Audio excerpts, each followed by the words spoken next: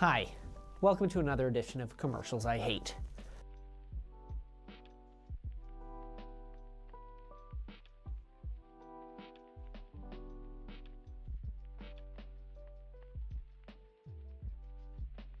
Some channels you pay extra money for, so they don't show commercials. Not in the middle of the show. I think that's great too.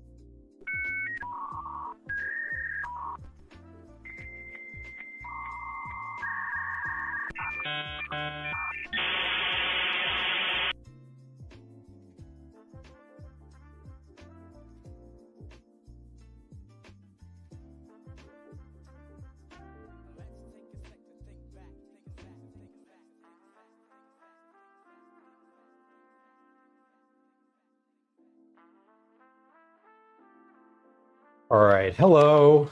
Hopefully the mic works. Hey, it does. Oh gosh, I figured it out. It wasn't working. Okay, now it is. Beautiful. It also looks like the closed captions are working. That's helpful. Helpful. Let's do it. Hello. Welcome. Happy Tuesday. Welcome back to the week. It is Tuesday. Yeah, it is Tuesday. I was about to tell you that we have a cat who's like joined us, but the literal moment I started talking, he was like, nah. Goodbye. And now he's in the living room. I won't tell you which one, but you can probably guess. Let's scroll up. Hello, Twinderella, welcome in. Happy Tuesday. Maddie Everest, welcome in. Happy Tuesday to you. Shayna, welcome. Hope you're having a good one. Lemon, hello. Enjoy your gold star. Bobby, welcome. Good to see you. Happy Tuesday. Robbie, who's going in food fight today? Do we have a food fight today? Is that confirmed? Mike, welcome in. Hello. Good day. Good day. Or as I said all morning today, good afternoon. I said good afternoon to somebody today at 10 a.m. Jordy, welcome in. Hello. Hello. High Vibe Mike says howdy, and then Twinderella redeemed the hi sound, and it was the hey dude sound, and I thought that was just wonderful. Carly, welcome in. Hello. Maddie Everest, handsome man. Hello. Good to see you. Welcome. Let's face it, I'm cute. Kitchen Junkie, welcome. Cats are like peace out, Club Scout. Totally. They are experiencing sunny window nap time at the moment. I was really surprised, honestly, that one of them was even anywhere around. Hey, just kidding. Here he is. Command Ash. A-S-H. Ash has made an appearance. Here he is. Robbie says megabytes first Dominica. Ah, this is a semi, a quarterfinal. Quarterfinal. Hi, what are you doing? He wants to be around. Boris, hello. Pepsi Queen, hello. Hello. This one was hanging out all morning today. He missed me this weekend. Caretaker, can you hear the purring? He is directly next to the microphone. Yes, baby. This is Ash. He's come to say hello. We love when the cats come to say hello and get held. You have to support. Yes. Hello, baby. Hello. Ash is the most baby. Turned off the mic. He may be peeking past. It may be a sound that the mic says is too much. Yes. Hi, baby. We have commands for all of the cats now for when they do make an appearance. This is Ash. Because he is gray, like ashes. Well, I am a cuddler. Yes. Yes, I am a cuddler. And you are too, babe. Oh. There we go. Okay. Are you reaching to get down, or are you just reaching to get? Okay. Well, welcome in. Happy Tuesday, y'all. It is it's a slow week. If you live in the United States, perhaps you had yesterday off. Or perhaps your labor was required yesterday on Labor Day. Mine was not. Yesterday, excuse me, we woke up, we were camping. Calvin and I were camping this weekend. We had a long weekend camp out. It worked, turned out really nicely. I'm sure I'll talk about it more, but we had a slow day. We went to Country Junction yesterday. You can see the bag, the Country Junction bag over here now. The world's largest general store. World's largest. It's very weird. It's a Wizard of Oz theme. You know, at IKEA, they have the arrows on the floor, right? To like help you navigate out of the labyrinthian, sunlight-free, cavernous building. Well, yes, I cleared my throat. What of it? Country Junction has yellow bricks painted in the store. Am I kissing? Okay. He wants his paws kissed. Baby boy. We love it. We love a kiss paw cat. Yes. This cat just absorbs cuddles, and he's just wanted to be nearby since we came home. Twindrella, I am awaiting with great anticipation. The last thing that you sent me, I'm most of the way through. Although I've slowed on my progress. Not that slow. Master Splits. Oh, Philly cheese. Oh, okay, we're done. Okay, goodbye, Ash. Philly cheesesteak zucchini pizza bake. That would be good. You could definitely put cheese and sauteed onions and beef in a zucchini bake. I don't see why not. If you can put them on pizza, you can put them in a bake. And we'll get to the bake in a little bit. And I have a story behind it. And it's a recipe that I'm working on a very short deadline this week. It's due Thursday. So we have to get started.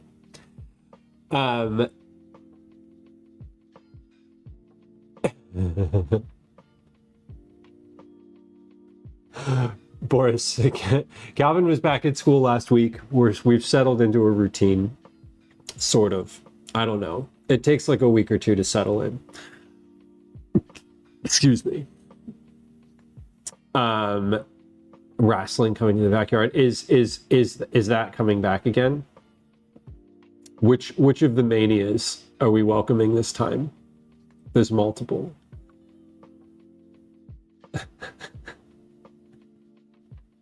Got distracted with another book. That happens. I get distracted by any little thing, really. I enjoy reading. What I realized I was reading, I usually have one fiction book and one nonfiction at the same time. And I'm currently reading a nonfiction book that I'm really interested in. So I have been working through that instead. It's called Fight Like Hell, History of Union Labor in the United States. Appropriate for yesterday, Labor Day.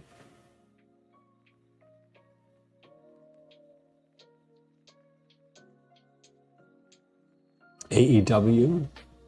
I don't know what AEW is.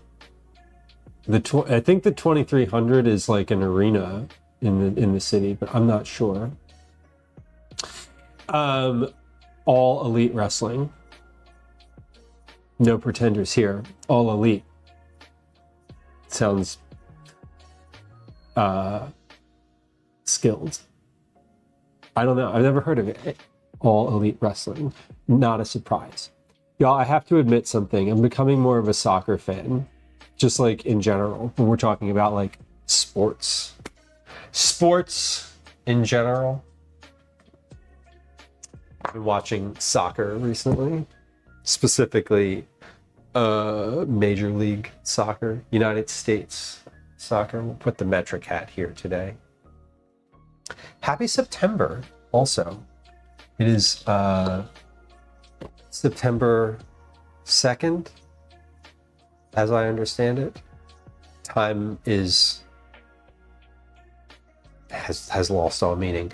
Can I show you a representation of like what time is like? Hold on. So we have a calendar in the house that we sort of like keep, hangs on the wall. It's a children's calendar. This is what my brain looks like sometimes. Note that it's May. It has not been updated since May. And the dates are all sort of over here and jumbled.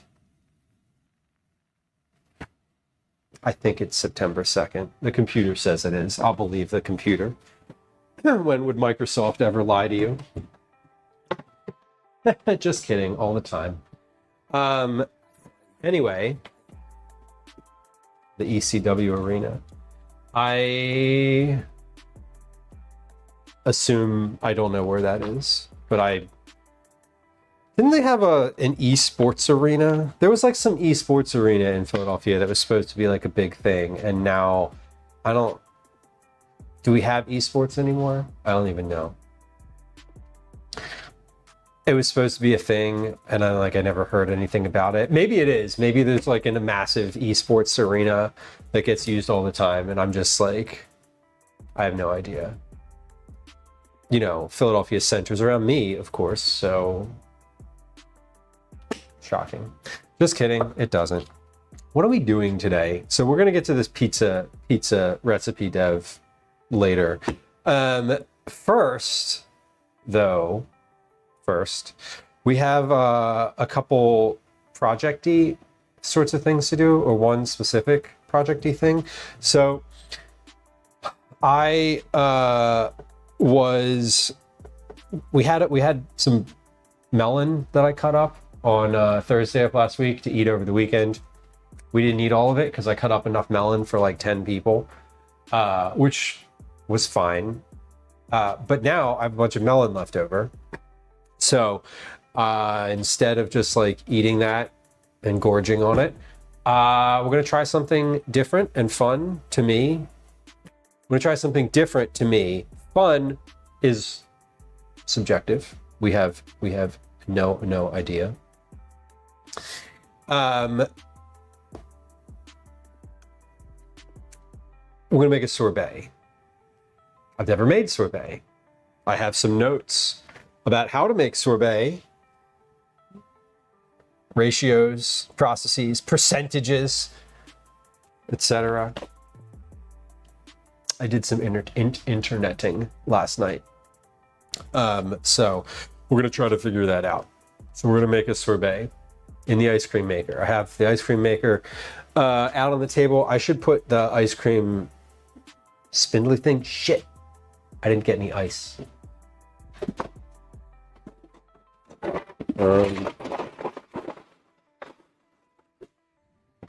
Maybe I can convince Gwen to go to the store and get me some ice.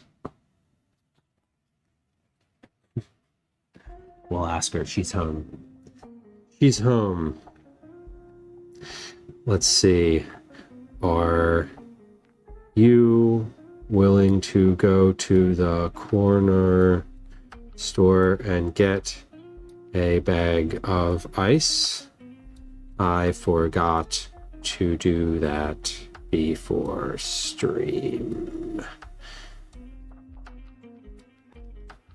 There's a chai in it for you if you also stop for a chai. Okay, we did it. We texted. Oh shit. Hubert Chicago on YouTube. Welcome in. Welcome in. Chai, even if I stop for chai, bro. Maybe 2 bags of ice. Please. I'm not in a rush. I don't need it for like a while. Like at least an hour. They definitely do. I've bought ice from there multiple times when I needed ice. Mike, I agree with you. An iced chai would be perfect. Although if you're suggesting a hot chai on a cool day, that also makes sense. It's not cool here. Just like FYI, in Philly, it's 26 degrees. Amber, I'm not sure I understand which story you're asking me to tell. As a reminder, I know I've said this before, that redeem is not for making up stories. That is for stories that I have told on stream before that you would like to hear again.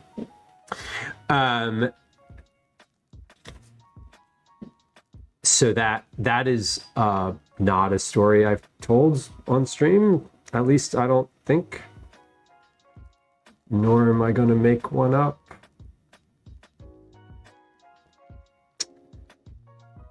So yeah. But welcome, regardless. We're here. I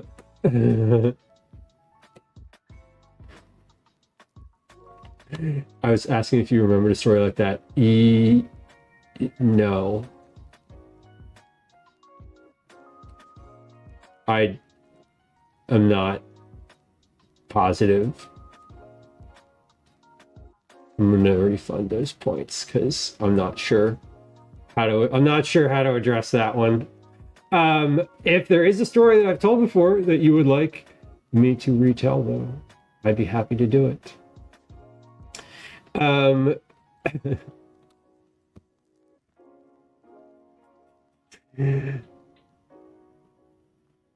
You need to have a specific one, Amber. I'm not just, I can't. A weird story. Like, you have to just ask, like, if it's something you remember that you remember me telling, this is how, like, this is how that redeem works. Because, like, I don't know. I don't have just, like, stories off the top of my head. You know how I don't remember jokes, right? I, like, literally couldn't tell you a joke right now if you asked me. I can't just, like, story off the top of my head. There needs to be a prompt that relates to something in my life. I don't know. Maybe that's a weird redeem. I had that redeem. So the origin of the Tell the One About redeem is because I have told the story about Calvin eating beets for the first time, and it, like, kept coming up randomly. And, like, someone asked me to tell it, like, a couple times. So that's why I created that routine. Not and Getty, welcome in. Happy Tuesday. 88 times. That's a nice round number. We like that one. Boris, tell the one about my first tattoo. That I have a story for. I have told this on stream at some point or another. My first tattoo. Well, my first tattoo is this one, which is not the seasons, though it appears to be the seasons.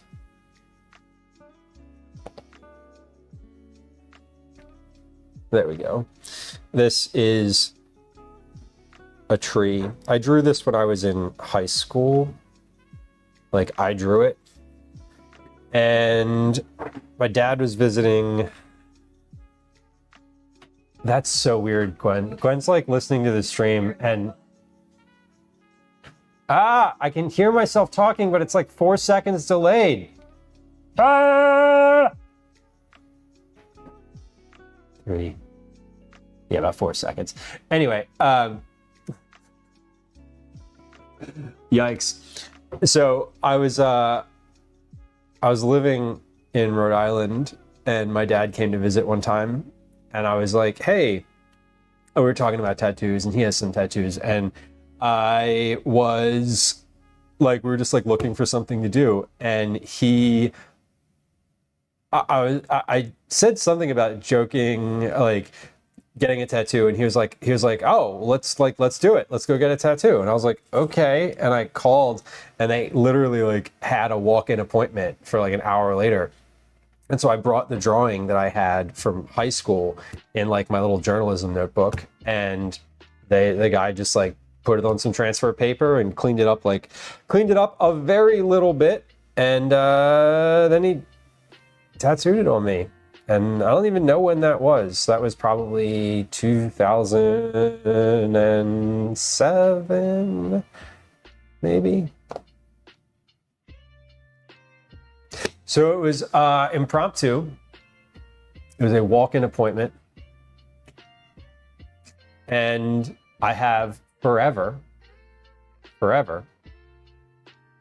sort of been happy that I got the original drawing, and sort of wished that I had a fifth little like box here, because every person asks me if it's the seasons. This is 4 of them, and it's a tree. And it's not. It's just zooming in from the tree to the trunk to the branch to the leaf. Hey, it appears the closed captions have turned off. That's weird. Do I draw often? You know, I kind of don't. I don't. I draw occasionally in my cooking notebook, but like very rarely. I write more often than I draw. And that is the story of my first tattoo. And yeah, I don't even remember what year that was. 2007. We'll go with that. Probably 2008, actually. Anyway, Gwen has agreed to get ice, so all is saved. All has been saved. We're gonna make some sorbet today, though. Has anybody made sorbet before? Has anybody made sorbet? Any tips? Any tips? The first time I met Gwen. First time I met Gwen was in the student union at university. I don't exactly remember the first time. The very first time. Do I? No, I don't. That was in 2004, 2003 maybe, 2004 perhaps. The first time that I actually spoke to her was the spring of 2004, after she was in a show, a musical, at that same university, and I went up to her, and very awkwardly, because the show featured ladies in their underwear, I went up to her and it was like, hey, I saw you in your underwear. And that was probably the first like meaningful thing, or not meaningful thing, that I ever said to her. And we did not meet in high school. No, I only know, I only speak to one person from high school currently. Kitchen Junkie, you made granita. I have not made granita. Off the top of my head, which is here, I could not tell you what granita is. I'm assuming it's a beverage. to and from the repair shop. So fluff. Did you also get your nails done? That's an important question. In our chat in Discord, Twinderella posted a place in Philadelphia that is a women-owned and run mechanic shop that also does manicures while you wait. And I was like, I need to go there. Yeah, Boris, 2004. Long time. Sarah, I know, right? Like you wait, you get a manicure, they like fix your car. It's phenomenal. If our car was not being serviced at the dealership, where actually I don't need to get it serviced anymore because it's out of warranty. Go figure. But that place seems great. It really does. Kitchen Junkie says a granita is a frozen fruit slushy type of thing you eat with a spoon. That sounds lovely. That sounds like something that someone would just put like booze into. Kind of like sorbet. Insurance finally approved the new windshield. Oh my God, it whistled in the wind. That sounds dangerous. That sounds really dangerous. I feel like I remember from, there was a, isn't it like not legal to drive with your windshield all messed up? I don't know. I thought that was a thing. Did you ever get to be in any shows with Ben? Oh, I don't act. No. I did get to work on shows. I did tech. I did technical theater. So I like to be around the theater group, and I'm comfortable being on stage and speaking to an audience, performing, if you will, but I like to be myself. So I'm comfortable like talking or like presenting, but what I'm presenting is myself. I don't like playing a role. So I did technical stuff, sound, lights, clapping coconuts together for horse clip clops, that type of shit. But I did get to go to the parties, which was fun. You ever been to a theater party? It's like a frat party, except more inclusive.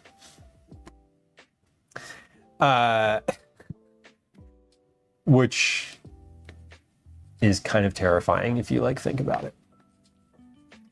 And the ratio of genders and sexes is also a lot more balanced,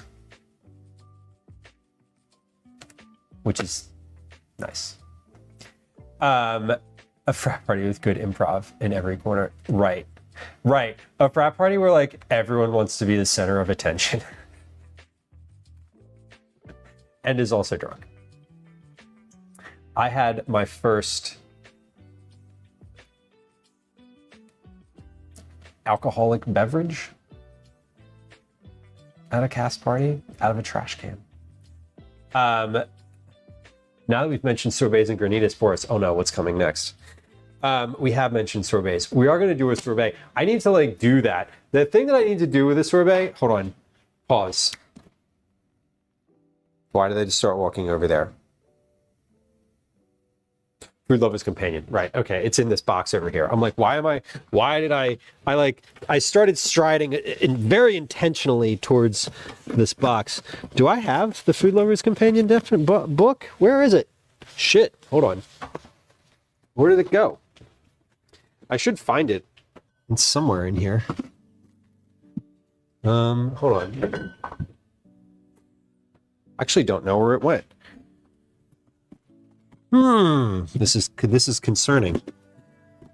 We will do the Food Lover's Companion when I find it. It's literally not here. I have a big banana. I don't know what use that is, but there it is. Is it on the bench? No. Oh. That's weird. Where did it go? Honestly, I don't know. We will look on the bookshelf for it. One moment. It's somewhere. We've derailed.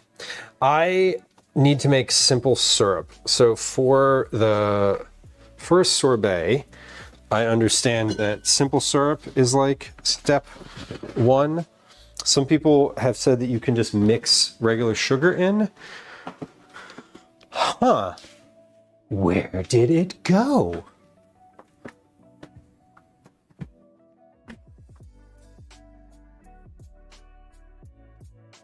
Sarah, with cantaloupe indeed. Yes. We're gonna do cantaloupe and watermelon. Those are the melons that I cut up. So we're gonna do a mix of those two things. Okay. Dude Mesa, welcome in. Hello. Yeah, I actually don't know where that book went. And now I'm like, what happened to it? It's not in the box. It's not in the literal box where I keep everything for stream. It's not on the bench. Is it on my book cart? Ah, I found it. It was someone put this book somewhere it's never been. And it wasn't me. Banana for scale. Yeah. You know, that banana is always there. That banana is literally, it's here. It's here all of the time. It's just hiding. It's been there. Calvin got it as a prize for something from somewhere. Okay, we're gonna do a free love as a companion definition. Let's see. Is there any, Boris, is there any specific word that you'd like to look up? I'm gonna look and see if they have sorbet in here. I'm gonna look and see if they have sorbet. Wait, did you say a specific word? Oh, the smoke rolled in. Oh no, is this like wildfire smoke? Sorbet. Okay, cool. We're on the same page. Amazing. Sorbet. Hey, it is in here.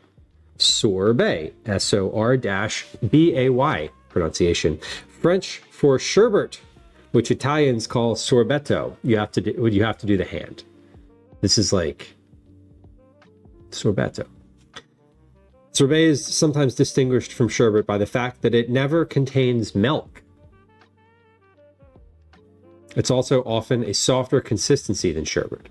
Savory or lightly sweetened, sorbets are often served either as a palate refresher between courses or as a dessert. They're sometimes also called ices or granitas. Though both of these mixtures are generally more granular in texture than a sorbet. See also sherbet. We will. Yes, it is vegan. It contains basically two ingredients, melon and sugar, or fruit and sugar. Sherbet, that's shrimp. Shortcake, nope. Shiitake, nope. But we are going to go to the Mushroom Festival this Saturday. Kennett Square Mushroom Festival. Sherbet. The origins of sherbet can be traced to a popular Middle Eastern drink, charbet, made of sweetened fruit juice and water. Today, the term sherbet commonly refers to a frozen mixture of sweetened fruit juice or other liquids such as wine and water. It can also contain milk, egg whites, and or gelatin. Sherbet is lighter than ice cream, but richer than in ice. See also sorbet. Let's see if granita is in here. G-R-A-N. I bet it is in here because it specifically mentioned it in the granita. See ice. Ice. Irish mist, ice cream maker, ice milk, ice wine, ice. Called granite in French and granita in Italy, and ice is a frozen mixture of water, sugar, and liquid flavoring such as fruit juice, wine, or coffee. Coffee, nice. The proportion is usually 4 parts liquid to 1 part sugar. During the freezing process, ices are generally stirred frequently to produce a slightly granular final texture. And there we go. Your food lover's companion definition. Peach sage would be a lovely blend. I thought about adding some basil to it as well. Roma, welcome in. Hello, hello. Fellas, welcome in. Hello. Can you do sorbet in your ice cream maker? Yes, we can. That's why I'm doing it today. I have the ice cream maker out. It's on the table. I'm going to use coconut sugar for this one because it said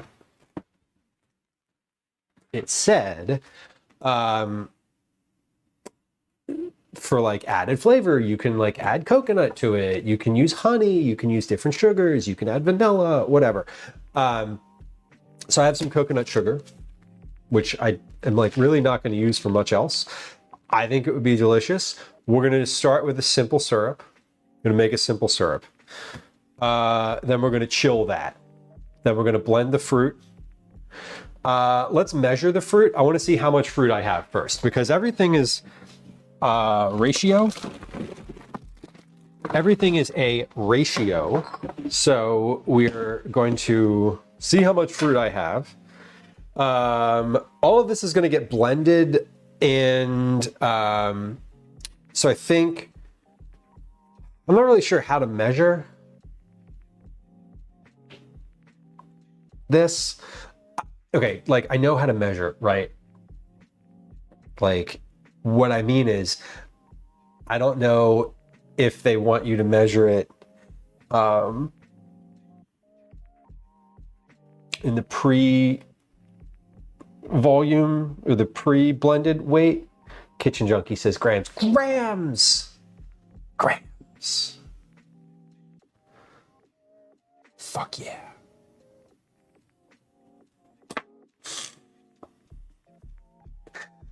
Obviously we do it by weight. What am I thinking? I'd also like to see how much fruit you have. Oh, the flirt bot isn't on. And I'm too dense. I'm too dense to understand things. I'm great on a first date. I have no idea what's going on. No idea at all.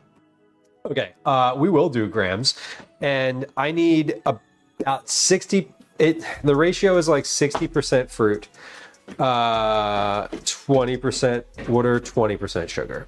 60, 70, 80, 90, 100. Okay, cool. The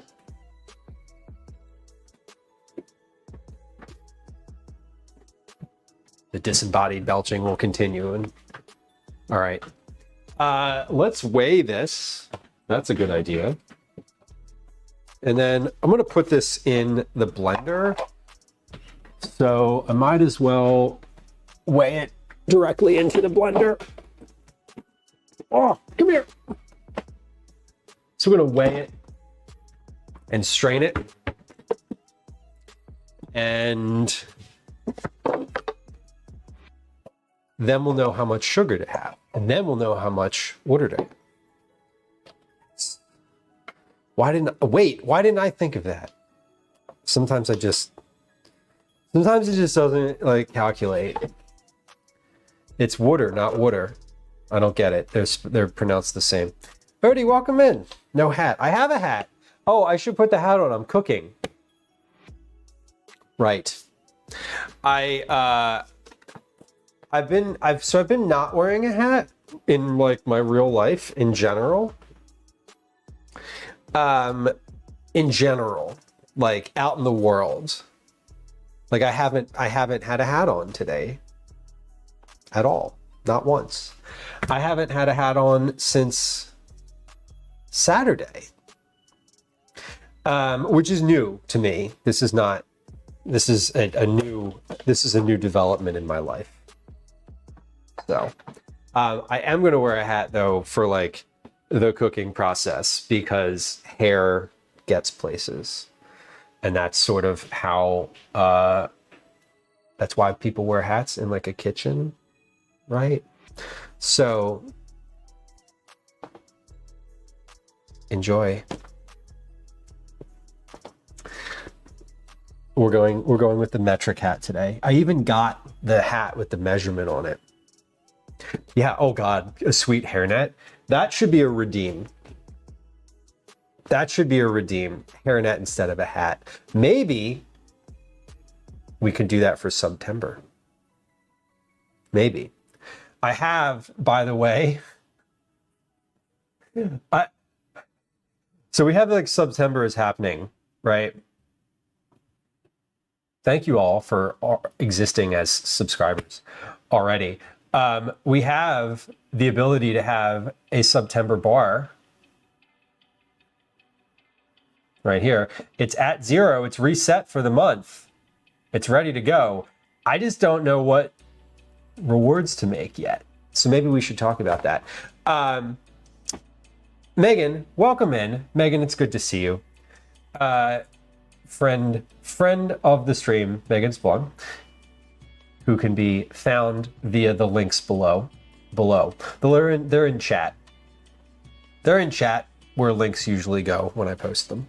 I'd like to. There's some like. I meant to like do more September stuff, but I went camping instead. Oops. So we have a September goal bar, but I don't have any goals to work towards. So, and hello, you'd redeem that? I mean, it could be fun. I like the idea. I'm gonna write it down. Goddamn. Watch. This is why stream takes forever. It has been 40. I've been live for 48 minutes. I have done nothing. But honestly, if you were like here at the house and you were guests in my home, I probably still would have done nothing. We would probably still just be like chatting because that's how it works. And that's why that's why I use the terminology counter crew, because like y'all are sitting at the kitchen counter, and as far as my view goes, Lou, fuck, you've derailed. You're farther derailing. Let me hold on. Hairnet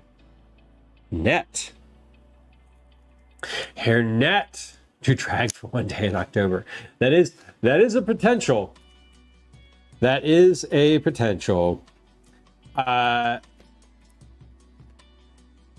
never. No. I'm doing a handstand on your counter right now. Amazing. And I would approve. It's clean. I cleaned it. I literally cleaned it and disinfected it and all of the things that we needed to do before stream today. Okay, let's see. Whoa, that's a lot of melon. Great. 1,195 grams of melon. I'm like, where can I write this down? As if I don't have a literal notebook in front of me for notes. 1,195 grams of melon. Okay, so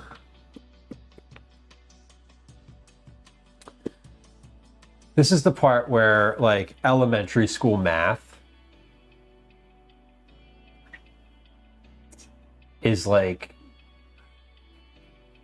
would really come in handy. If I want that number to be 60% of my total,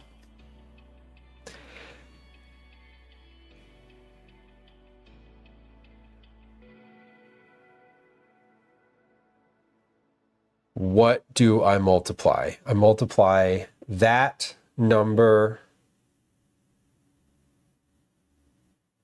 times, so the water and the sugar. So I don't want 60%. I want 60% of my total number. So what times 0.6 equals 1,200? X times 0.6 equals 1200. What is X? Now this is where you could just ask the AI and it would answer you. But I don't have access to that. Actually, I do have access to that, but I don't want to use it.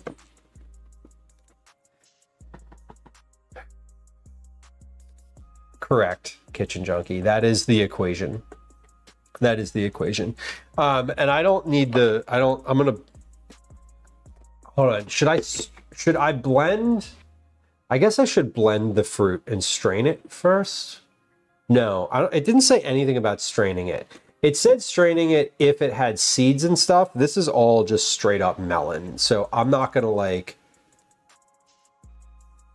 worry about it.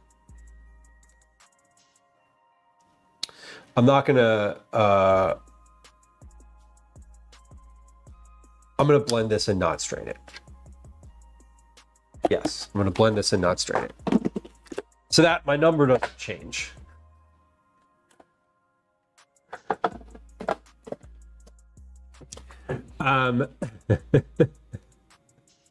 Tundra, I just saw your note about the hairnet until the end of time. That's funny. And I like the idea for that. I think it would be funny. I do.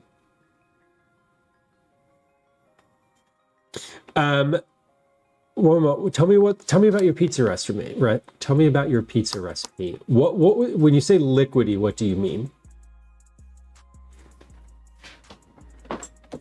Like I'm assuming what you mean is it was well hydrated.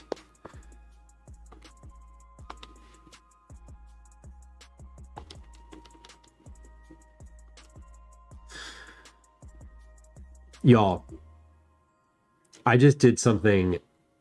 I was like, I bet you that 60% of 2000 is 1200. And so I just got the calculator out and I did 2000 times 0.6.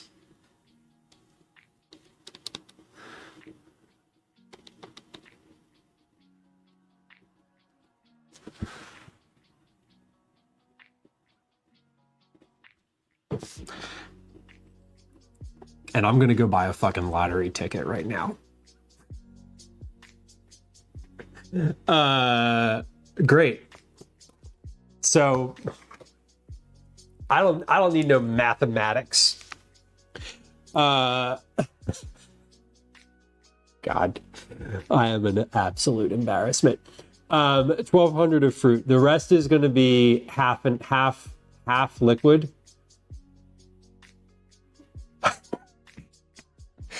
Lemon, I'm 40. I already know what that looks like. You know, there was a time, because like these calculators were hilarious for things of that nature. And the graphing calculator just didn't do it. Just doesn't do it. The other side of that is half water, half sugar. So 12, that's 800, that's 400 grams of sugar, 400 grams of water.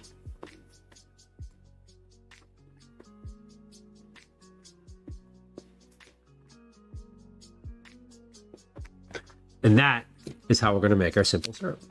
How many? That seems like a hell of a lot of sugar. Granulated sugar. Oh no, that's like 2 cups of sugar. That's fine. Totally fine. Still a lot of sugar. But let's do an actual pot of that. And we'll make a simple syrup. So this is just like a ratio. Coconut sugar, yes. What did I say, 400? That's like this whole bag of sugar. Holy shit, it's almost this whole bag of sugar. That is, wow. Perfect. I'm looking at that sugar and this amount of fruit, and I'm like, that seems like a lot. But the sugar keeps it from freezing into like an ice cube. So that's kind of the point, right? 531-8008.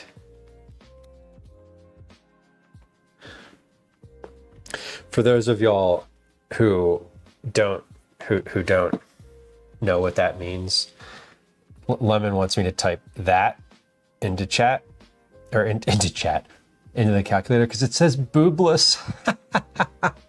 Boobies, not bless.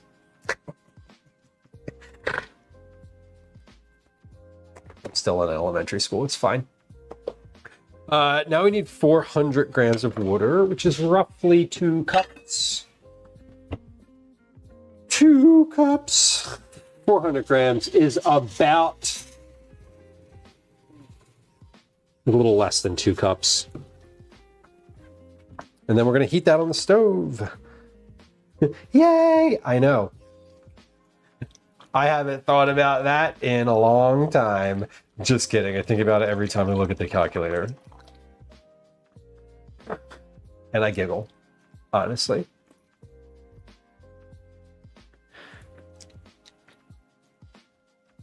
Whoa! 417. Shit. Shit. It's fine. We'll just... No, you know what? It's fine. That's fine. That's fine. Don't mess with it. You start taking water out, it will also take sugar out. You can't do that. All right, so we're gonna heat this to get the sugar mixed in. And then we have to cool things down. So part of the process here is getting everything back cooled again. Once we have the simple sugar mixed in with, we cool the simple sugar, actually simple syrup. I keep saying simple sugar. Because I'm making an exact amount of simple syrup, I don't need to like, I can just sort of pour that into here when I'm done and cool the whole thing down. That'll make it easier. And then, while that's cooling, I have some other vegetable related things, vegetable activities. I have a bunch of corn in there. I'm going to take off the cob and freeze because I don't have anything to do with it right now, but I will. And I'm not going to use it. I'm not going to use it today or tomorrow, and it's from last week, so I kind of want to get it out of the fridge and into the freezer. Okay, the bot is letting me know that we have an ad break that is going to start momentarily, according to my dashboard here.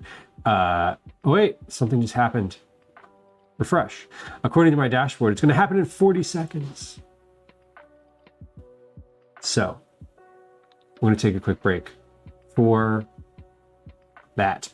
We're going to run a game of words on stream. It'll look like this. It won't look like this. It'll look like a game in just a moment. Actually, here. We'll start that game. I'm going to play because I don't have any dishes. And we're going to take a 3-minute ad break on Twitch. We'll be right back. Hang out. If you don't like the ads, you can go subscribe on YouTube and listen to me ramble there. All right. I hate. Let's see. What words do we have here?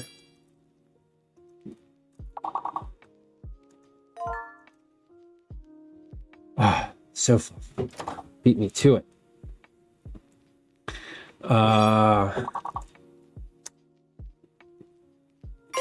I know. Sail class. Nope.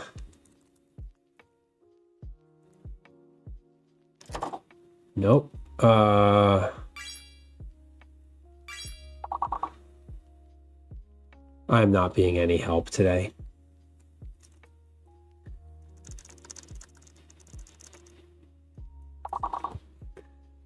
Yeah, well, that would be helpful. I'm struggling to understand what a pancake consistency, how you would shape that.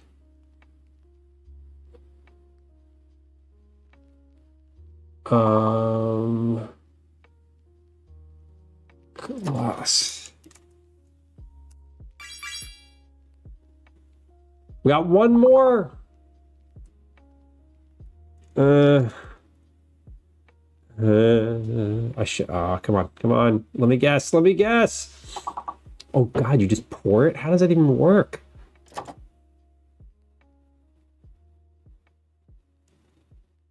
Calc.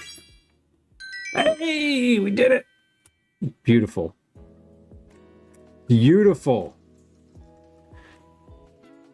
Look at that. I even contributed.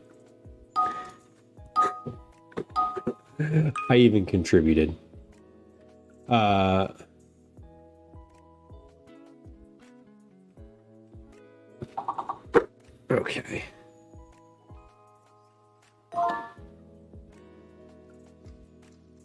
Fellas, I'll answer your question when we return from the ad break, as I want to answer that more broadly. However, I will answer it, and I apologize for not having done so already.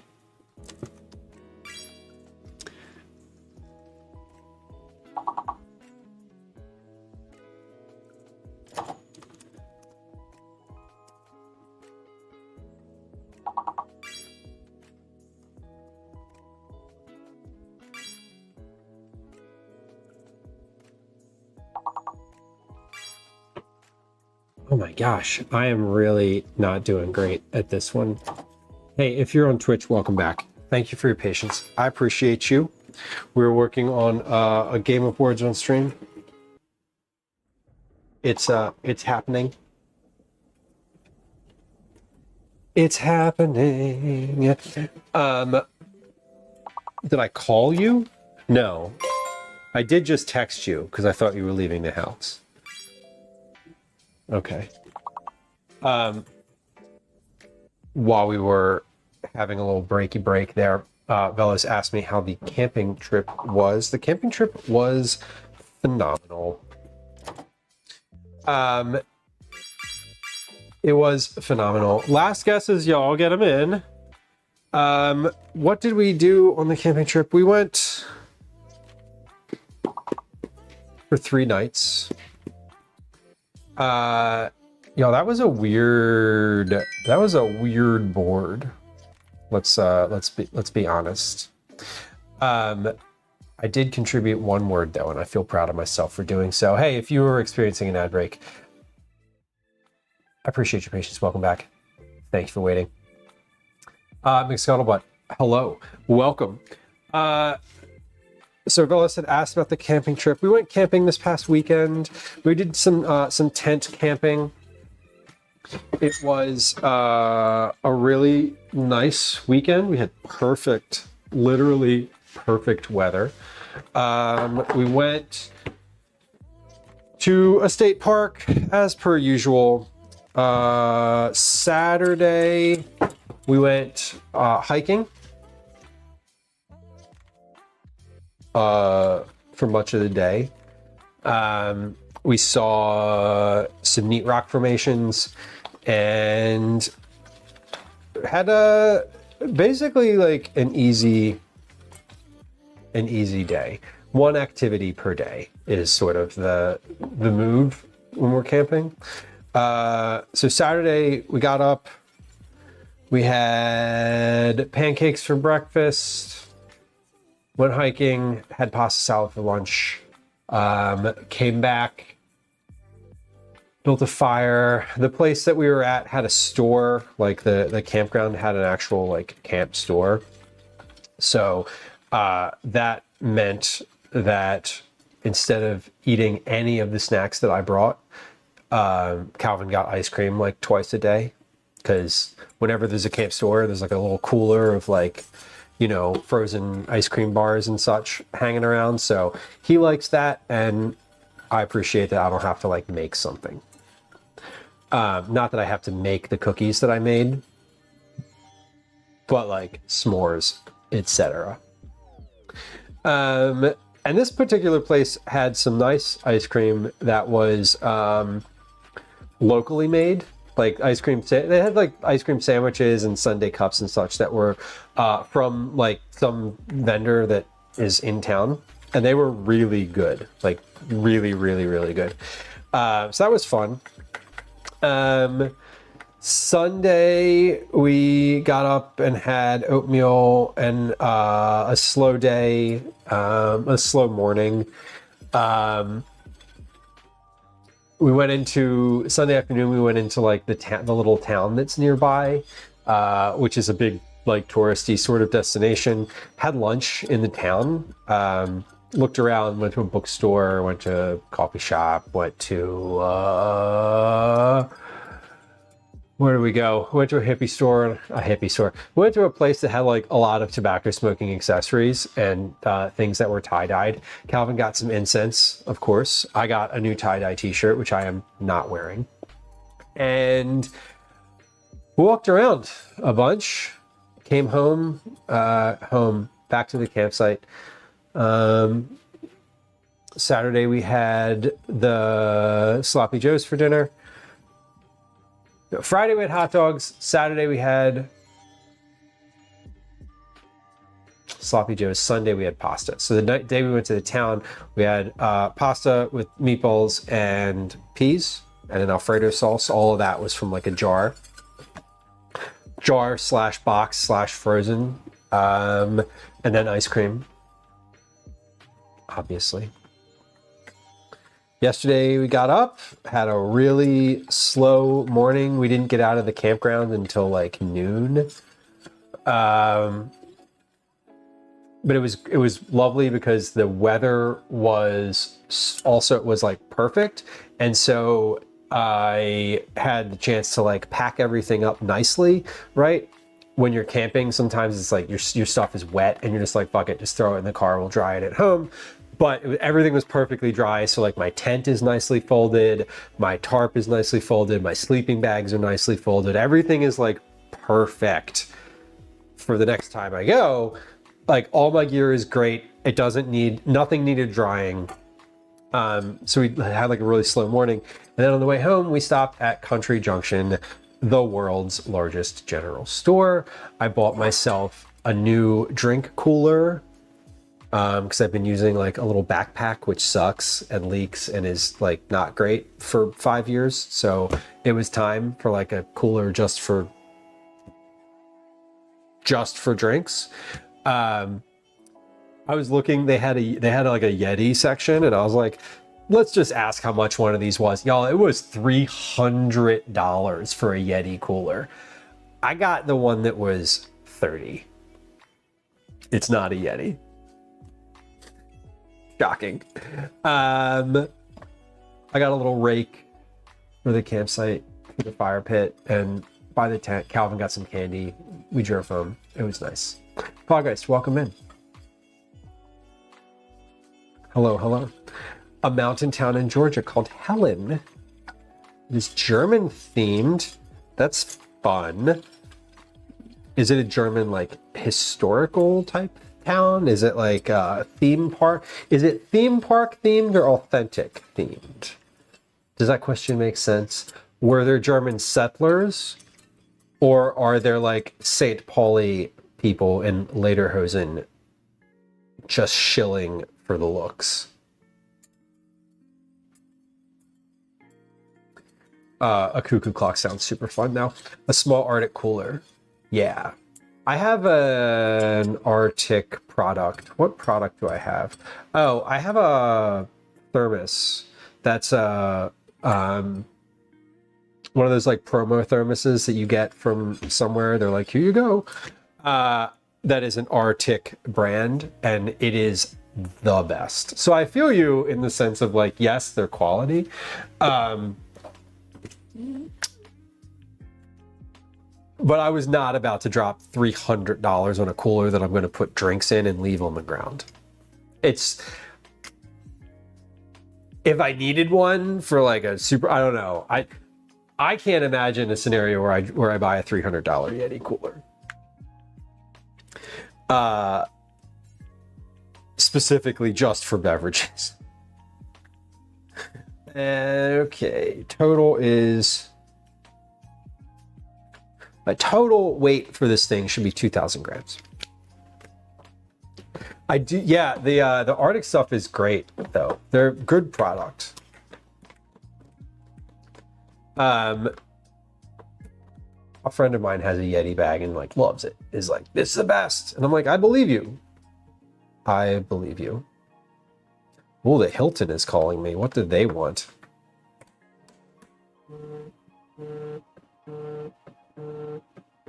No. Live accordions and tuba bands. That sounds fun. Bratwurst, beer in boot-shaped cups, etc. I'm imagining. Hold on, Gwen texted me. What does Gwen want? Of what size? Small. The smaller bags. Okay.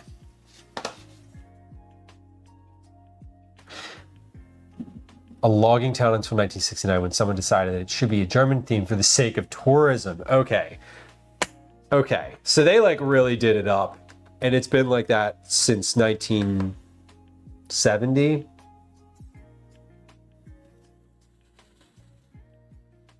Which is like 50 years. Which is long enough that it's like feels authentic now, I bet.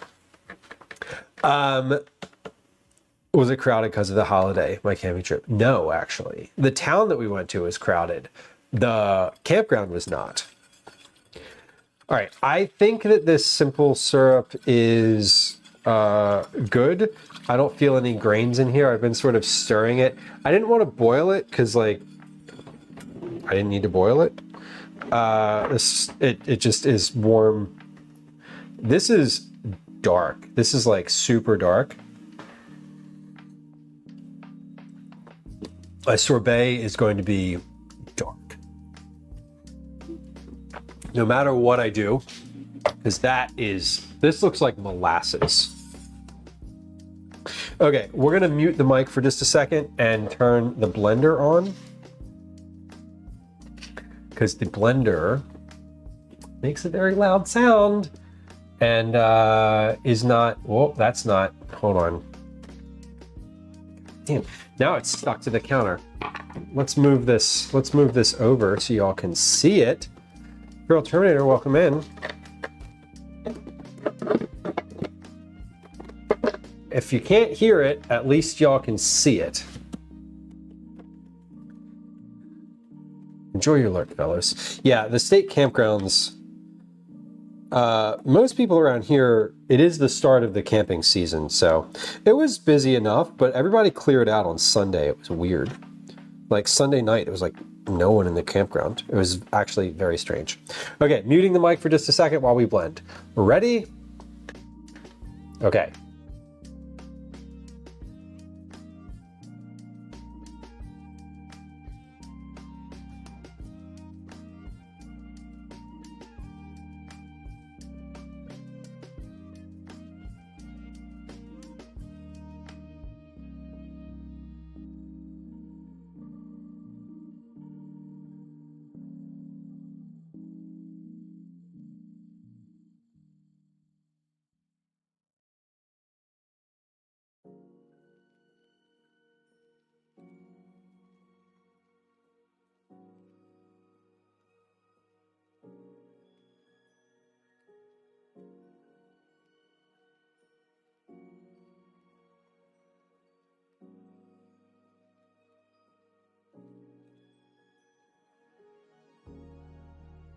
Okay, we're back. Let's see how that worked.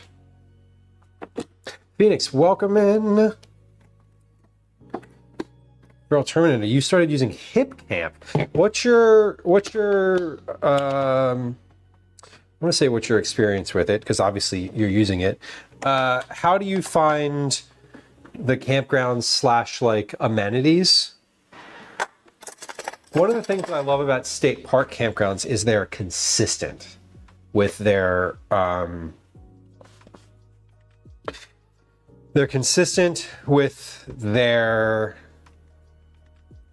bathroom, shower, etc. situation, the fire ring, like everything is very predictable. The color is great. Unfortunately, not unfortunately, as it so happens, we are really going to end up with a very dark colored sorbet unless I use a different simple syrup, because this is what I'm using. So we're gonna end up with like a brown sorbet. Just full stop, it's gonna be brown. I don't know how to change it. Very minimal with your needs, and it depends on the place. That makes sense. I have looked into it, but I haven't actually used it before. I've looked at sites on there and it seems pretty nice. Okay, I am going to blend this. Here's what I'm gonna do. We're gonna strain this, and then I'm gonna put the solids back in the blender with some of this simple syrup, and we'll blend that. Because there's still some solids in here, and I think I want to try to get this as I want to try to get it a little less chunky, and I don't think I can do that without actually straining. So, so they switched most of our state campgrounds to RV camping only. Charge you twice as much. That's annoying. I don't think they should be allowed either, Feral Terminator. I'm with you. I get really frustrated with RVs, but I understand why people love them. I wouldn't I'm not speaking ill of RVs. I would be very annoyed if one of our regular campgrounds was was RV only. That would piss me off. If they changed it to be RV only, I would be ripped about it. As it stands, pretty much everywhere I camp, you can use a tent or you can use an RV, and I always find it really awkward when I am in betwixt all of the RVs in a campground. Kitchen Junkie says in Colorado we have a lot of Bureau of Land Management land where you can camp for free. Hell yeah, that's what's up.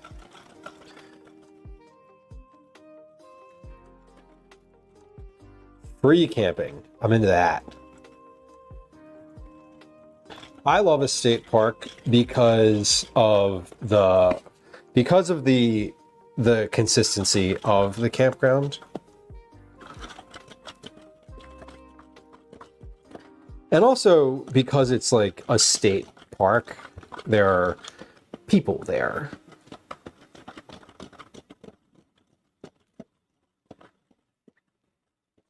Kitchen Junkie, exactly. Kind of my point about the people. Like, yeah, you have to dig the hole. You've got to it's roughing it. It's more roughing it.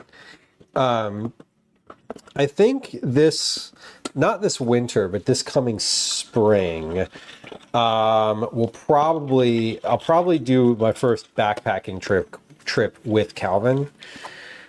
He hasn't. I've been backpacking, but it's been a long time.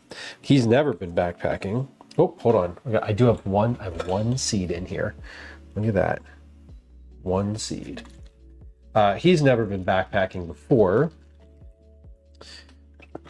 Obviously.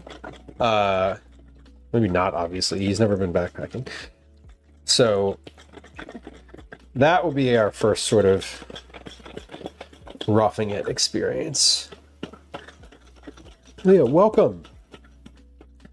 Hello, hello.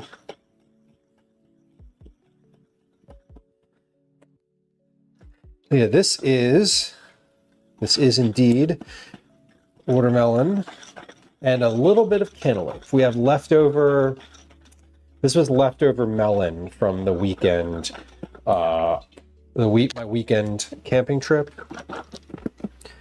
So this is what didn't get eaten, and I'm just using it.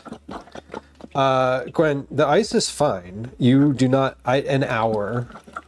I need to cool an hour. Probably a little more. Plenty of time. Thank you for asking.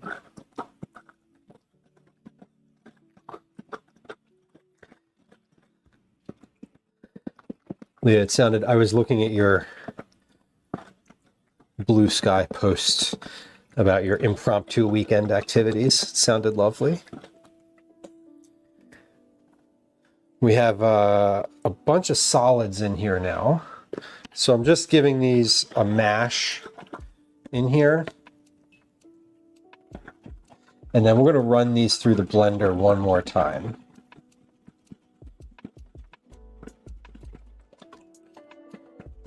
With a little bit of the simple syrup that I have here. Not a ton. Just enough to have a little liquid full of baklava. As one should be after going to a Greek festival. Full of baklava is the best way to spend a weekend, honestly. Kitchen junkie, it should be smooth. I'm only going to process this one more time. And then I'm going to add, like, I have some, like, this is what's left in here, solids-wise. Like, not a ton. But once that, I'm going to process this for another little bit just to get, to get it down a little bit further. But if it's still a little pulpy, that's probably a good thing. It's sorbet, like it doesn't need to be perfectly smooth. A little pulp is probably okay. But that's about all that I'm going to get. And I'm not going to process this again. So let's get this back into the blender. Do you use both the liquids and the solids? I am. I'm also making this for the first time ever. And I just kind of like looked it up online, how to make sorbet, and made some notes for myself. So all of the stuff that I'm making right now is just like a combination of all the notes that I made. It's not a specific recipe, and I'm kind of winging it. From all of the things that I read, one of the overarching themes, the consistent like tips that I came across was to get the proper ratio of sugar to liquid so that it is not completely frozen, but not just liquidy. And so there's a lot of different numbers, but the one that I thought was sort of like the most consistent was 60% solids, 40% liquids, and then the liquid is half liquid, half sugar. So you could use basically any fruit juice if you wanted to. I'm just using tap water and coconut sugar.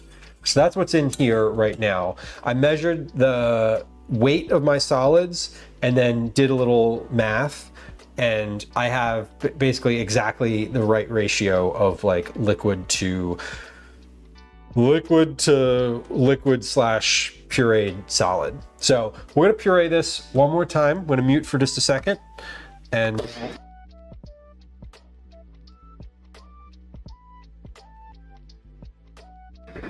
Okay, now I'm gonna add a little bit of the sugar because that did basically nothing. I'm gonna add a little bit of this simple syrup just to have some like liquid in this blender, and then we'll blend, mute for just another moment.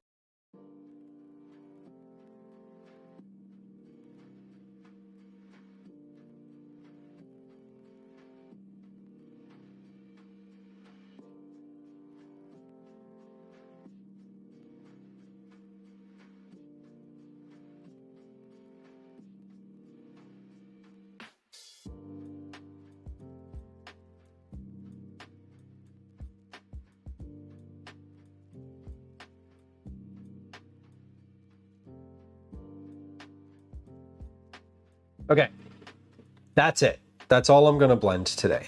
Tidy Whities, welcome in. I almost called you Doug. Interesting.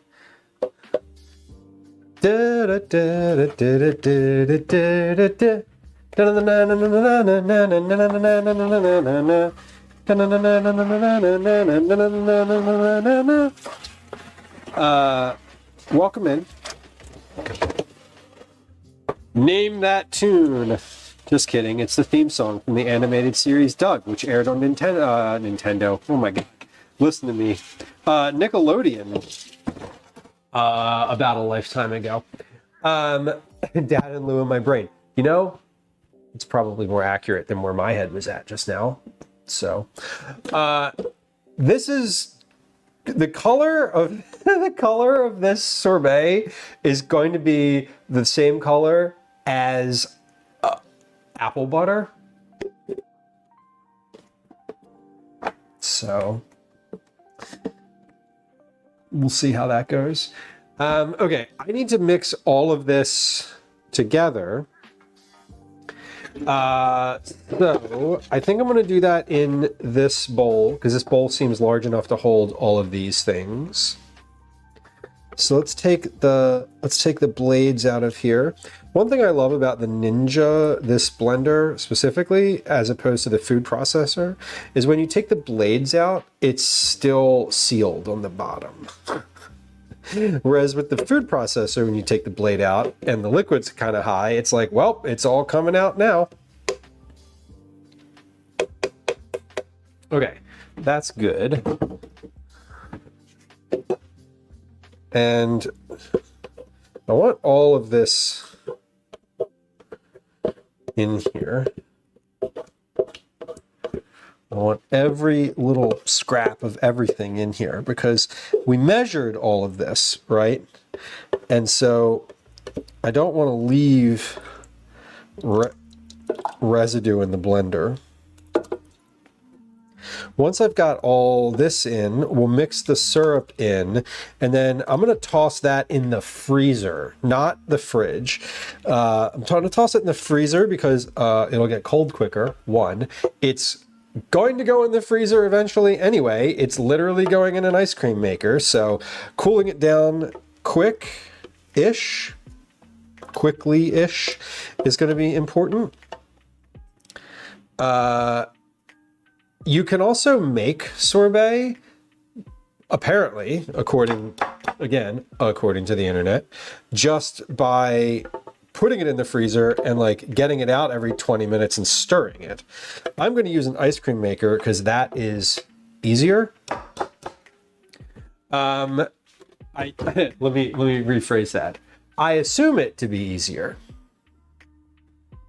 What is the theme song from Greatest American Hero? Now I'm like, do I know that one?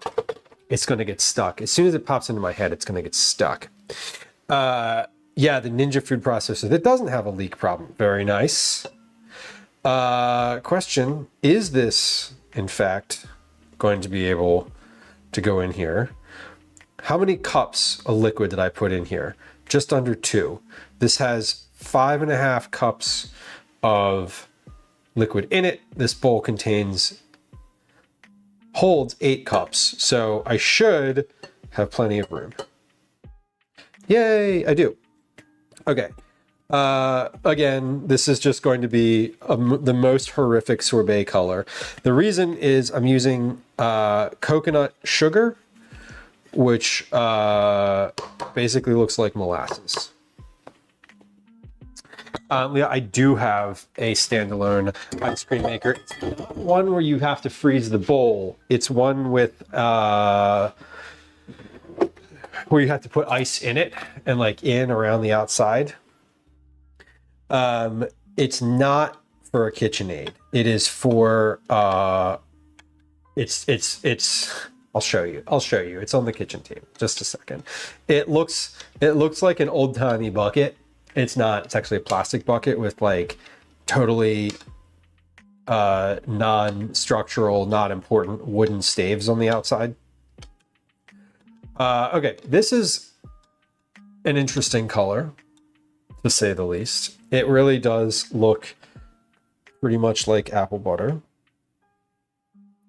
I have a few seeds in here, just 2 little seeds. That's tasty though.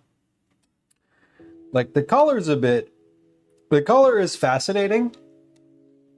And I use that in a very generous usage of the word fascinating. Again, it just looks like apple butter to me, which is good. I love apple butter. Let's taste it though.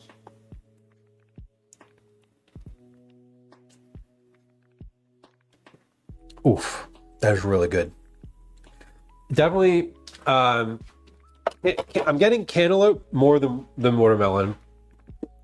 I think, despite the fact that of the solids, the watermelon is the predominant one, I think that it is more cantaloupe forward. Now, interestingly enough, if we zoom in on this bowl, which we will, here we go. The line on here, this line, is this, if I tilt this just slightly, will the camera catch it better? Yes. So 2 liters, this line right here, this top line, is 2,000 milliliters. That's basically 2,000 grams. So we lost some weight in here somewhere because a gram is a milliliter.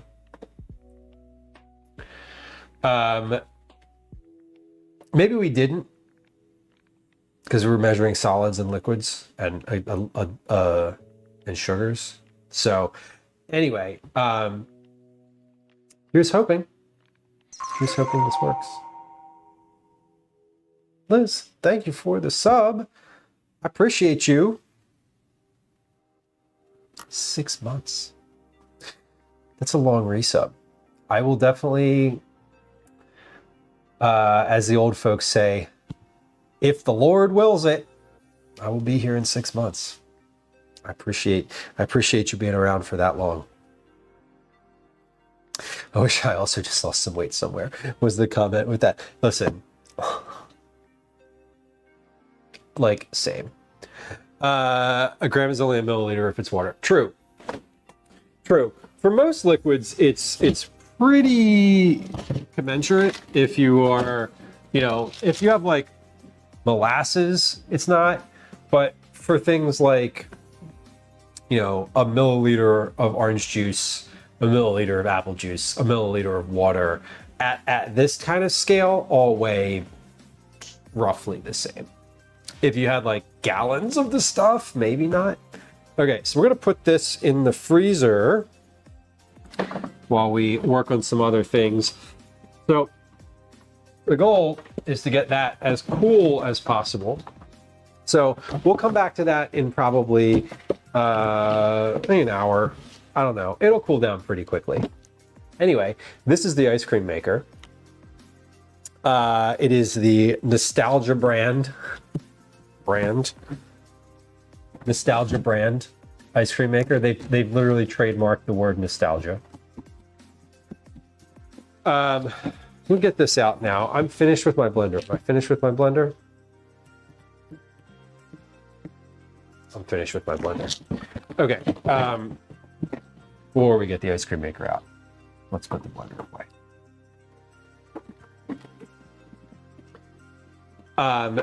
The old Cuisinart ones.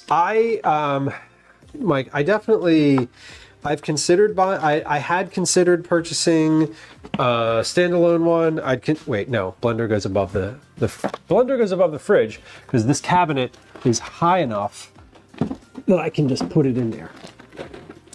I considered getting a standalone ice cream maker. I considered getting one of the ones that goes with the KitchenAid. My issue with the one that goes on the KitchenAid is that it's small, and I wanted a larger volume of ice cream available to me when I make it. So I did zero research. I did not pick the Nostalgia ice cream maker myself. It was a gift.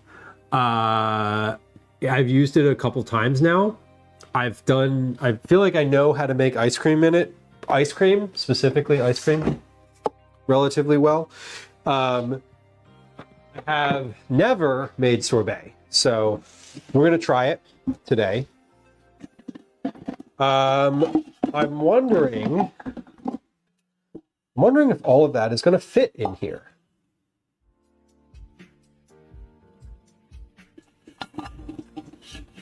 And will it fit when it expands? Because it expands when it freezes, because it's like that's what liquid does.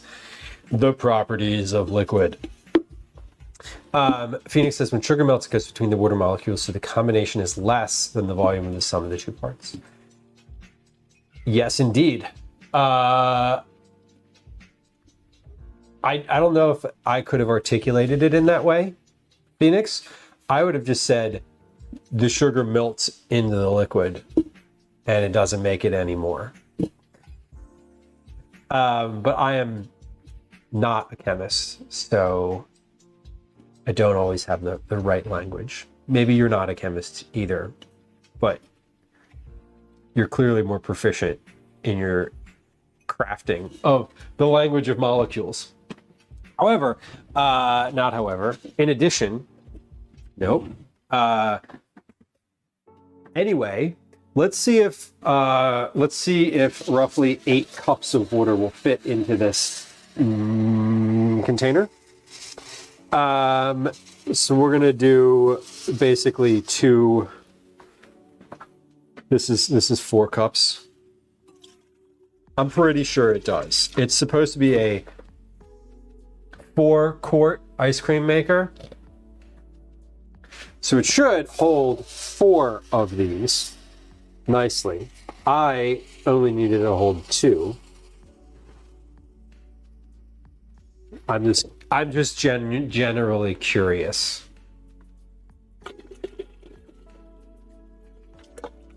Yeah, it's not that much. Not a chemist. I did take a lot of chemistry classes.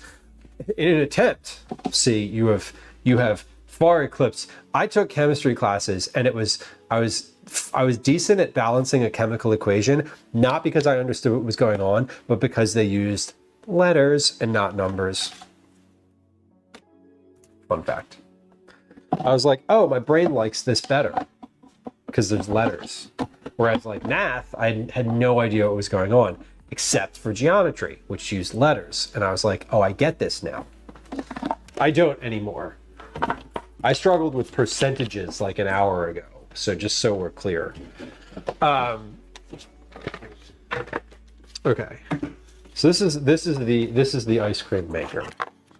We're gonna take this and set this to the side. What is this? Vanilla ice cream. Basic vanilla ice cream. Royal Crown vanilla. All of these sound really good, and we're not making them today, but these do sound delicious. Where is the... Oh, hold on. There's an instruction book in here. I wonder if there's an instruction book for sorbets. Maybe we could have looked at that first. Okay, but confirmed, this will definitely hold all of the liquid that I need it to hold. And then some. And in fact, will hold twice the liquid that I need it to hold. Let's try this out. so we don't have like ice crystals on the inside. And I'm gonna put this in the freezer as well so that this is cold. Not like it will make that much of a difference because I'm gonna surround it with ice anyway. But like, let's just put this in here because that is generally a good thing to do to cool both the container and the liquid. Okay. Also, if I'd have thought about it for like a second, I probably could have just put all that liquid in the container. Anyway, I didn't. Let's move this off to the side. There's a box on the floor. Certainly that will attract a cat at some point. Let's see if they have a sorbet recipe in here. Recipes, page 9. Returns and warranty. Nope. Recipes, chocolate, vanilla, old-fashioned, cookie dough ice cream, Rocky Road, coffee ice cream, peanut butter, berry sorbet. Hey, look at this. Pineapple sorbet. Neither of which is what we're doing, but okay.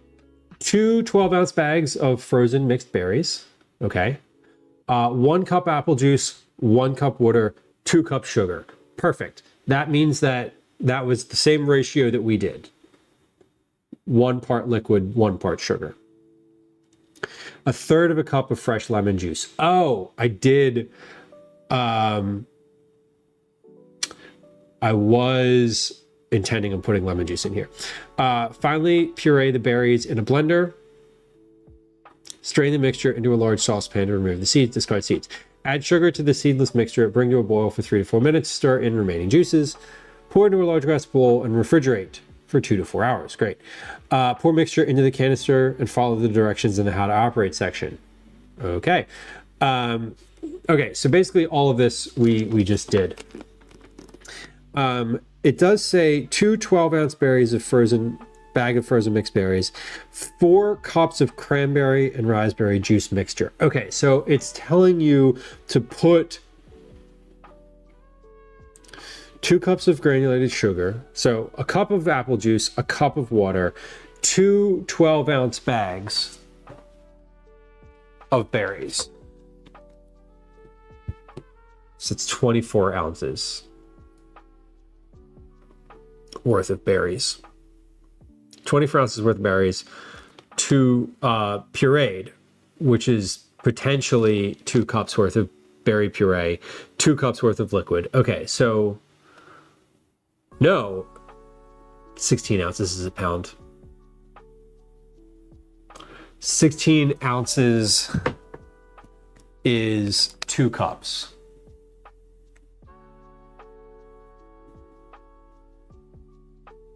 Of liquid.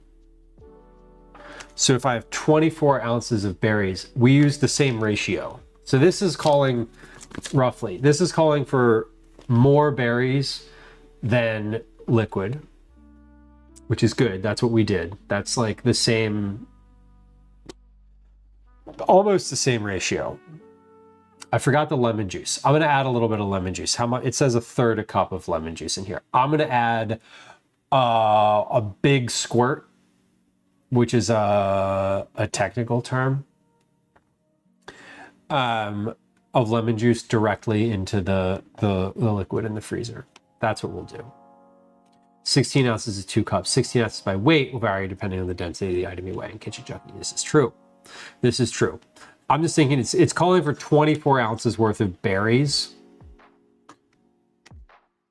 and 16 ounces worth of liquid. I'm thinking about it in a really rudimentary way like that, just to sort of catch the am I on track with like what they're recommending. I understand that there's a difference. Chef Old Wolf, imperial measurements. I know. We're mixing and matching here today, folks. Grams, ounces, squirts. Dollar toot. We love big squirts. Hey. Hey. I see what we did there. Welcome in. Okay, so we're gonna add 1 big squirt of lemon juice. Don't get excited. Don't get excited. Or get excited. I don't care what you do on your end of the computer. Just like, I'm talking about lemon juice. Fucking filthy. All of y'all. The pineapple sorbet also calls for 2 ounces of frozen pineapple, a cup of apple juice, and a cup of water. So the pineapple juice is the same ratio as the berry sorbet. And that calls for a half a cup of fresh lemon juice. Ooh. And 4.5 cups of pineapple juice and mix at the end. Okay, so we're good. We did the thing. I'm just here for frozen desserts. Me too. Obviously. I mean, jeez. Oh, geez. Oh, geez. What have we done? Okay. Do I have lemon juice? I do. Do I have lime juice? No. Okay. This is our mixture. Oh, the bowl is nice and cold. Not quite. You know what? It said 1/3 a cup. How much is that exactly? I know it's. I know the answer to that. 1/3 a cup is 3 ounces, 79 milliliters, which is roughly 79 grams. But let's see. Let's add. Okay, a big squirt, as I understood it, is slightly less than 1/3 of a cup. Plus a little bonus. There's always a little leftover. Okay, we're gonna stir that in and just pop that right back in the freezer.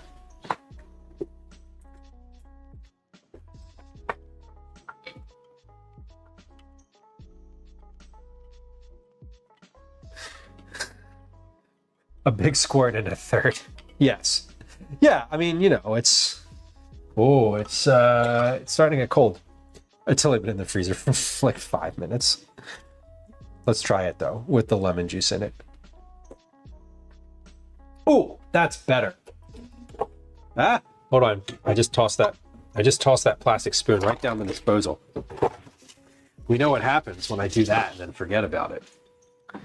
It makes fun sounds. What flavor is this? Great question. You couldn't tell, but it's cantaloupe. Cantaloupe, watermelon, coconut. The coconut is where the color comes from. And not because I blended the husk in, but because I used coconut sugar.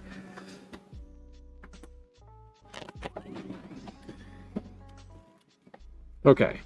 So that is gonna get colder. Gonna get colder still.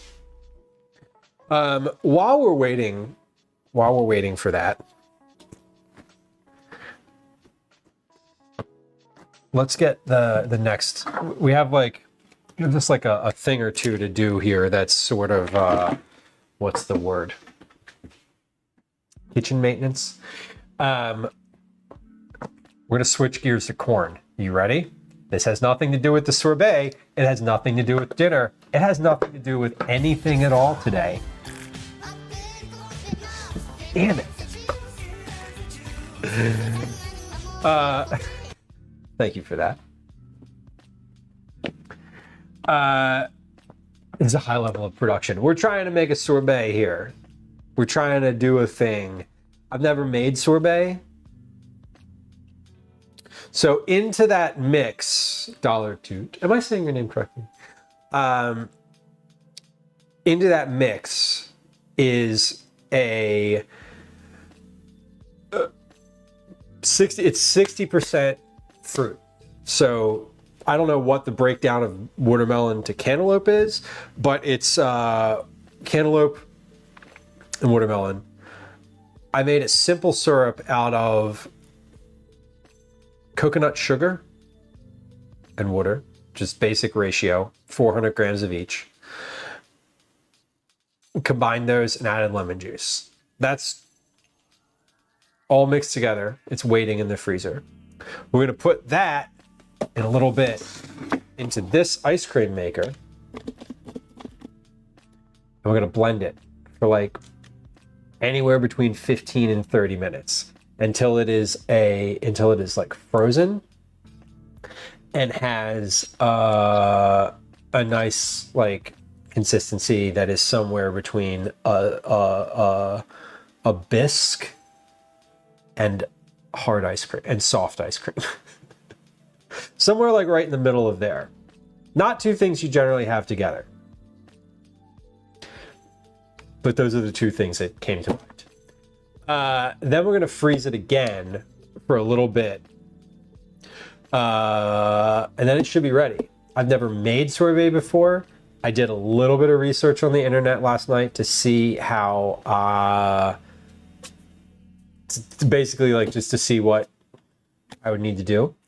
And this is sort of the vibe of the channel sometimes, is just like, hey, I got a bunch of melon left over. I was sitting on the couch last night. I was sitting on the couch. I was like, I'm going to do a recipe. I'm going to do some recipe development today. So we're going to get to that. There's going to be far more measurement than you've ever wanted to see in a stream that was cooking related. But I was just like sitting and was like, what do I do with this left? I was like, what else am I going to do in stream tomorrow? That I can like use something up, that I don't have to like buy a bunch of stuff. And I was like, oh, I have all this melon. I was thinking of making ice cream again. But then I was like, oh, I would have to buy cream for that. I'd have to, do a lot of tempering. Can I make something new? And that's where I was like, oh, I think sorbet is pretty simple. Let's look at the ingredients for that. And it turns out it's just fruit and sugar. So got it. The melon was left over from the camping trip that I went on over the weekend. I cut up a watermelon and a cantaloupe, normal sized cantaloupe, small sugar cube, watermelon. We just didn't end up eating it all because there was a lot of it, and it was just myself and my son. And I was planning on having some of it like with dessert in the evening, but it turns out there was a store in the campgrounds that we went to that sold ice cream. So all the desserts I took with me were like useless, and we didn't eat them, which is fine because he likes ice cream, and it's special that you can get ice cream when we're tent camping, because I don't ever bring that because you got to keep it frozen. How do you do that in a tent? Master Splits Philly cheesesteaks on Thursday for the Eagles home opener.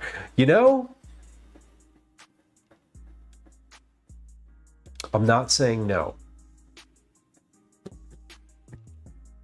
I'm not saying no. It's a good idea. And you know that I love the sports. Can I ask a question, Master Splits? Does the NFL season start this week? Or is it just like the first time they're playing in Philadelphia? Because that is a genuine and honest question. I have no idea about anything NFL related. I might watch a football game this year. I might watch one. If the Eagles make it to like the second to last game, I'll probably watch that one. No, you know what? I'll probably end up watching a game at some point. My buddy Drew always invites me out. Not always. My buddy Drew watches a lot of games, and when occasionally he'll invite me to like come with him to like some bar with like a couple people to like go watch you want to watch the Birds on Sunday? And I'm always like, if I don't have anything, I'm like, sure, that sounds fun, because it's like spending time with my friends. And they watch the game and I watch the people, and that's how it goes. Thursdays when the season starts. Yay, go Birds. I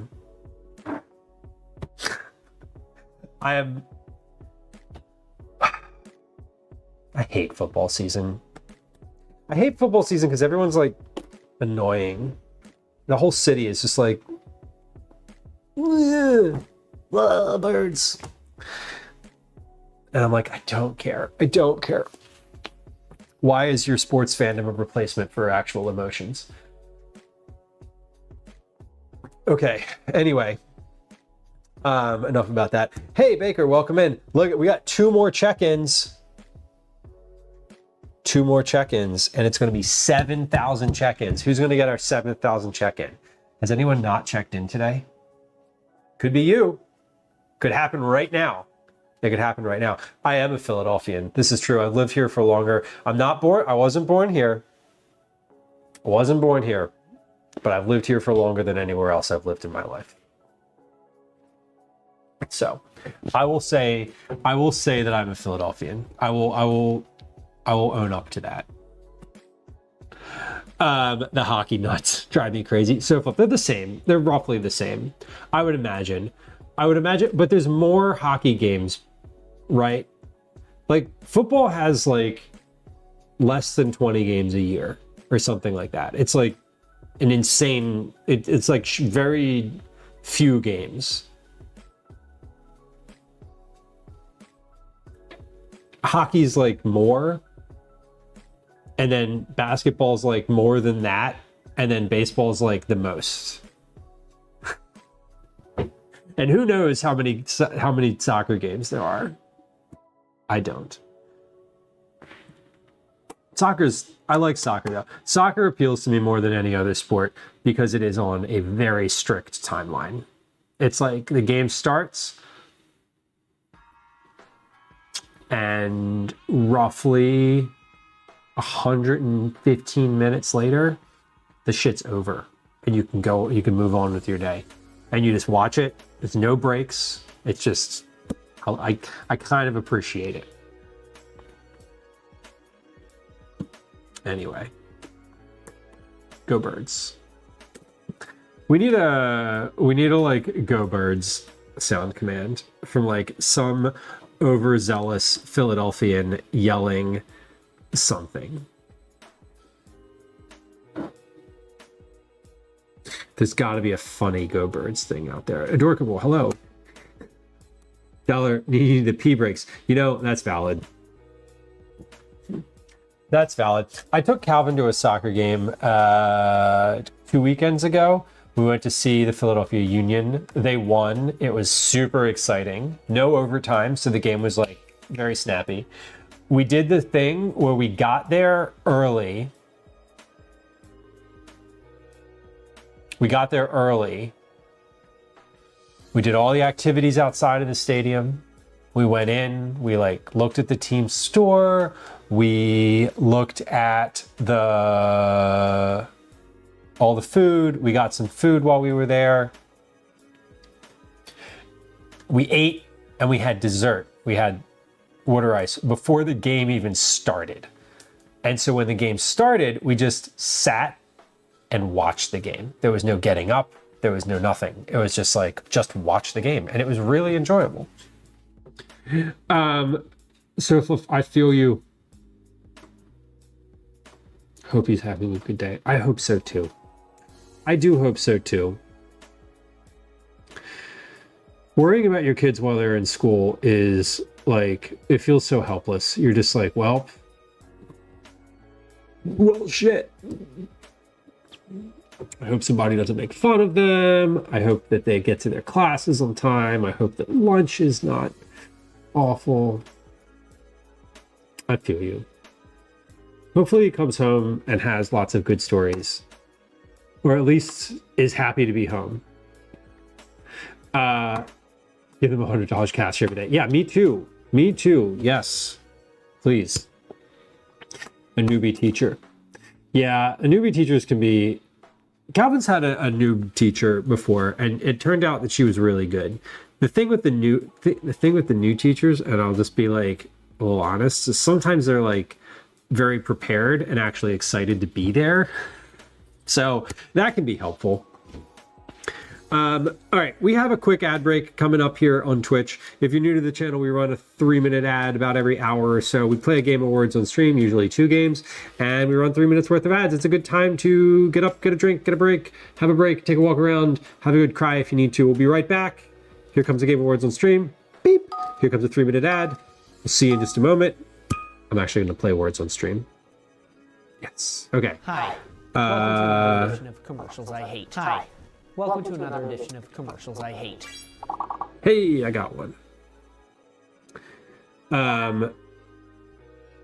Get yourself a pee. Yeah. Yeah. Get yourself a little snack, whatever you need. We just run the ads to, we run the ads because Twitch says you have to. And that's annoying. Gah.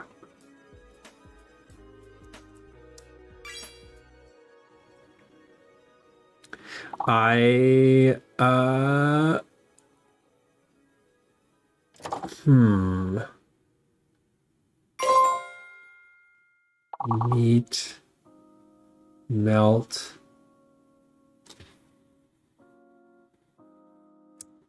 Huh.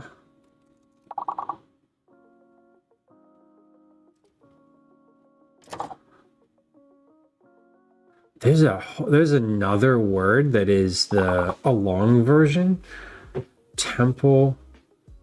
Melt. What else do we got here? Teeth.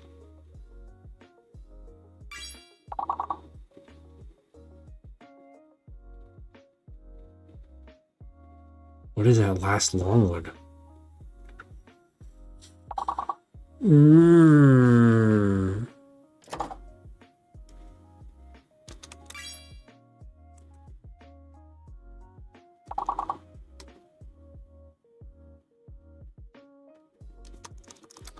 That is not gonna happen. Damn. That was tough. Not that tough. You've so if you carried that one, I contributed slightly.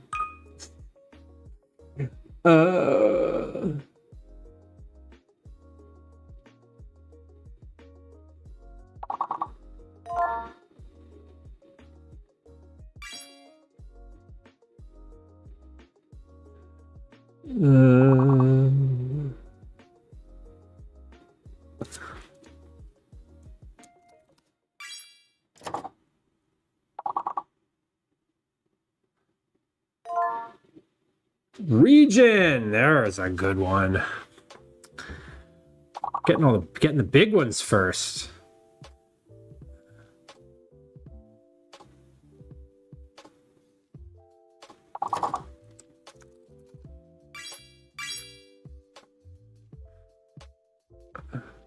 How is ogre not a word? Hey, welcome back. If you were experiencing an ad break, we are doing a game of words on stream, which we run every hour or so, just because Twitch mandates it. Yes, there it is. Okay, we have a few words left. If you see a word, please feel free to put it in chat. If you are still hanging out, but you didn't like the ad break, there's a link to YouTube in chat, and you can go subscribe there and listen to the stream there instead.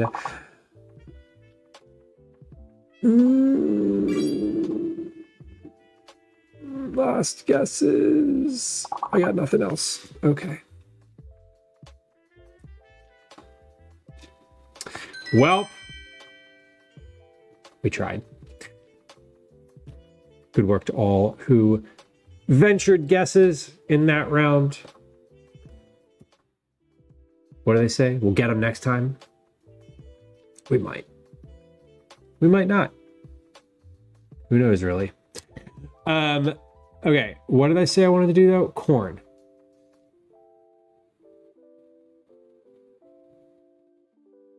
Corn. Okay, sorry, I was looking at my phone. See, we were talking about going back to school. Calvin is on week 2 of school now. I think we've settled in. I think we're doing okay. But I'm still very not on edge. On edge is not the right word. I'm still like very aware that we could have those sort of like back to school issues.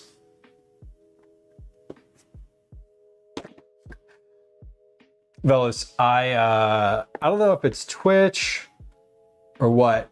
I tested the bot earlier today. The bot was still like super thirsty, so we're not using the certain aspects of the bot again today. Twitch has been weird lately because the ad information that's available like on the back from the back end to like the streamer is not populating either. So like there's something wonky with Twitch. There's always something wonky, right? It's not like it works. It doesn't work all the time. Except when it does. Okay, we're going to freeze some corn. That's what we're just like, this is like a little project here before we get started with our recipe development. So the recipe development that we're doing today is going to be dinner time. So I'm starting that a little later in the stream. Usually I do that first. But usually I'm developing and working on something that is not like specifically a dinner, like for dinner that night. But what I'm working on today is going to be for dinner tonight. So we're going to do that a little later and then we'll get to it. Anyway, that'll also take a little while because measuring and notation. But while we're waiting for the sorbet to cool in the freezer, we're going to get to the corn processing. Dollar Treat says, what grade is your son in? Fifth grade. Fifth grade. He is, they call it middle school. Middle school for me didn't start until 6th grade, at least mentally, or not mentally, no, literally. You good? Yeah, I'm not done with this very hungry. Okay. Okay, that's fair. Yeah, I'm approaching the need for it, but not quite there yet. 420, welcome in. Who's a celebrity that would be fun to go on a cross-country trip with? Oh my.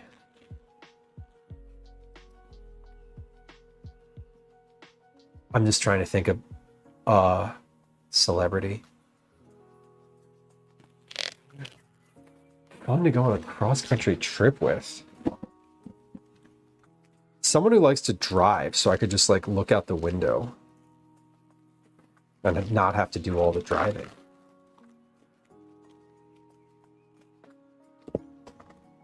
I'm like, I don't even know. I can't even think of a celebrity. Ham, he's funny. Yeah, John Hamm. Larry David. Larry David. No, Larry David would be awful to go on a cross-country trip with. Like, who would I actually want to talk to going cross-country?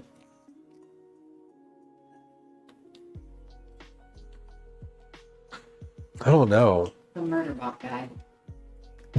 The murder bot? Yeah, murder bot. Exactly. It's Alexander Skarsgård. Oh, you mean the actor, not murder, Yes. not murder. I thought you were talking about the character Right. murder bot. Like, And I was like, yeah, that'd be Alexander great. Am I little? I'm 5'4". Murder bot. Yeah, he seems fine. I don't know. I'll give you 3 suggestions, so I don't know what your problem is. Lots. The problem is I don't know any celebrities. Show first. Think of a show. Or how about the Breaking Bad guy? Yeah, Bryan Cranston. There we go. Yeah, Bryan Cranston, because he seems fascinating. Someone who likes a musician, maybe. Are they playing? Do they insist on playing their own music? How would I know if John Hamm likes to drive? I don't know. I just assume from watching not Breaking Bad. Assume from watching what's that show that he was in? 420 AM radio. I know we don't know each other very well, but like, I don't watch a lot of things. Mad Men, that's the one. Yeah, I don't watch a lot. I think it would be interesting to go on across country to like. I think it would be interesting to spend a lot of time in the car with someone who is like another parent. So that would be fascinating because they would probably also appreciate being away from their kid for that. For like, you know, they would probably appreciate like the silence. Maybe. Favorite corn stars. Well, I don't know any. Can't think of any of those either. Bear Grylls and Continue to Survive. Could be. What about? I'm just thinking of like. So now I'm only thinking of like people that were on the show Big Brother who are like not celebrities. Chapstick Queen, welcome. Hey, we got one more check-in. Our next check-in is going to be 7,000 check-ins. Our next check-in, the very next person to check in who didn't already check in today. See, Velos, the thing with Bear Grylls is if you get into a situation, he might try to handle it and I can just run away. Hey, there it is. 7,000 check-ins, 7,001 check-ins. Sheesh. That's a lot of check-ins. What do I win? The sense of gratification for having checked in. Text scripted. It's nice to see you. Welcome in. Let me tell you that I appreciate you coming out of work just to hit the check-in button. Or hit the whatever. Just to check in. And it's lovely to see you. Texas Scripted, fellow food and drink streamer, purveyor of both delicious and what's the word I'm searching for? Calming is not the right word. Mellow. A mellow atmosphere, which I appreciate as someone who often doesn't feel like they exist in a mellow atmosphere. It is over 7,000. It's wild. That's so wild. So Flip, you were the 1,000th check-in. I have a screenshot the other day. I realized I took a screenshot of the first day that the check-in thing was active. And I don't know which number it is, but I have like a couple folks checking in who are like within the first 10. And now there's like 7,000. That's crazy to me. It's not crazy. It's wild. It's wild to me. Oh, good. Sophos like, you idiot. There is actually a reward for checking in. Yes, there is. Although not for specific numbers of check-ins, because that is that I remember thinking about that and like thinking about maybe having a reward for that, and how then I was like, oh, but it's kind of arbitrary and blah blah blah. Yeah, if you check in every time you check in on a multiple of 20, it's a Cookie Club entry. You can click that link to get an idea of what Cookie Club is. See, this is why everybody needs a moderator or more, because I don't remember shit sometimes. $2, yes. That is she. That is she. My lady friend of 20 plus years.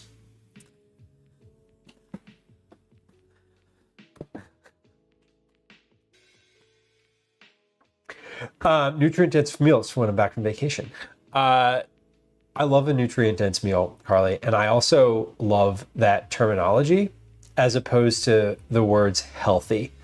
I really hate when someone's like healthy meals, because like what's healthy for one person may make someone else's intestines go wild. So the nutrient density is a great way of putting that. It's funny. If Calvin were in the room, he would be rolling his eyes through the ceiling. His eyes would be rolling through the ceiling because he hears me say that regularly. Like, hey, hot chocolate made with water is not a nutrient dense breakfast.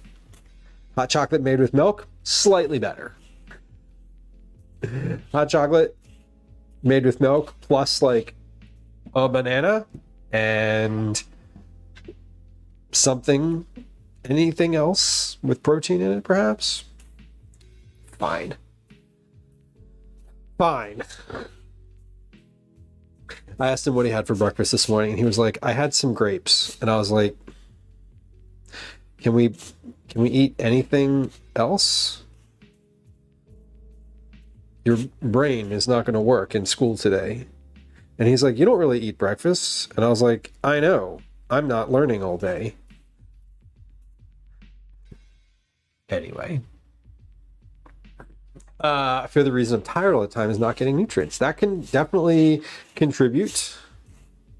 I know why I'm tired all the time, because I don't get enough sleep. But nutrition is also a huge facet.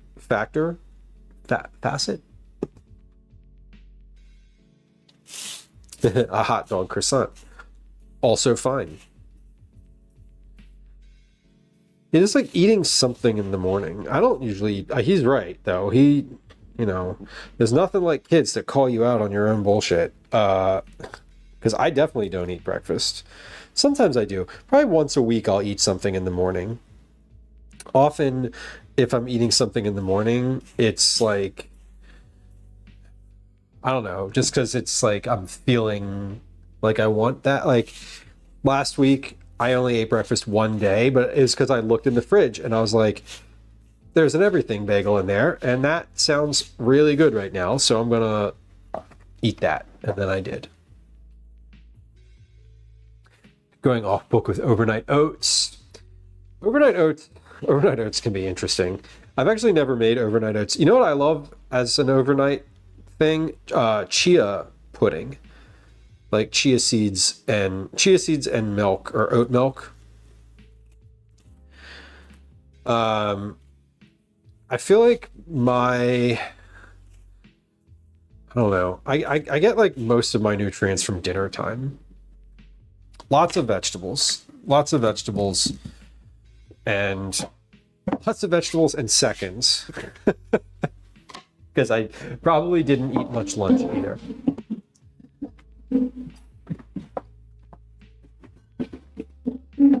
Okay, corn is here. We're gonna put the corn on a sheet pan. That's going to go in the freezer on some parchment paper. Lemon made chia pudding. Nice. Yeah, I'm not a big fan of overnight oats. Generally, I find them too soggy. I love oatmeal. I do love an oatmeal. Just like rolled oats, boiled or simmered for like 5 minutes. I kind of, it's funny because like overnight oats, I'm sort of like, okay, but why do we need to do that? Like oatmeal really doesn't take all that long. Like I get the reason that you might do them overnight is so that there's no effort in the morning, but like, I don't know, oatmeal, I don't want to like tell y'all what's effort or not for you, but oatmeal doesn't feel like a lot of effort, if I'm being honest. Texas says, I'm done overnight oats for breakfast with success. Currently doing a protein bar and some instant breakfast drink. Doing the chia pudding for lunch. Yeah, the chia pudding you can eat cold. Overnight oats, if you eat them cold, I don't know, they it's like too gloopy. Texturally, I don't love it. I do love the breakfast drinks though. You know, I just had the thought, if Calvin wants hot chocolate for breakfast, we could do like, I could just heat up the like instant breakfast drink. There you go. Is that too sneaky? It's like, I don't know if I like this new hot chocolate. Oh, it's the best.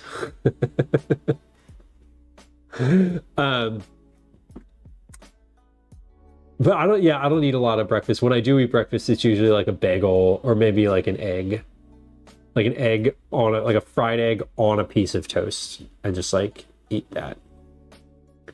The non-quick oats does take a bit of time. It's true. I mean, I usually, when I make oatmeal in the morning, on the rare occasion that I'll make oatmeal, I'll put the pot on, I'll put like oats and water in the pot, and then I'll like make coffee and make like Calvin's lunch, or sort of, I'll do something else for a few minutes, and then it's like ready when I think about it.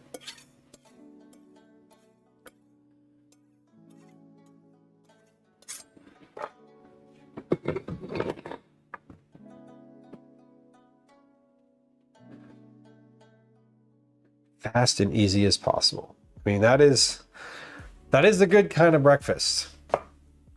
I find that when I eat, this is just me and my own body. I find that when I eat in the morning, I feel tired. Like I'm gonna wash my hands here. I don't know. It makes me feel heavy and like full. If I drink like a glass of water in the morning, that always feels good. I don't know. If nothing else in the morning, at least get yourself rehydrated. I definitely do that. Like when I get up in the bathroom, I drink like 10 ounces of water, just like immediately. It's like the first thing I do with my day. And then occasionally I'll drink water at some other point throughout the day. I haven't today. Now that I'm thinking about it, I actually am parched. I'm talking and I'm like, wow, your mouth is very dry. It is. Let's correct that. I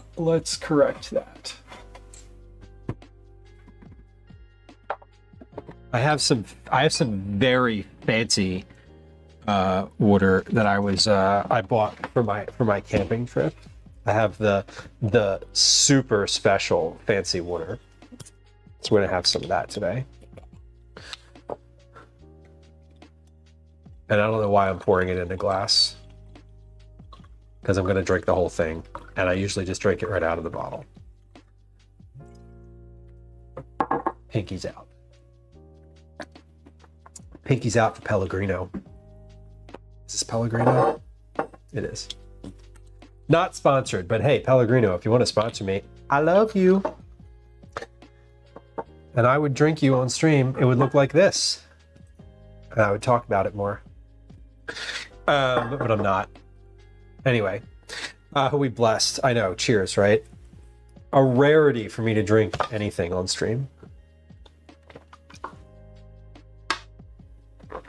To be fair though, I've been drinking more. I've been hydrating more on stream recently.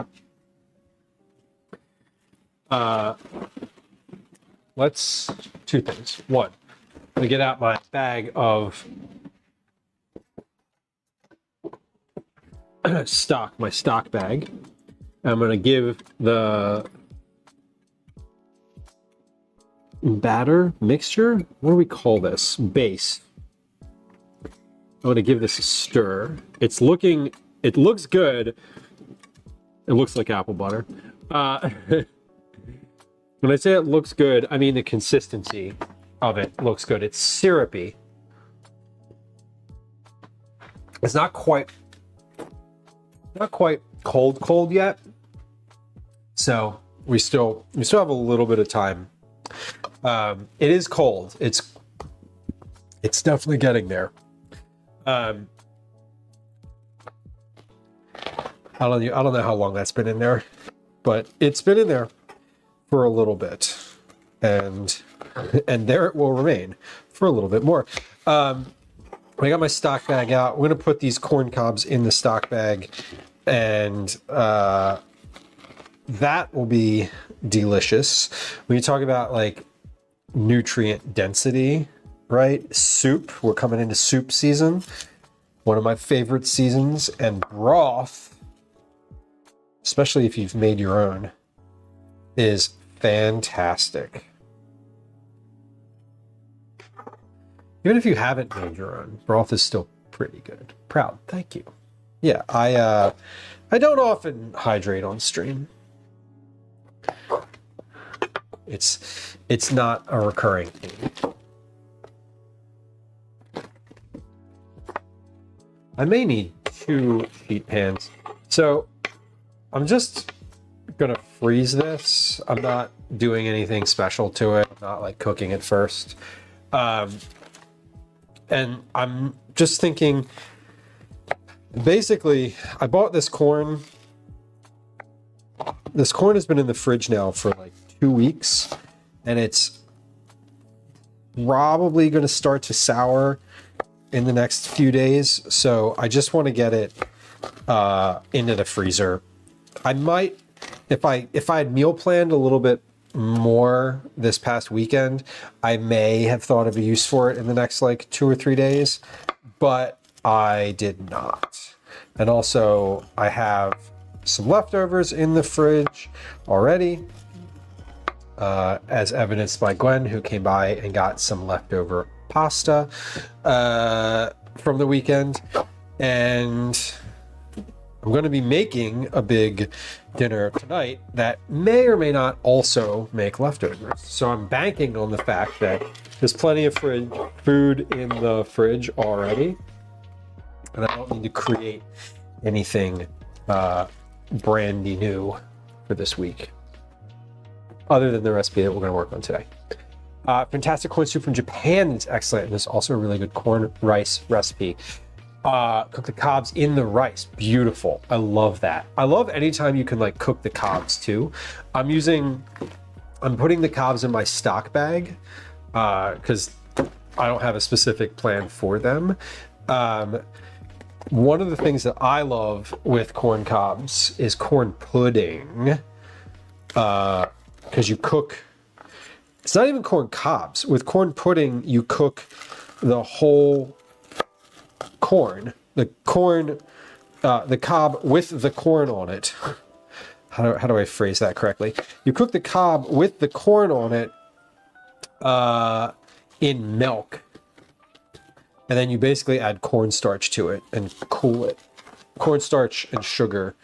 And then the neat thing about that is you just eat the cob with the like milk bath corn, and it's really delicious. It's kind of a weird use of corn because you're just using a whole corn cob with the kernels for the flavor and not actually any of the solids. And the first time I made it, I was like, this is strange.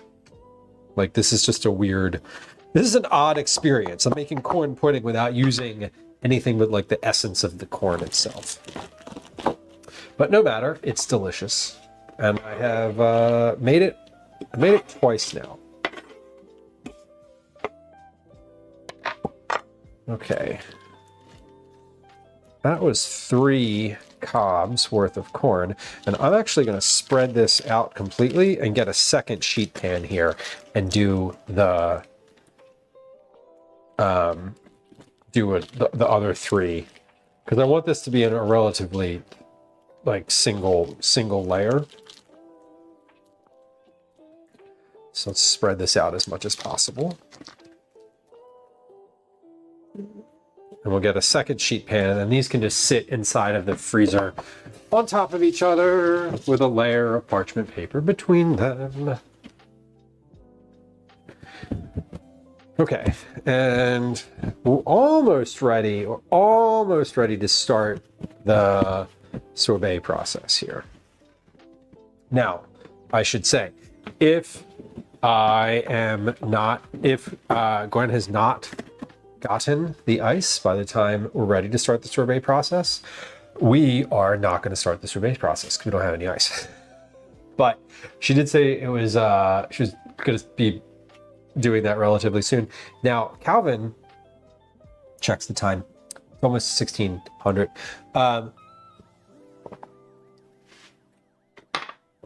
My son Calvin might be home from school in the next like 15 or 20 minutes. And if she's not in it, he may, although probably not, he may be open for running to the store for me. We'll see. Probably not. But he might. It's Tuesday. He doesn't have anything after school today. He's probably going to want to head to the playground with his friends. But we'll see. He might do it for snack money, so if this is true. But Baker, yeah, either way, at some point we're getting ice. It's fine. I'm hoping that happens relatively soon, because then we'll be able to have the sorbet on stream. The issue is the sorbet also needs to cool. Oh my god, the bubbles. They're almost debilitating. The sorbet needs to cool in the freezer a little bit too. So we'll see. I have to just go with the flow. My therapist tells me I have to just go with the flow.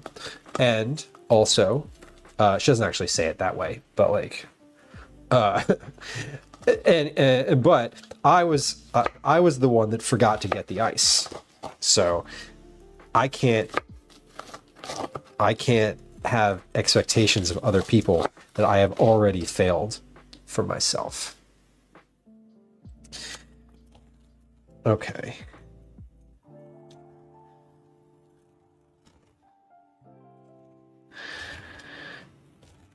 Corn.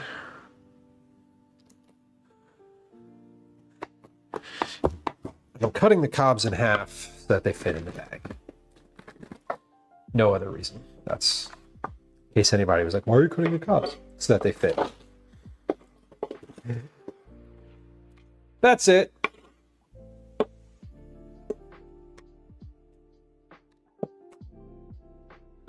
Okay.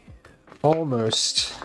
Now dinner, the actual dinner tonight, is a recipe that I'm working on. It is a short deadline. So I'm going to make it today, and then we'll probably make it again on Thursday. If I don't just test it again tomorrow. I do expect that we'll end up eating all of it today. I don't expect we'll have leftovers.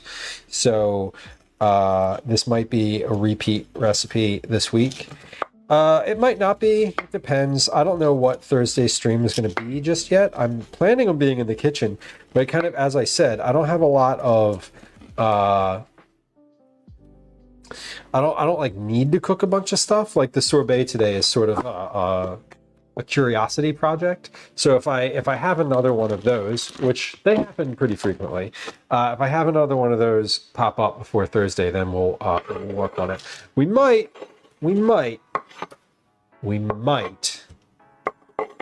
maybe do something specific for the Eagles. Just because, like, food is the best part of watching any sporting event. I'm not going to watch the game, but, like, it is happening, as I understand it. And, you know, we haven't had cheesesteaks since January, so it's, you know, somebody might come around at Philly and, like, check my credentials and be like, hey, we noticed as a Philadelphian, you haven't eaten a cheesesteak in 6 months. we're gonna cite you, and you're gonna need to correct that in sometime in the next 2 weeks. So we'll see. We'll see how it goes. Okay, corn is processed.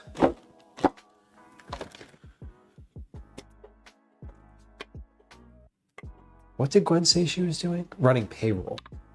Right. See, that's her paying all of the employees is more important than me getting ice. Than her going to the corner store and getting me ice. Now, I could just put like a little game of words and stream on and run to the corner store myself and be back in 5 minutes. But we're going to get started on our recipe instead. And we will wait very patiently for the ice. Okay, corn is good. Let me wash my hands. As I understand it, all of the employees appreciate getting paid. So we can't take that away. We can't take that away from them.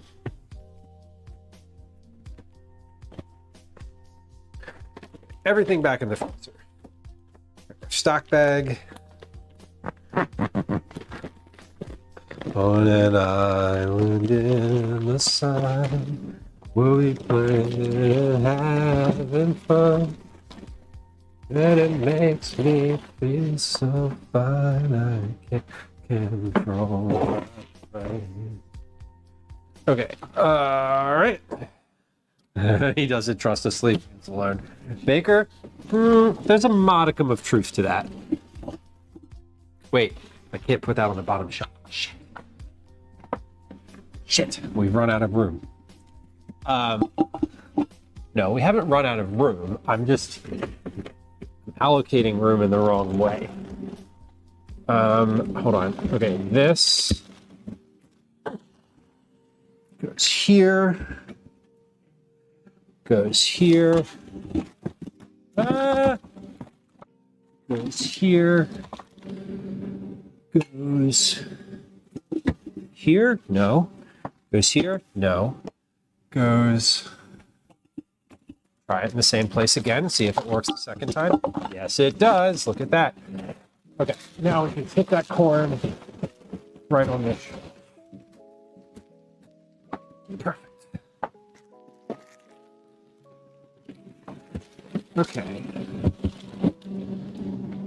Corn is getting frozen. Let's take a look at this mixture.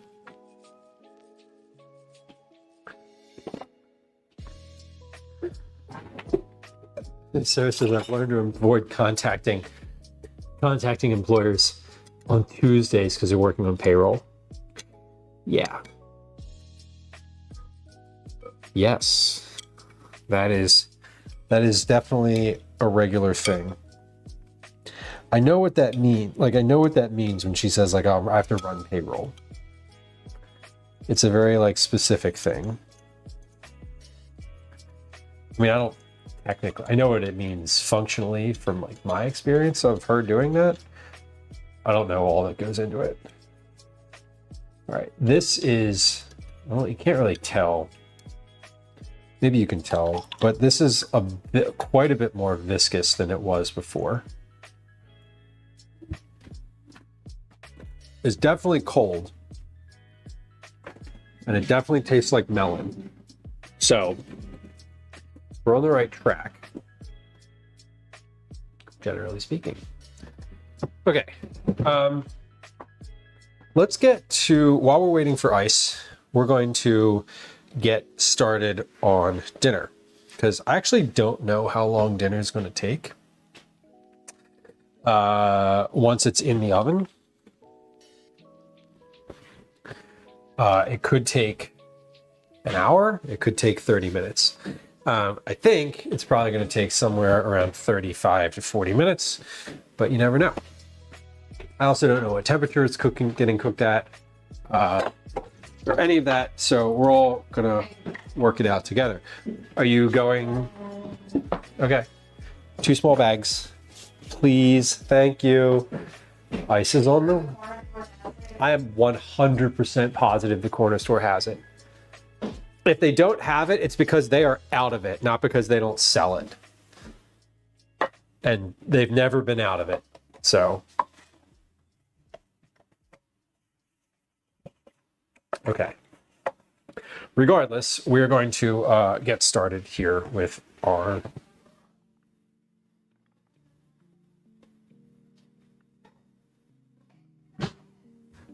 Oh, Calvin's home. I guess he was arriving at the same time Gwen was leaving. Okay.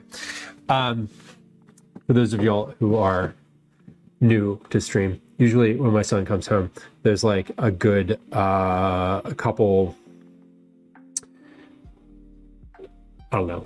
minutes where he arrives and there's like, I'm a little distracted, which rightfully so. He's arriving home from school. Although I think she caught him on the way out and they're going to go to the corner store. Hello, Calvin. Are you going to the corner store? Yeah. Are you planning on going to the playground? Yeah. Okay, I'm just wondering. I'm planning on going straight there from the point. Okay, great. Will you make your way home here between 1830 and 1900? Mm-hmm. Oh, that. Yes. Oh, what about the other one? Great. I'm glad. They gave me They gave me band instead of the Orchestra? orchestra. What do you mean they gave you band? So what, are you not allowed to play the violin? No, I think I still am. Like I might be playing both. That's good. I was asking about the violin so you could practice for the audition thing.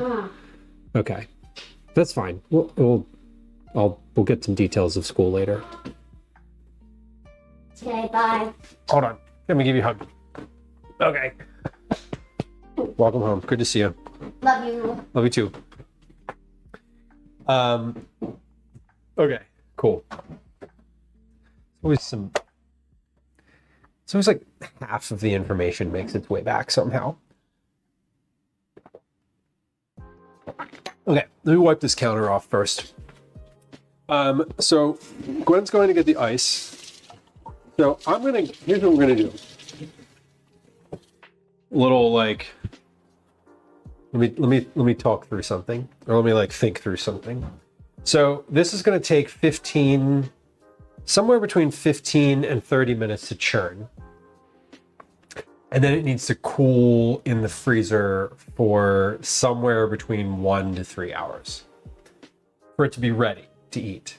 So I'm gonna get the ingredients out for my recipe that I'm working on, the zucchini pizza bake. Then when Gwen gets back, we're gonna churn. We're gonna churn the sorbet. Then we're gonna package the sorbet.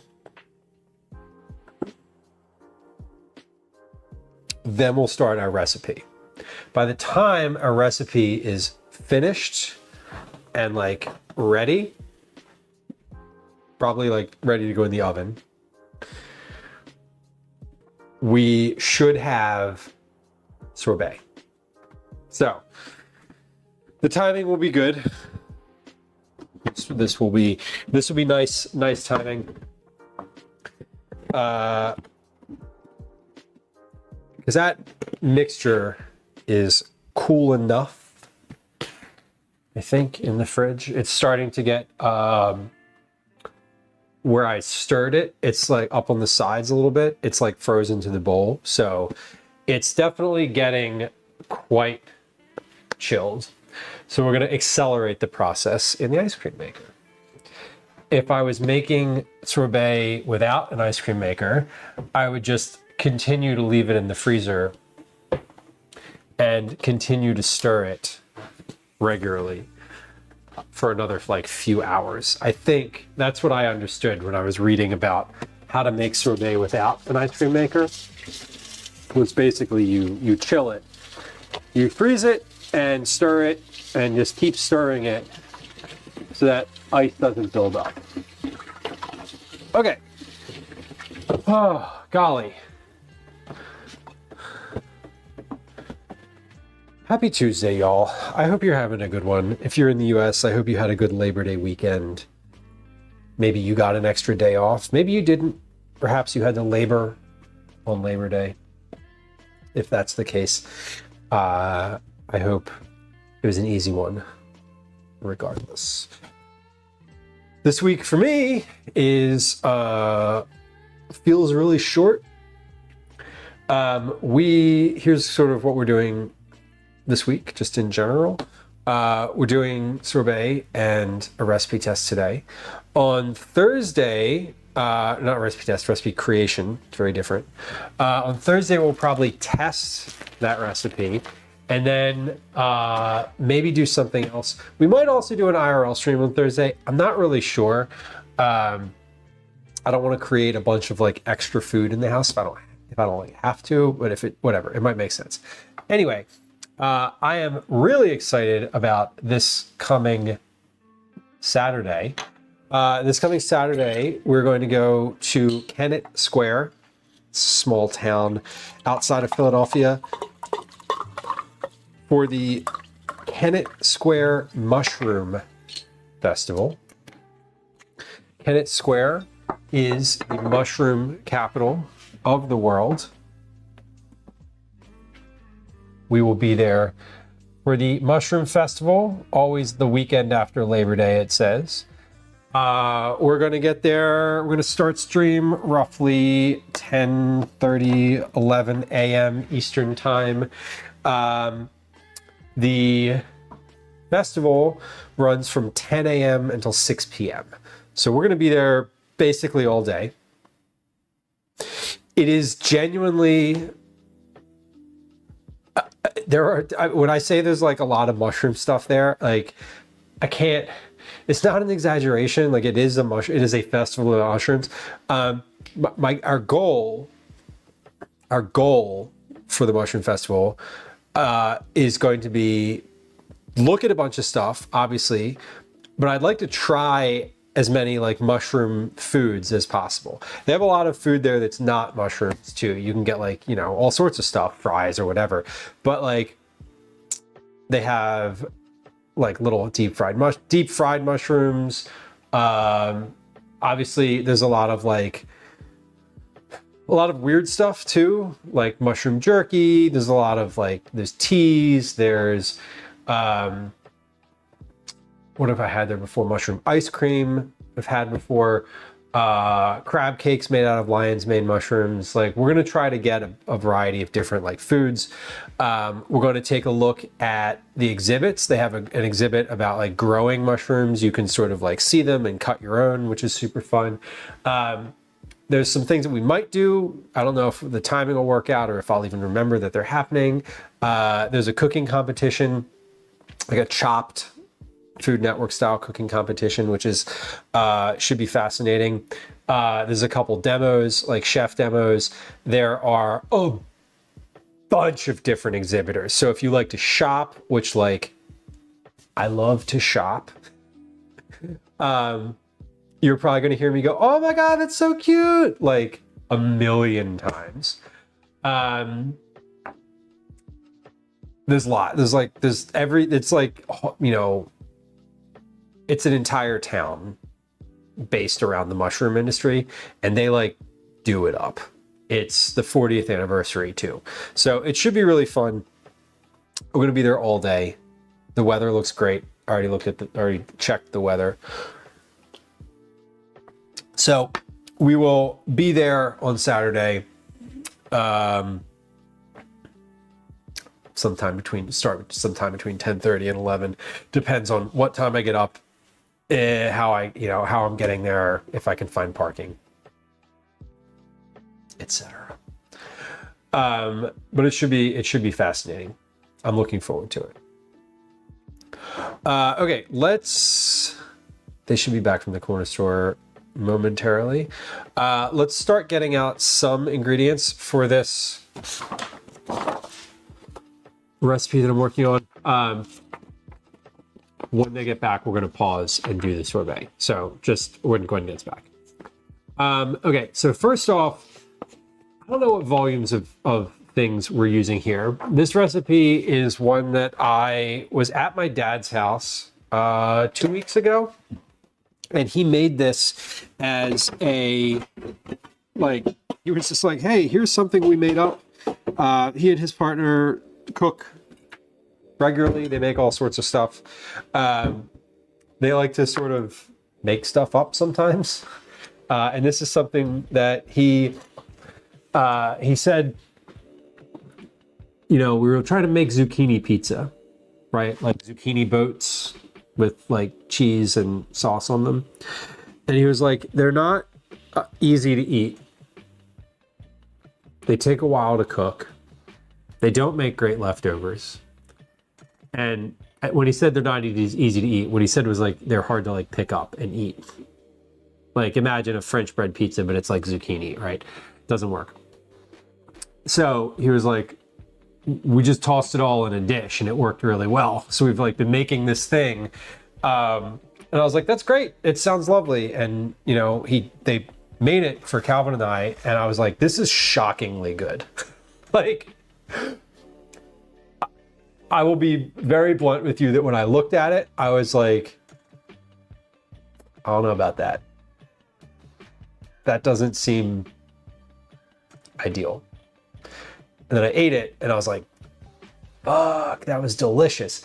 And then I had seconds and I was like, that was still really good.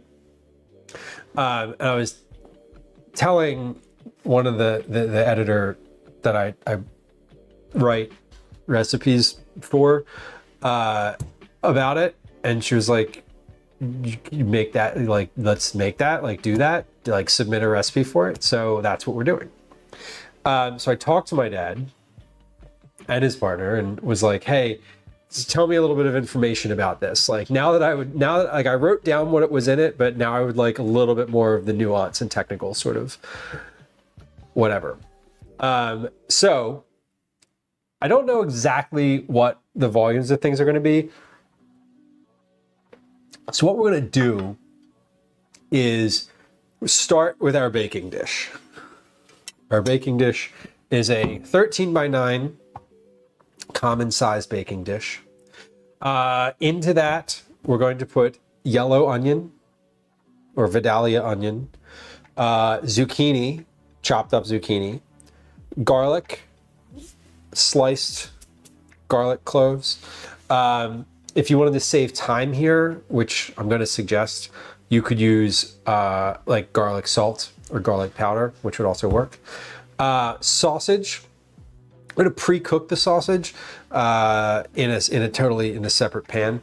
A can of diced tomatoes and green chilies, a jar of pizza sauce, and some shredded cheese. Gwen's back with our ice. Beautiful. Thank you. Thanks for the chai that I got myself. You're welcome. You're welcome for the Paid with my money. You're welcome for the suggestion. Okay. Pause. We're gonna make some sorbet now. Get on there for tips. Tips for Gwen. Yeah. What kind of tips? Like cat caretaking tips? No, I don't think it's about $600. Okay. Okay, we're gonna pause on this recipe situation for now, and we're gonna get this sorbet in the churner, the ice cream maker. Pause. I'm gonna put this one bag of this ice in here. I don't even know if I'm gonna use both of these bags of ice, but I know that if I only have one, I will need a second one. That's how it goes. Okay, so let's pause. Let's pause. Sorbet in the ice cream maker. This gets plugged in. The moment I plug it in, it starts turning, so I can't plug it in just yet. This is relatively easy here. Let me check my notes. Blend fruit, chill, process, 15 to 30 minutes. Okay. What was, hold on. The one thing that I did want to do, check is the how to operate, because the ratio that I used of salt to ice last time was really good, and I want to do that again. Fill the bucket with a small layer of ice, evenly distributed around the base of the canister. Cover the first layer of ice with a thin layer of rock salt, about half a cup. Total of 2 to 4 cups of salt to freeze the mixture properly. Okay, so we're gonna do half a cup of salt at a time. Now, salt, I know I have. I don't need more of that. I've got a bunch. Do I have a second thing of salt in here just in case? I feel like I did at one point and I no longer do. Maybe I do. Let's move some of this around. Is that it? No. Kosher salt? No. Is this it? No. Is it farther back? No. Okay, good. Well, not good, but fine.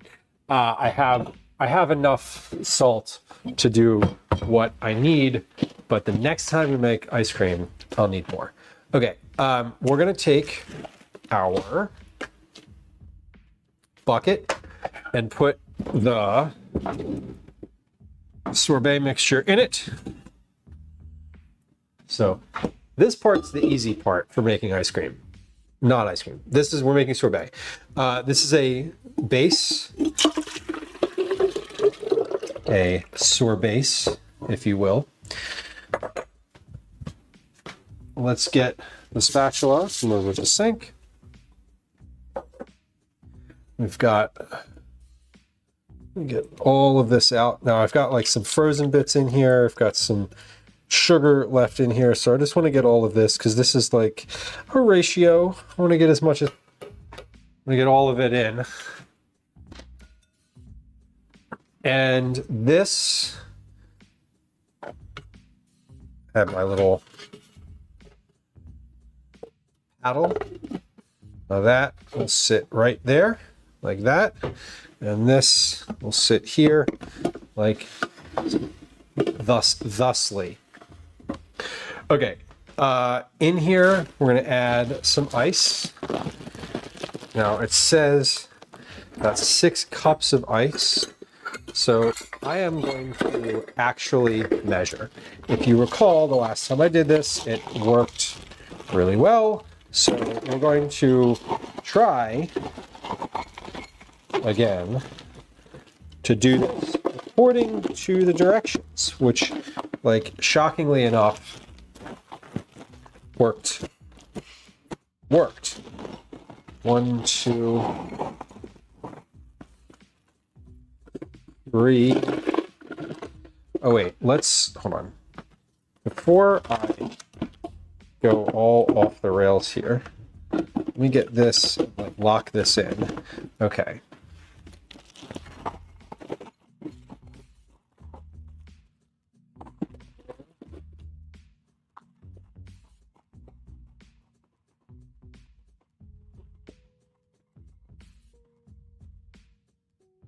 Got 5.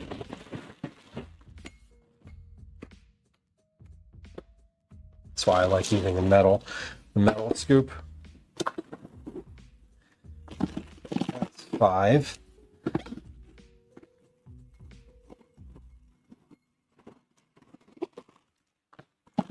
Six. Okay. Triad, welcome. Triad says, I just got back from the grocery store and the kid bagging my stuff asked if I wanted paper or plastic. I told him I don't care, and he could decide for me. He looked me dead in the eye and said, you have to pick. Baggers can't be choosers. You know, I like that one. That was a good one. Welcome in.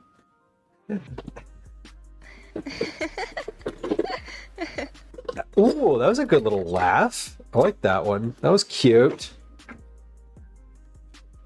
Oh my God. Doing does welcome.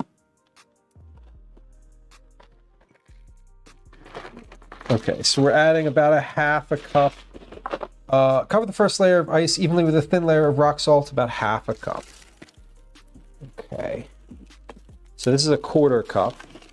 So we're just going to put a quarter cup on each side of the bucket. That makes it nice. Kind of creepy. Yeah, it is. I forget what the laughs are from.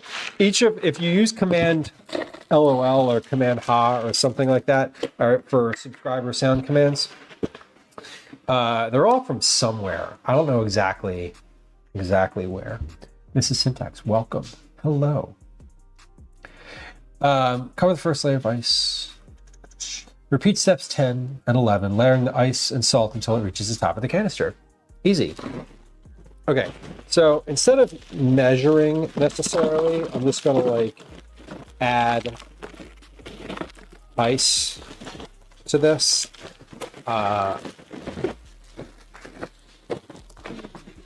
In a, what I feel like is a measured amount.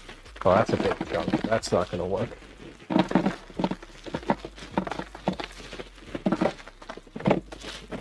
Okay, some of this needs to get broken up a little bit more.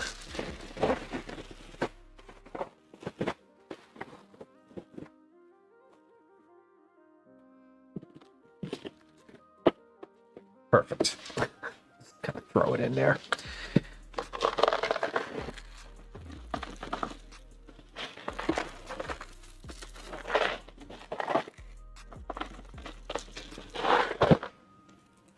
Okay.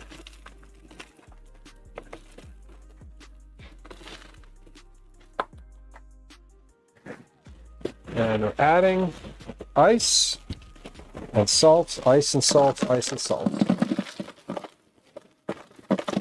And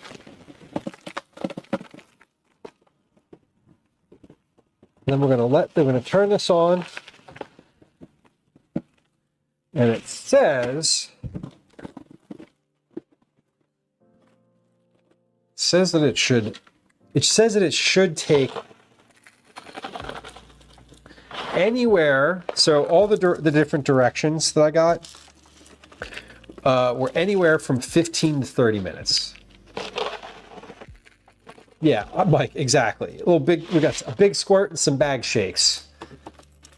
Sounds like a jazz ensemble.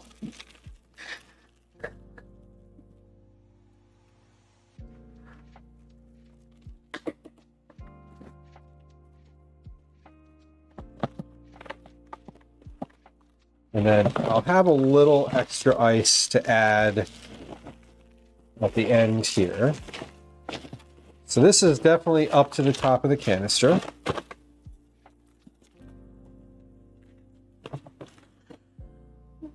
And last bit of salt. Now the thing with the salt, I think the first time or two that I made ice cream, I didn't add nearly enough ice or salt. It didn't freeze all the way. And then when I put it in the freezer, it sort of like just froze, but it didn't freeze into like creamy ice cream. It froze into like kind of a chunk. So recently I followed the directions, and in a surprise to literally nobody except myself, it worked. And the last batch of ice cream I made was the best batch of ice cream I've made. So we're following the directions today, at least the freezing directions for sorbet, because in the book that I have for sorbet, it says follow the how to operate directions. So we're doing that. I did get the ice, fellas. It was it came recently, just a few minutes ago, and we stopped what we were doing just to start on the freezing process, because once it's frozen, it also then takes a little while in the freezer. So we have to sort of do this now. Okay. As the ice melts, you may need to add more ice and rock salt to the bucket. Got it. Plug the power cord attached to the electric motor and the outlet to turn on. As the canister turns, stir and mix the salt and ice together every 10 to 15 minutes or as needed while the ice cream maker is in use. Note, during the churning process, the dasher is that center thing, does not move. The electric motor turns the canister, and that's important. That's important. Right, tell me about your life's adventures. Let's turn this on. Hopefully this isn't super, super loud.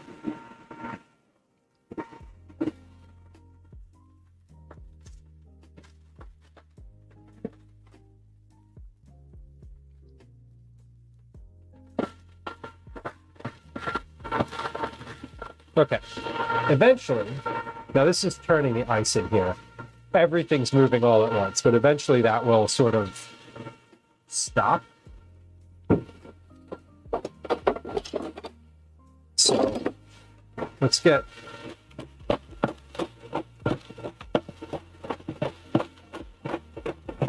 I don't really want the ice to be spinning.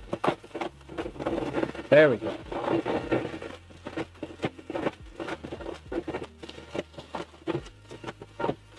Beautiful. That's what we want.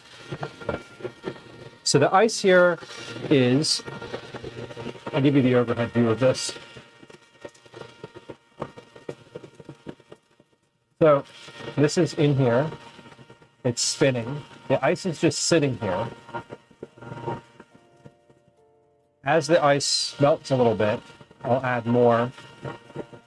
Should add a little bit more right around the edge right now, actually, because it's it settled once I put that in. It settled a bit. So I'm gonna add just a touch right now, a little bit more salt, and then we're gonna let this go. I need to start a timer.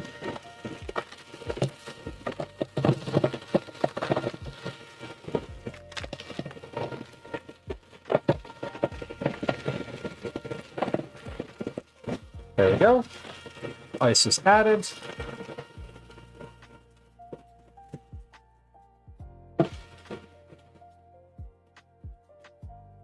Turn this ice back in the freezer.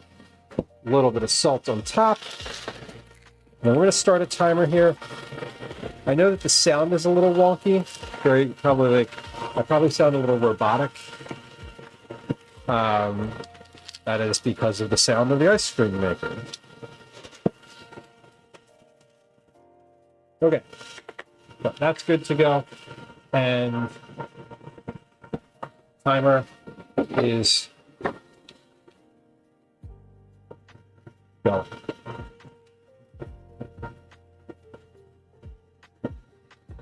Gotcha. All right, we're gonna let that churn. We're gonna check that at about 10 minutes. So I'm actually gonna set a countdown timer. We'll check that all around 10 minutes. Let's move that all the way over there. I'm going to move my mic. My mic isn't even on my hat. I'm going to move my mic to the other side of my hat. Wash my hands. And then we'll actually start on this recipe. Try it. A 9-month 60-plus country cruise sounds incredible. What a fortunate thing to be able to do.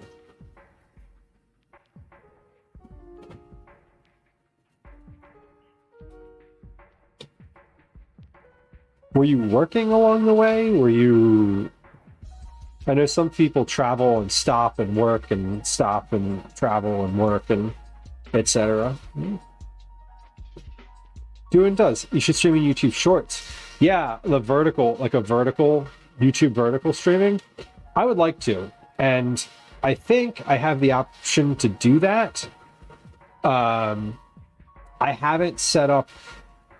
You need to set up a separate canvas in OBS, there's like a technical piece that I need to do on my end before I can do that. I turn it on and see what happens.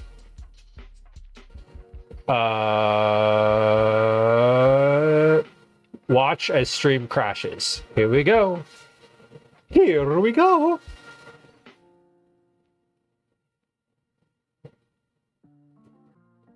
Okay, it's on.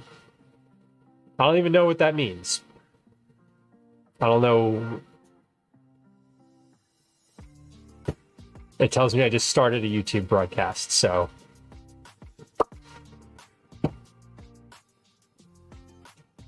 Now, watch as my computer just fucking tanks. We're retired. Got it. That makes sense. That makes sense. That sounds genuinely amazing. Like, truly amazing. What was surprising about that? Did you obviously there's a lot that was exciting. What was sort of the most surprising outcome that you were like, oh, I was totally not expecting that to happen?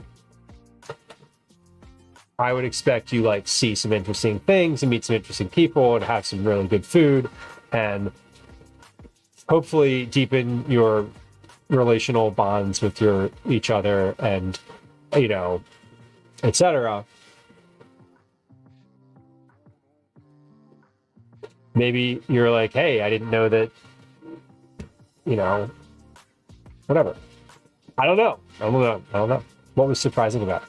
Trinderella, I love a detached keyboard from a tablet. It's my favorite. How we doing, Ice? All right. Looking good in there. By the way, like I really did just turn on vertical broadcasting. I don't even know what that means in terms of like YouTube. So who knows? Who knows? I don't even know how to see it if I did turn it on. I don't know where I would even look to find out if it's live vertically. Unclear. Good suggestion though. I would like to do more of that. Sita, welcome in. Hello. I don't know where I would. There it is. Darla on YouTube, welcome in. I see it, but it's like there's no video. Interesting.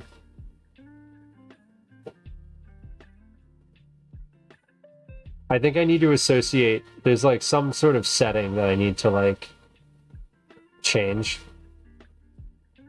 Output settings. Add output. I can hear myself though. That's weird. Oh, because it has to go through stream elements. Okay.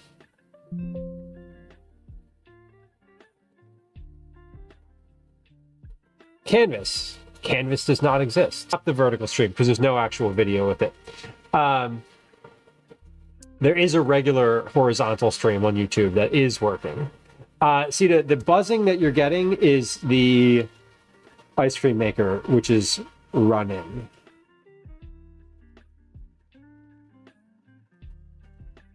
It's currently in the making process.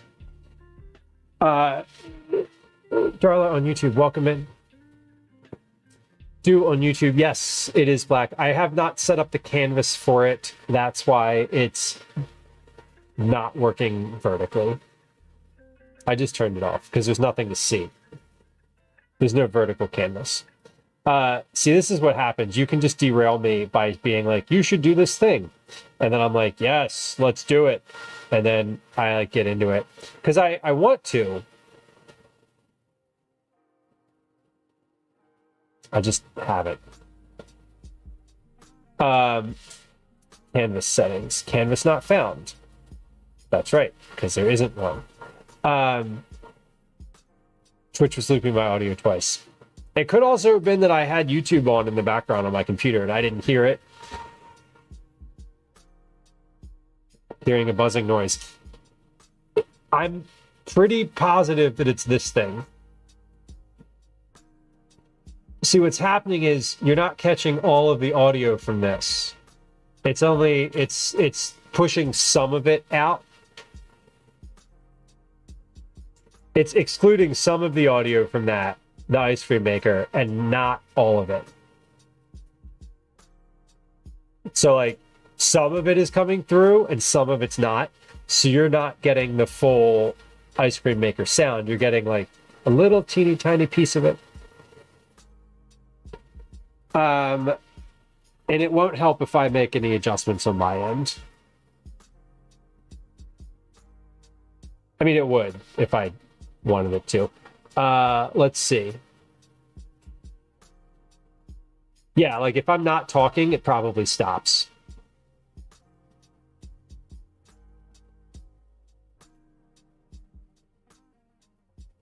And when I am talking, it's probably picking up some of it. Just a thought. Okay, so we have like a few more minutes of that. So just bear with me. I can't change it. I can't change it. In the interim, what I can do is get out the ingredients for this recipe. Where is even my recipe? Okay, let's just start getting stuff out. Yellow onion. I have a big yellow onion. Garlic. Zucchini.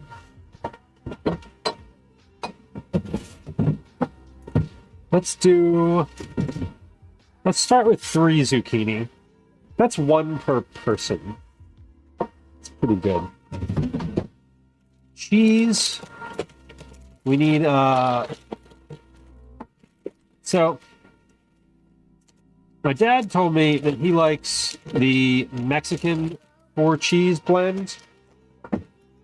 I kind of like the idea of mozzarella for more of like a standardized pizza vibe. So I'm going to use the mozzarella today. I'm going to use the mozzarella, and when we test this, we might do it with the other cheese just to see how that works too. Sausage. So we're using sweet Italian sausage.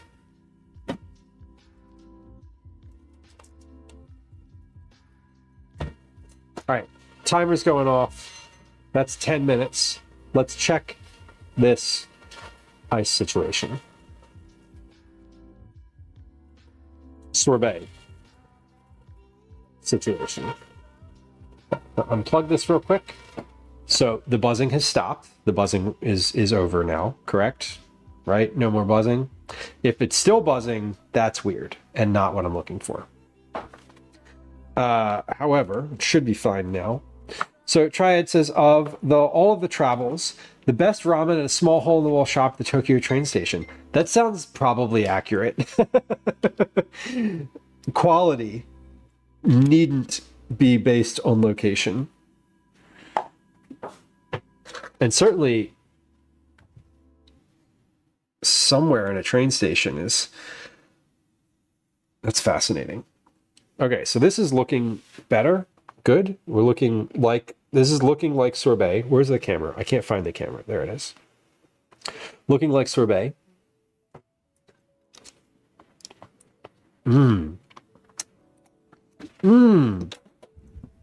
Tasting like sorbet. Not frozen yet. Not completely frozen. It's good. We're getting there. I'm going to give this another 10 minutes and we'll check it at 20. Buzzing commences. Now.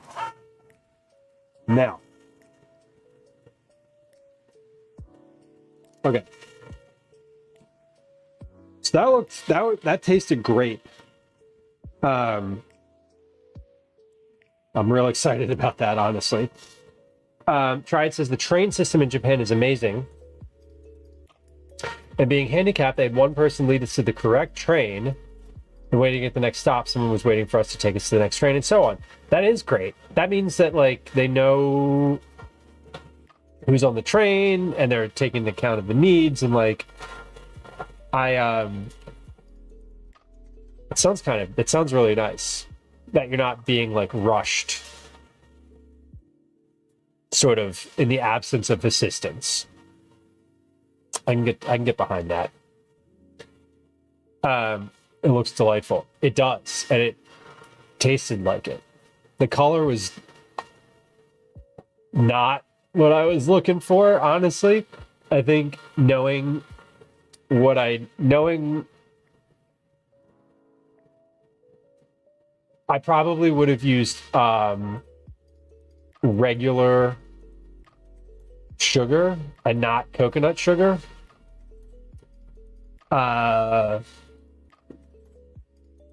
But, you know, you live and you learn. Okay, so sausage, a can of Rotel. Now, this is kind of what sold me, right? I've never used this before. When I say what sold me, when I was talking to my dad about it, he made this for us 2 weekends ago. We were down 3 weekends ago. Recently, we were down at his place, and he was like, "Oh yeah, you just toss like a can of Rotel in there." I've never used this before, and I was like, "What is that?" Just diced tomatoes and chilies, which is great. Shredded cheese, a pizza sauce. So we need some variety of pizza sauce. I am going with the 14.5-ounce can of Don Pepino brand pizza sauce. Now, why Don Pepino brand? Why this brand? Well, see that little logo right there? You may remember the Jersey Fresh logo from such things as my absolute favorite variety of crushed tomatoes ever. So I was like, we got to go with the Don Pepino. But I imagine you can use any kind of pizza sauce you want, honestly. Yeah, Tondrella, I've never used Rotel before. I haven't. And I was just about to say, it feels like a Southwestern sort of thing, because when I looked it up, one of the suggested like alternative products was a Hatch green chili melange. And I was like, we don't even have those here. Like, Hatch chilies are not a thing where I am. So I'm looking forward to it. I've definitely never used it before. I'm curious. That's it. Onion, zucchini, garlic, sausage, Rotel, shredded cheese, pizza sauce. Simple. Prepare. Heat the oven. Okay, let's do it. I'm going to heat the oven to 375.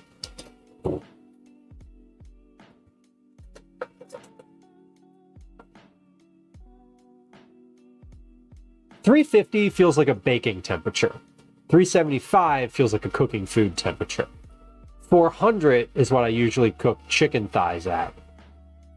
So I don't want it to be like chicken thigh territory, but 375 feels about right. It's awesome. The first time I'd ever had it, to my knowledge, was just a few weeks ago when I had it in this dish. Turn my keyboard off. I have like liquid all over my keyboard. This is why we used to have plastic on the keyboard. Now we don't. Okay, first things first, let's cook the sausage, because I want the sausage to be cooked first, right?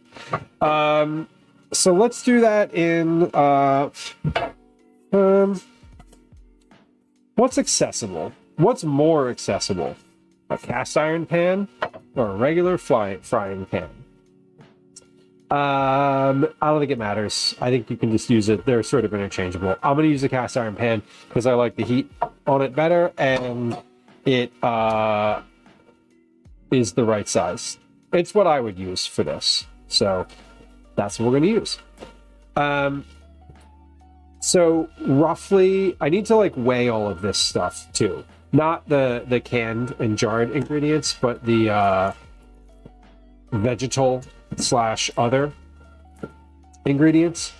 We're going to do a pound of sausage. This is 1.36 pounds. So we're going to use 3 of these sausages, and I'll weigh them. Stainless steel is basic and cast iron is for crust. And all I'm doing is squeezing out the sausage here and breaking it up in this pan. We're not doing anything super complicated. You know, I'm just going to say in a frying pan. Preheat a pan, cook the sausage until it's done. So, I think I just made more of a deal of it than I needed to. I'm not making it in this pan, I'm just cooking the sausage. The dish doesn't finish in this pan. All I'm doing is heating the sausage, period, full stop. Alexandra on YouTube, welcome in. Welcome. Let's get a scale and our plate. Fudge darling, hello. Welcome in. Frying pan is easier to handle. That's true. It's for my purpose, what I'm really interested in is which one is someone more likely to have in their kitchen at home. And I feel like the answer to that is a frying pan. Stainless steel frying pan. So, sold. You've convinced me. We'll use the stainless steel instead. In your carbon steel pan. Just kidding. For those of y'all who are like, why is there a buzzing when you're talking? This ice cream maker is currently spinning. It's on. It's making electric sounds. My microphone is not catching all of them. So some of it is coming through and sounds like a buzzing. I might sound a little robotic. Just FYI. In a cast iron, no, in a steel pan. Let's get a couple of these sausages out. We're going to weigh these. 1, 2. Whoops. Wrong button. There we go.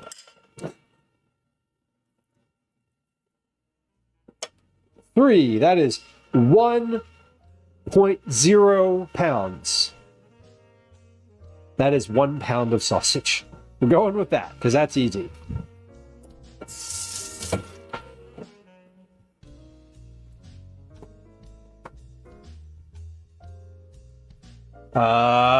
Sausage. 1 pound. 3 large links.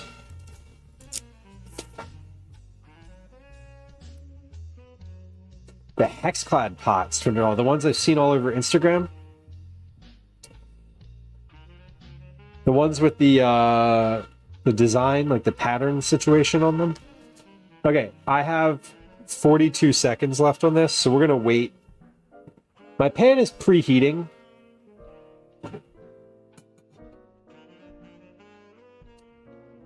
My pan is preheating on the stove, so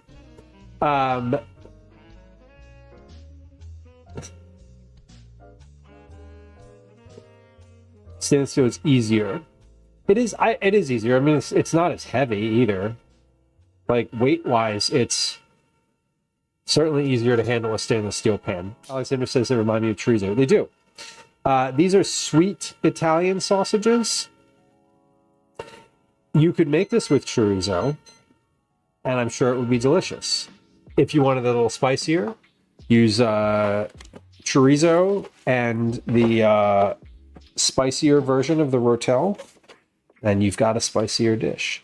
All right, let's hold on. Let me turn that off so I can stand over here and not look disembodied. All right, we have, oh yeah, we have sorbet. This looks like sorbet.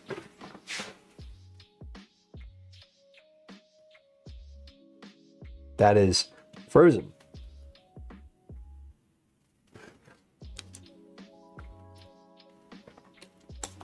It tastes like sorbet. I am going to do, here's what we're going to do. I'm going to hold off on all the stuff that we're doing here with this recipe. And turn this pan off so it doesn't like freak out on me. Okay. I am going to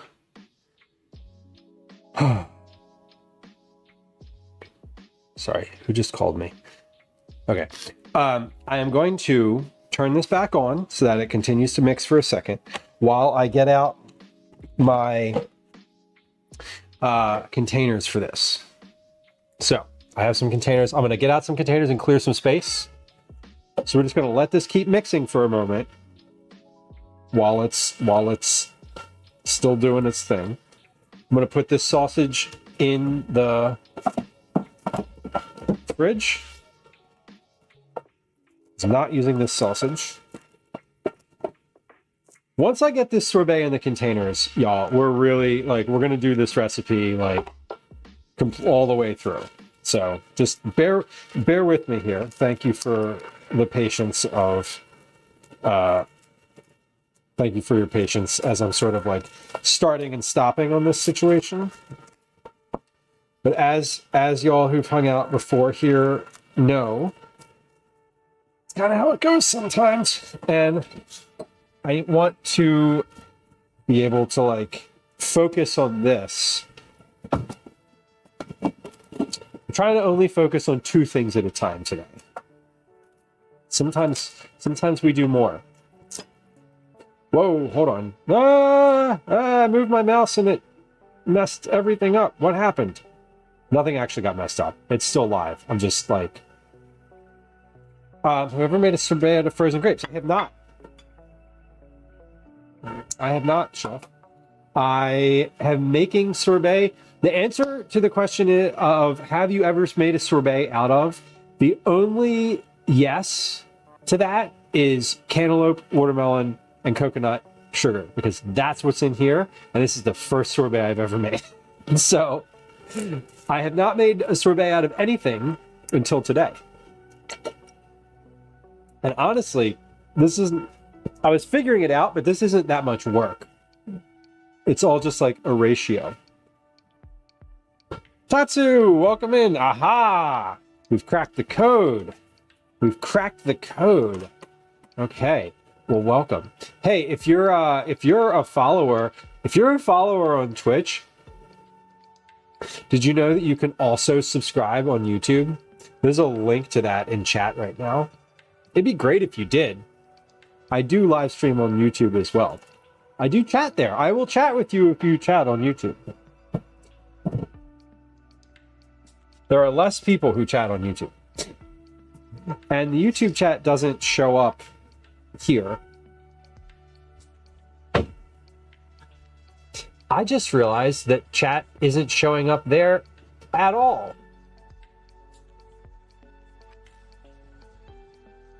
Is it? No. Chat hasn't been showing up. How long has that been going on? How long has chat not been showing up? You're like, Lou, it hasn't been showing up for like weeks. Oh, okay. Anyway, we're gonna put this in these little cups because I don't want to put it in a huge package. I'd rather like put them in these individual containers. They're easier to store. They're easier to serve. Okay. I think, so we're at 25 minutes roughly for this right now. it's starting to sound different. Like it sounds strained right now. So let's get this out. Turn it off. And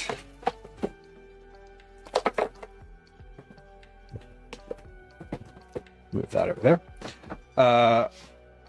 Turn that off. Turn this. Let's take this out. It's always good when you take the top off and the thing starts floating. All right. Yeah, this looks great. How do I do this? Yeah. Yeah, this is good consistency.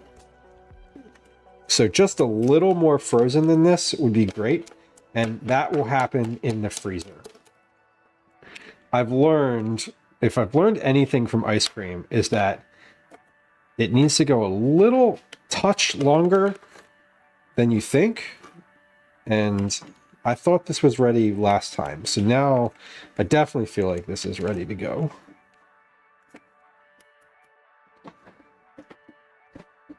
And we're going to go ahead and, using a big spoon, portion this into these cups. And I definitely don't need all of these cups, but I got them out in case I do.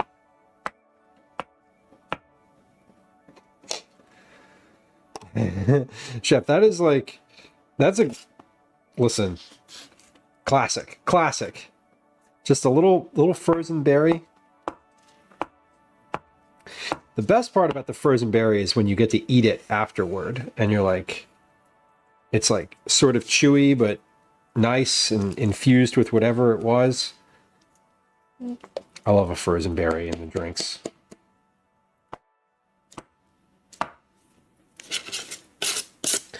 And presentation-wise, it's super cute.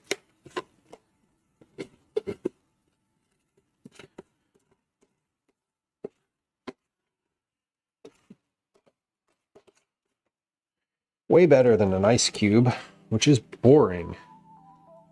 Okay. I'm just kind of tapping this down and see if it gets some air bubbles out. I think I'm going to get 3 pints out of this.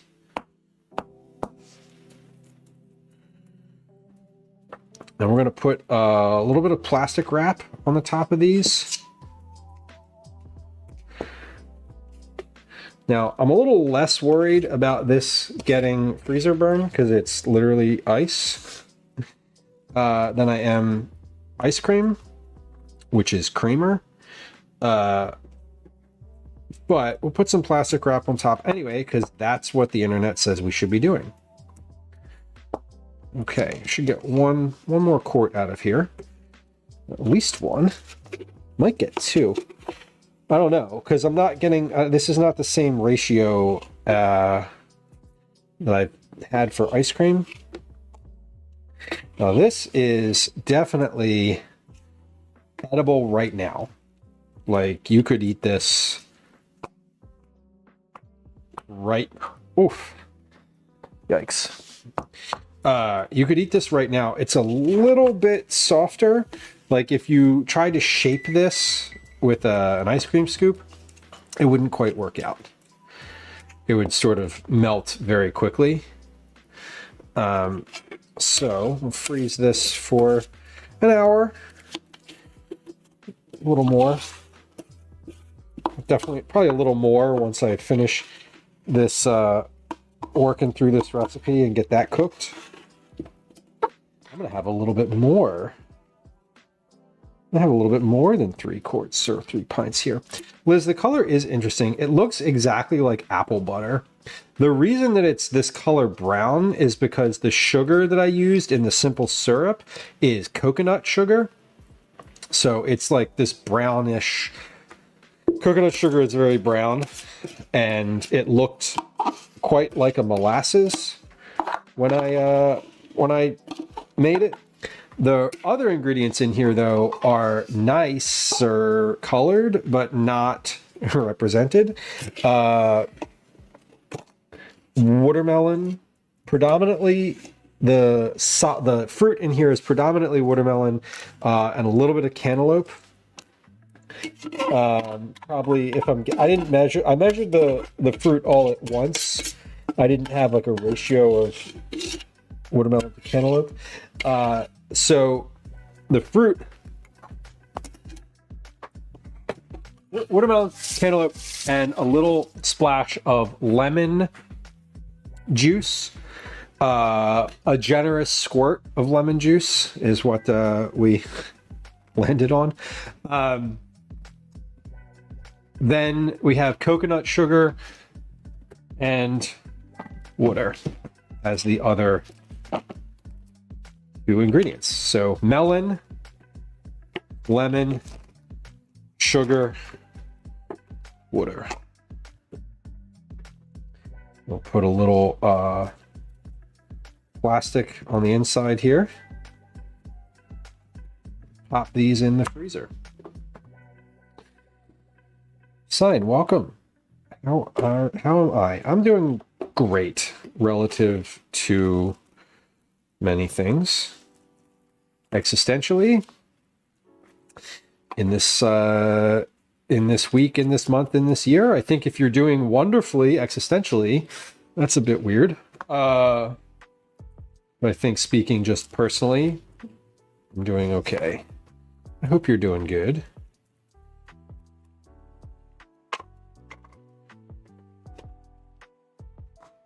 So we have that, and now here's just a little look. Let me kind of give you a close-up of what this looks like before I toss it all. Whoa, that just fell off the steps. Okay, before I toss this all in the freezer. So, hold on, where's my main camera? There it is. Carry the one. Here we go.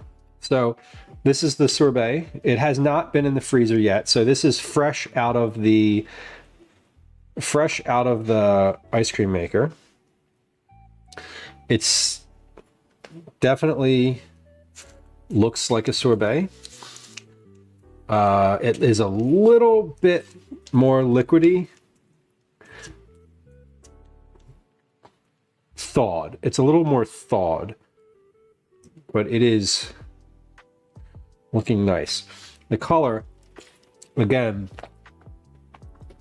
comes from the fact that it was using coconut sugar as opposed to like white sugar. So it's mostly taken on the color of the coconut sugar, which is totally fine. That will be in the freezer now for another hour or 2 hours, and that's ready to go. And I bought those little pint containers. I bought them when I made cantaloupe ice cream for Calvin's karate instructor, like earlier this year, and I've been using them very enthusiastically when I've made ice cream recently, and I still have like 50 of them left because I bought them in a case, and they came in a case of like 100. So they were a bit. I still have quite a few. Before I continue here, I'm going to clean off this area of the counter because my sorbet process is now complete. We have finished with all sorbet activities that are not actively eating the sorbet. So let's just put everything away that I was using for that. That way I don't have any distractions. Just kidding. I'm easily distracted. All right, let's wash my hands. We're gonna give the counter a wipe. Have I ever tried watermelon and tagine? Yes, I have, and that is delicious. I could have put tagine in here. In fact, I have some. That might have been tasty. Might have been tasty. It would have been tasty. Would have been interesting to blend tagine in with everything else. It would have been a bit of an unexpected flavor, that's for sure. Okay, but let's wipe this counter, and then we're going to actually get to making dinner. It is 17:11 my time. Generally speaking, I like to have dinner on the table around 1900 hours. This time, historically on the channel, I've liked to have dinner on the table at like 8 p.m., 2000 hours. But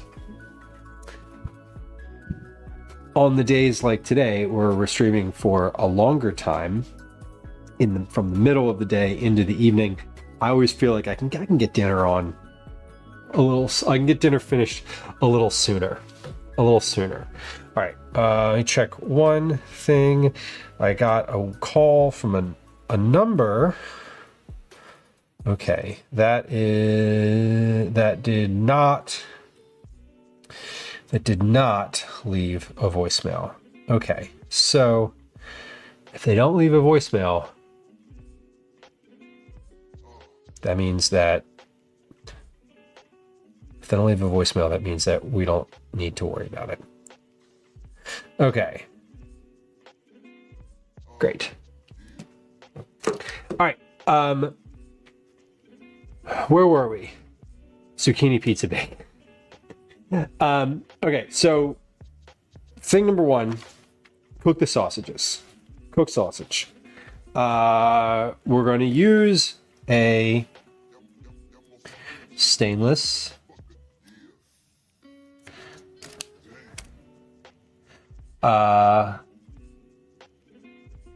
preheat to, let's put this on medium. Let's put this on a medium heat.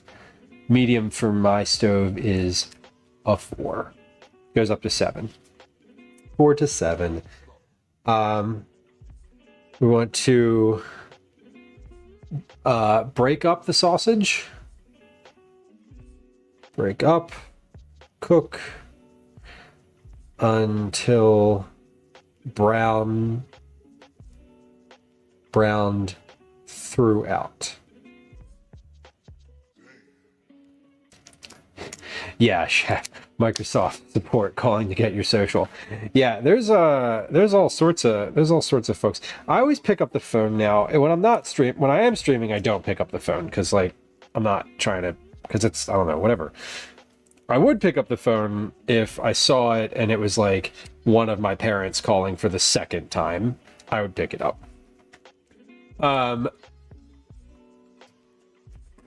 When I'm not streaming, I usually do pick up the phone and just wait for whatever happens. I do the whole Gen Z or whatever, Gen Alpha or whatever generation it is that they're talking about, that people are like, oh, they just pick up the phone and don't say anything. I do that. I just pick up the phone and wait for someone to talk. If I don't know the number, you talk first. if I'm not expecting a call, you can say hi first. I don't want to give you my voice. And then the boomers are like, but you have to say hello. Hello, this is Lou. You have to identify yourself. No, you don't. You called me. What the fuck do you want? All right, let's go over to the stove.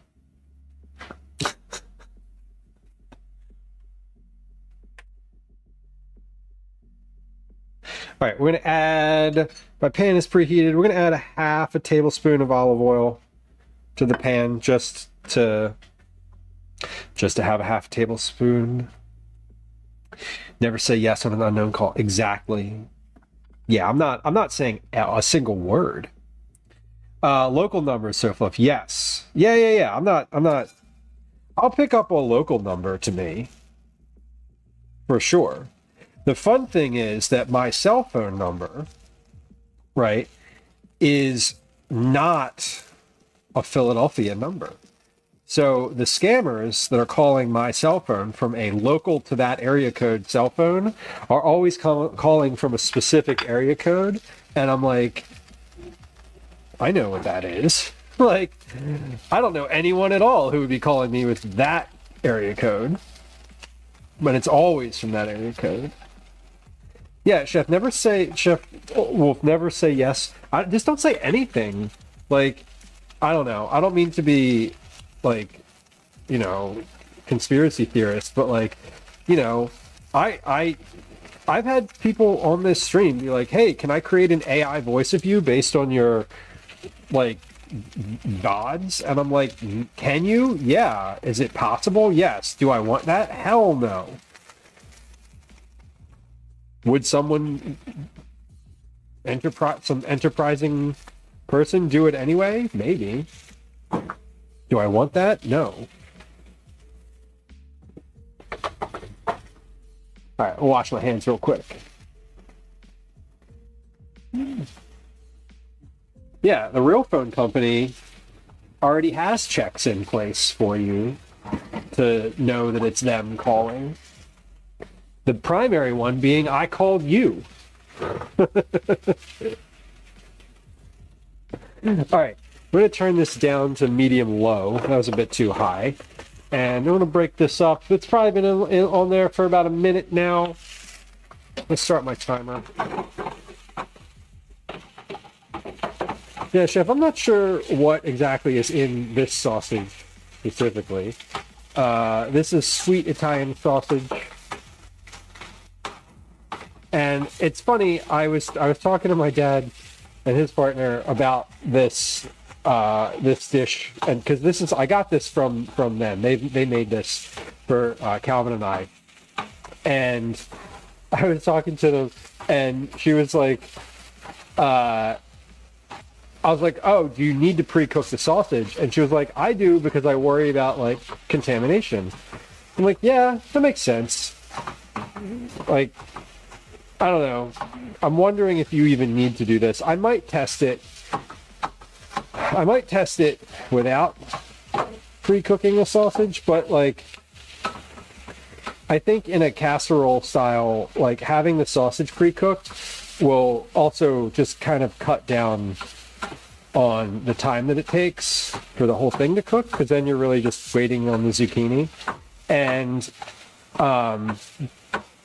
functionally, you can break it up into smaller chunks this way than if you were to put it in raw.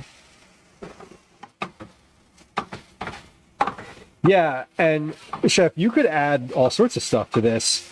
I am going to keep the seasoning really minimal because the tomato sauce, I believe, has some seasoning in it, and the Rotel seasoning also, or the Rotel canned tomatoes and peppers also has some type of some seasonings in it. I can look and just confirm what those are. But yeah, and that's is why you would call for sausage in this situation as opposed to like a pound of ground pork or ground beef, because of the seasonings. It's the same reason that if I'm making a really straightforward soup recipe, then I'm going to call for a broth instead of a stock, because a broth is a much more seasoned, sort of ready to go situation than a stock is. And like a stock is usually very straightforward. So if you use ingredients that are seasoned kind of already, you don't need to add as much.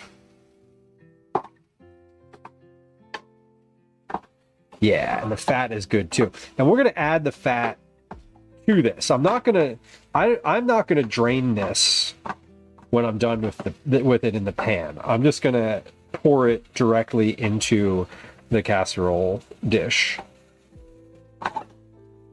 So this is still on a medium heat. It was pretty aggressive at first, but now we've reached a nice low low simmer. Some of the fat is starting to has come out of here. I definitely see cardamom in here. I'll look at the spices and see what's already in here. I'm trying to keep everything relatively minimal in terms of number of ingredients.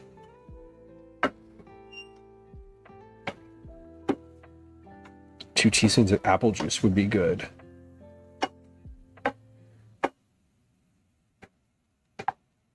And this is also a reminder, going to go into a casserole dish and get baked. So if I miss a couple pieces here that aren't fully cooked through, it's going to be okay. Because they're going to get basically boiled in the next step. They're not going to dry out though, because there's quite a bit of liquid in here already. And the zucchini itself is liquid, will give up a bit of liquid during the cooking process. The zucchini and the onions will both give up some liquid. So this looks like it's about done. Roughly 5 minutes here. Actually, no, it's probably been about 6 minutes. Yeah, this is good. I'm gonna turn this pan off. All the pieces I'm breaking apart are browned all the way through. Okay, I'm turning the pan off. That is 6 minutes worth of cooking on medium. So I'm gonna come back over here for a few moments. 6 min. Okay, cook sausage, break apart, done. Now we need to, Twitch is telling us we need to take a break. So here's what we're going to do. We're going to take a quick break. We're going to take a 3-minute break for words on stream. I'm going to triage some of these dishes in the sink because, like, fuck, there's a lot of dishes in the sink now. I haven't touched the sink at all this stream. We're going to do some dishes. We're going to play words on stream for 3 minutes. We're going to run a 3-minute ad on Twitch. And then we'll be back. When we come back, we're going to measure the zucchini and measure the onion. And then we're going to layer, and the garlic, we're going to layer and bake.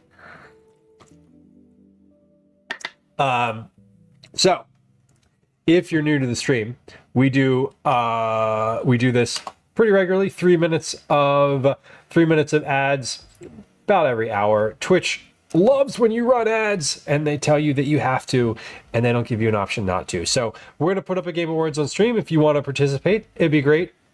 If you don't want to participate, that's fine too. Please feel free to get yourself a drink, get a little snack, get up and stretch, have a good cry, or whatever it is you need to do. We will be back momentarily. Here comes a game of words on stream. Here comes 3 minutes worth of ads. We'll BRB. Hi, welcome to another edition of Commercials I Okay, Hate. let's get as much in the dishwasher as possible. Some of this stuff actually can go in the dishwasher. This is nice. I'd say more than usual cannot today. We have a lot of plastic stuff. But I'm going to wash my cup measure, because we're going to use that in just a moment here for measuring. Shocking, I know.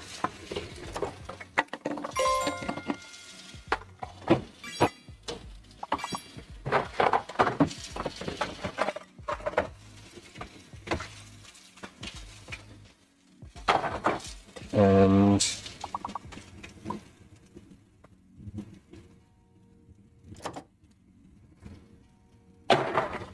yeah, a lot of plastic stuff today. That's okay.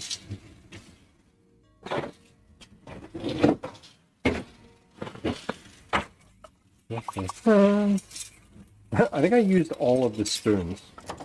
Like literally, I'm pretty sure just today, since the start of the day today, I've used pretty much every spoon in the house. That's funny. Not surprising when I'm testing and testing and testing the taste of things. And I keep forgetting to use the plastic spoon that I reserved for that purpose. Okay.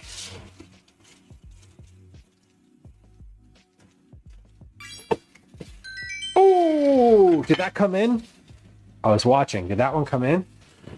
I think it did. Hell yeah. Nice work. That was like right at the last possible second it could possibly, the very last moment. Beautiful work.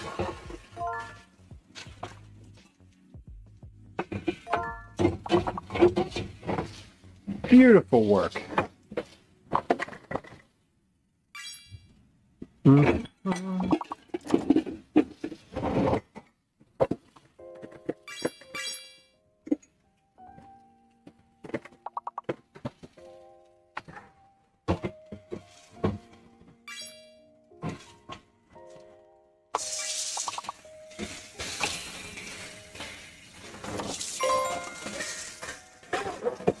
Okay.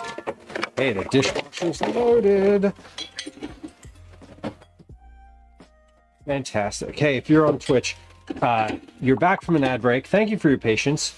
Y'all, I appreciate it because we can't help but run ads on this channel. If you're a monetized streamer on the Twitch platform, they will run ads against your content. This is a fact. Verified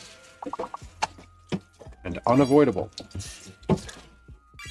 So I appreciate you. And if you can't hear me because you left the stream, well then, I suppose I'm not speaking to you anyway. All right, everybody gets at least, nope, never mind. Never mind, hell yeah. Y'all, crush that one. Strong work. Strong work, that's 2 in a row. Beautiful. Beautiful. I am impressed. I'm impressed. Genuinely. That was fantastic. Okay. We're back. We've cooked the meat. We're going to, here's what we're going to do right now. We're going to start layering stuff in this pan at the same time that I'm measuring it, both by weight and by volume. So, for that matter, we're going to get our 4-cup measure out, because this is roughly, I don't know, because this is how we're doing it. Because this is how we're going to do it. We have our pan. So what I'm trying to do, right, here's what goes into here. Onion, zucchini, garlic, and sausage. Those are the only solids that go into here. So I want to fill this pan. So we're going to do the onion first in a layer, and we're sort of layering it, right? So I'm going to cut up an onion, and I may not use all of the onion. So we're gonna sort of take this as it comes, because I don't want it to be like super aggressively oniony, but I also don't want it to like be falling short. So let's first, as with everything else with recipe stuff, we're gonna peel the outer layer of the onion off, right? And then we're gonna weigh, peel the outer layer. Hold on. Is that, yeah, okay, there we go. That is the outer layer. It was just like solid but soft somehow. That didn't even make any sense when I said it out loud. It's fine. It's fine. It's fine. It made sense when I said it in my head, but not at all otherwise. All right, so the outer layer is peeled off, just like you have one whole onion that is 9.3 ounces. Again, we are whole 9.3 ounces, 265 grams, and then diced. We'll weigh it again after we dice it. Now, I don't love huge chunks of onion. So what we're going to do is dice this in roughly the same consistency / shape as the Rotel. Now, I've never actually opened a can of this and seen it in its naturalized canned form without being in a dish. So I'm going to do that first before cutting the onion, so I know what I'm talking about, which doesn't always happen, but sometimes we fake it. All right. Okay, so these are pretty chunky, but not massive. All right. Where's my knife? There it is. I'm gonna dice this.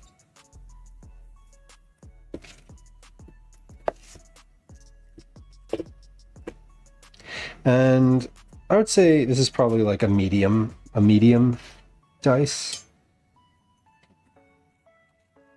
So I don't want like stew size chunks, but I don't want it to be like completely fallen apart either. I want it to be there, but roughly the same size as the tomatoes. So like that, like this is what I'm talking about when I say like a medium dice. Like chunks, but not super small. Okay. Zero out my scale. And this is probably going to be about the same amount as the jar of tomatoes and chilies.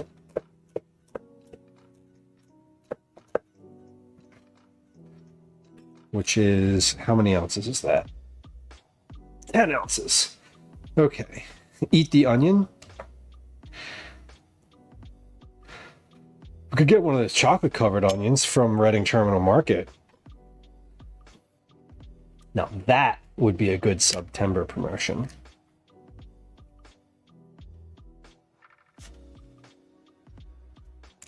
Don't you think?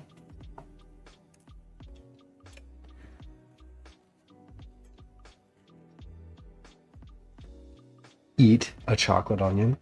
Is it actually good? I mean, onion is pretty good raw. I don't know if eating a whole onion would be delicious, but like raw onion is pretty common. Calvin is back. Everyone left the playground. Sad trombone.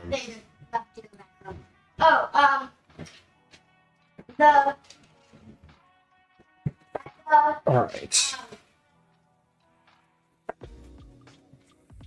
6 ounces. And I thought he's doing a Secret Santa thing. Uh-oh. Okay. That sounds fun. And the things that you buy them have to be under $50. Under $50? Yeah. Holy shit. That's presumptuous. That is very presumptuous for a 10-year-old's birthday party. Why? That's what Under $50. I see. Oh, we don't go out. There's a lot of numbers under $50. No, it's not like a birthday present. It's a Secret Santa thing. So Okay, this is good to go. Let's take a look at the volume here. So we have 8.3 ounces of onion. This is about two cups. Roughly 2 cups. So diced, let's see. Diced is 8.3. So we just shaved off an ounce and 237 grams. And about 2 cups. Medium dice. All right.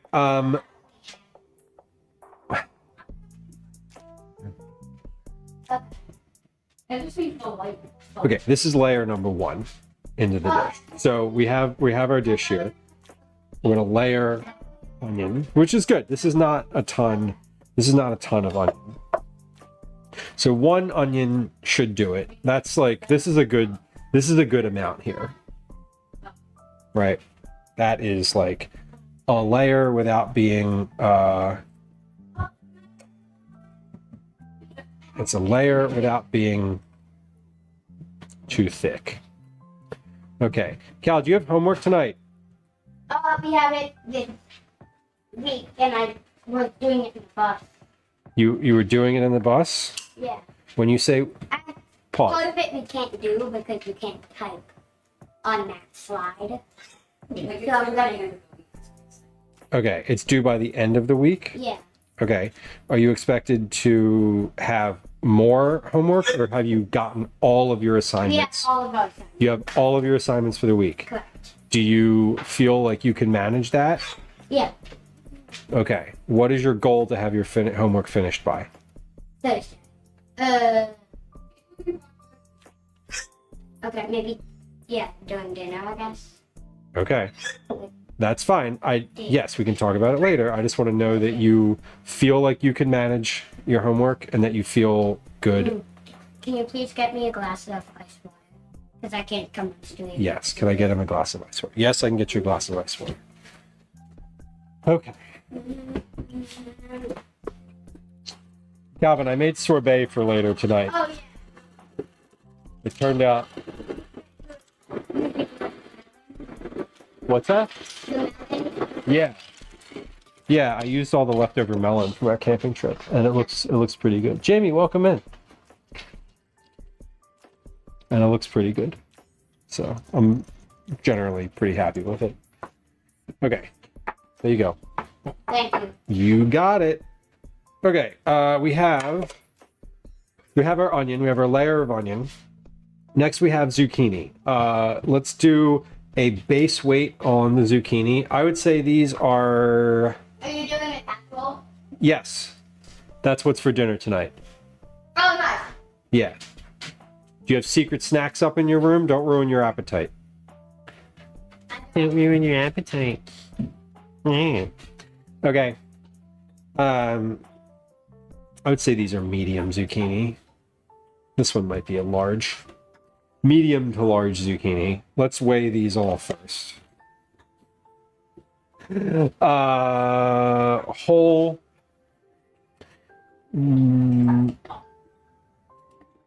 33 ounces. That's a lot. 33 ounces and 952 grams.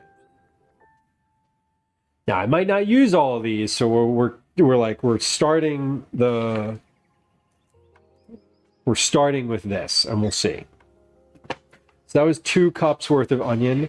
I'm going to cut up one of these at a time and chunk that into, let's see, how do I want to cut this? I want to cut this into quarters. And then what size chunks do I really want here? You'll spoil dinner. Yeah, I know, fudge darling. That's... God. Sound like an actual adult, huh? Okay. This is probably about right. Because these are going to get these are going to reduce too. Now, my dad and his partner said they like to take the skins off of here. I don't want to do that because I don't, because I like zucchini skin and you can eat them, and I don't see why not.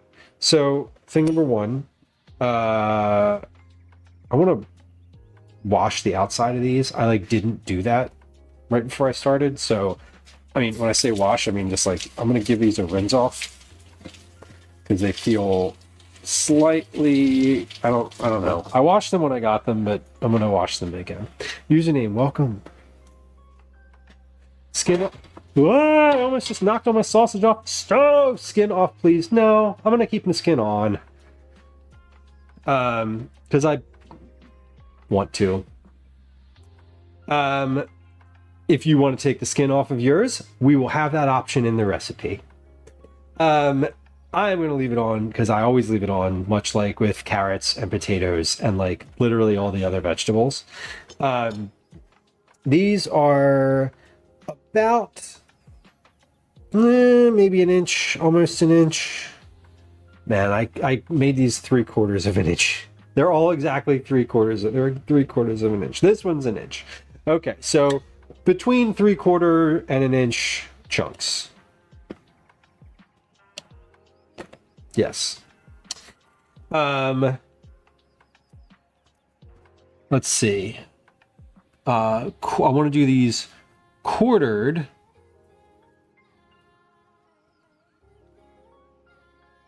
Quartered 3/4 to 1 inch chunks.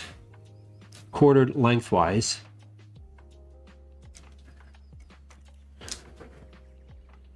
So the language, part of with recipe stuff is just the language around writing it. What if someone reads a thing, will they do the thing that you said? How do you get them to do the exact thing that you want with your words? Because there's no images here. There's an image of the final dish, but there's no images of the actual thing. Vernier calipers, hell yeah. Now we're talking. I'm using an architectural ruler right now to measure.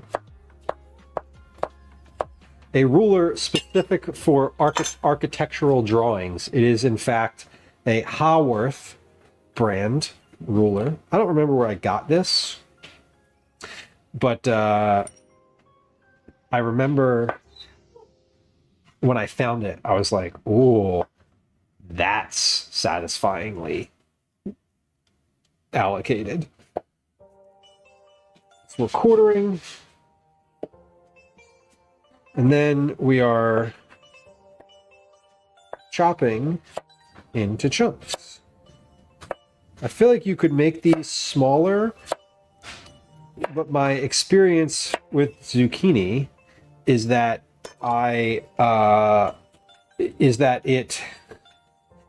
it reduces a lot in size, especially in something like this where you're baking it.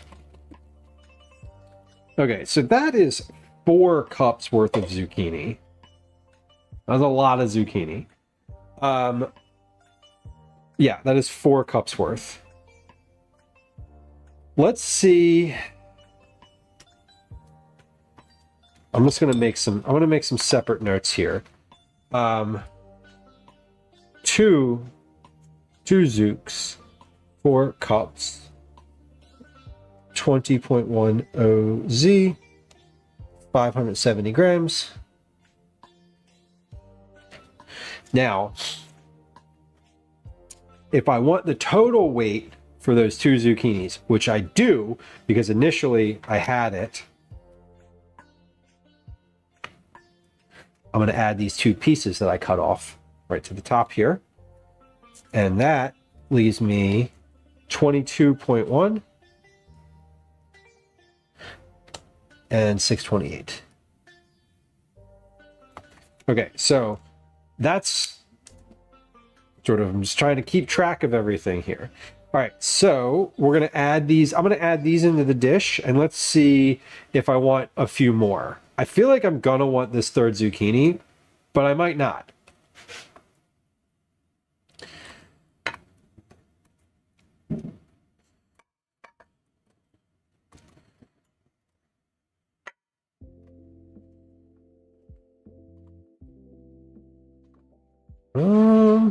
Ooh, tough to tell.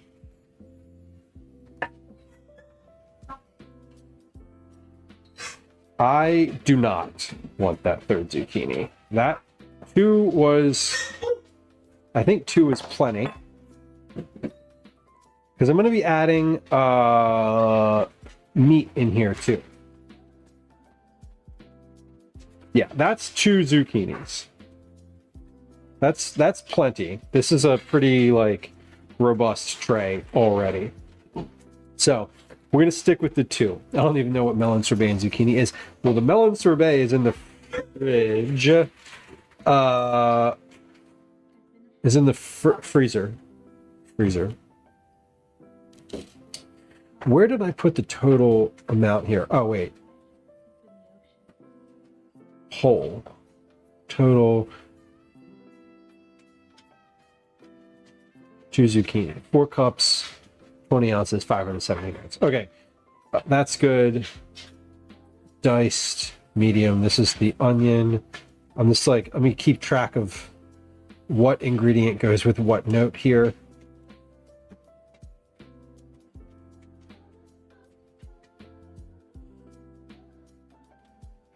Okay. All right, so we did that.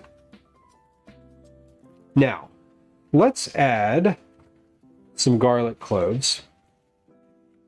I'm going to add these, I'm going to do like three garlic cloves. And we're going to slice this.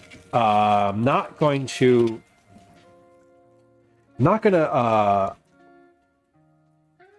mince them. I'm just going to slice them because I like a solid piece of garlic. I like being able to see it. Everybody, enjoy the rest of your evening. Good luck with your errands. We'll be live again on Thursday, and then Saturday, this coming Saturday, we'll be live from the Kennett Square Mushroom Festival, starting at about 10:30 a.m. Eastern Standard Time.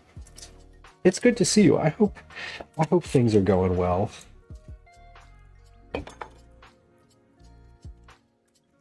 Spent the budget on the vernier calipers, Mike. Yeah, just we can't have garlic. This is why we can't have garlic, because we got the nice measurement tools.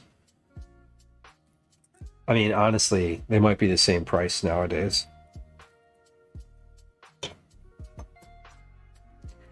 Okay, let's get these ready to go. So once all this is done, I've only got 3 ingredients to really prep here.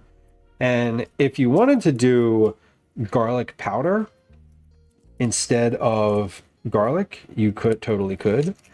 I'm deciding, I want to look at the salt level in my pizza sauce and this rotel, because the cheese will have a little bit of salt in it, the sauce will have some salt, and the tomatoes should have some salt in them as well. So I don't know if I'm actually going to need to add much, if any, salt and pepper to this.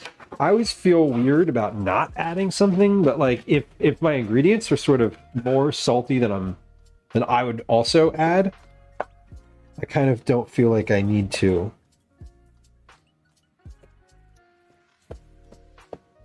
Although zucchini specifically, like there's a lot of chunk ingredients in here. There's quite a few zucchini chunks. So let's say garlic. I need to measure this. I didn't measure the cloves whole with their paper on. But let's do a measurement. before I put this in. We'll do weight and volume.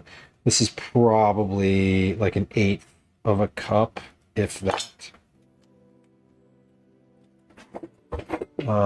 Do I have a 1/4 cup measure? I do. Okay, good.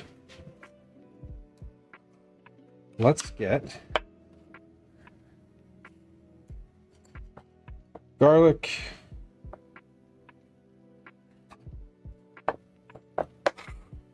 And mostly what I do, so for a lot of these recipes, yeah, that's about an 1/8 of a cup. If I sort of pack it down, that gets to be an 1/8 of a cup. 20 grams. Perfect. Garlic is thin, sliced, 20 grams, 0.75 ounces,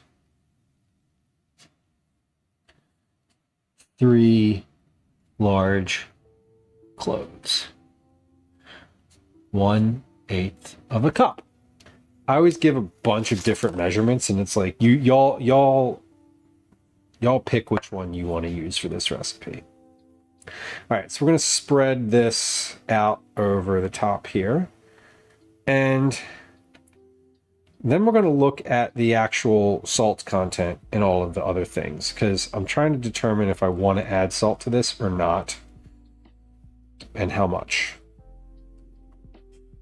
I probably do. I probably want to sprinkle like a 1/2 teaspoon of kosher salt over top of this whole thing.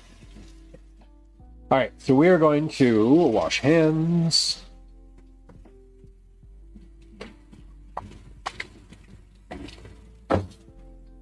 And then, let's see. So we're using a whole can of both of these things per container.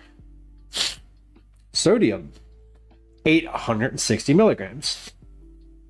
That's a lot. Whole container, sodium, 125 milligrams. So for those of you all keeping track, 37% plus 5%. That's 42% of your daily value. And we're using a containing thing of cheese. That's 8%. That's 50% of your daily salt if you were to eat this whole dish. How salty are these tomatoes? I do not recall.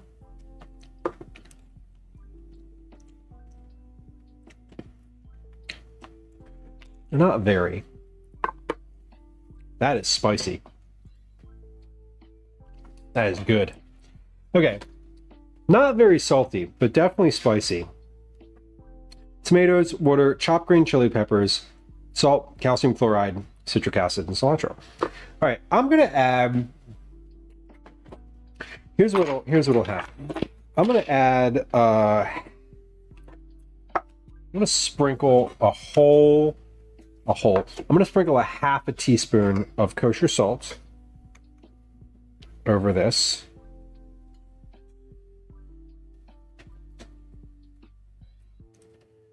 And I'm going to sprinkle a 1/2 teaspoon of kosher salt. And then we'll do a 1/2 teaspoon of black pepper before I add anything else in. Now, I suppose I could just stir this all together, but I don't think I need to. I think it's fine to just like sprinkle it on there, especially if I'm layering it in a container.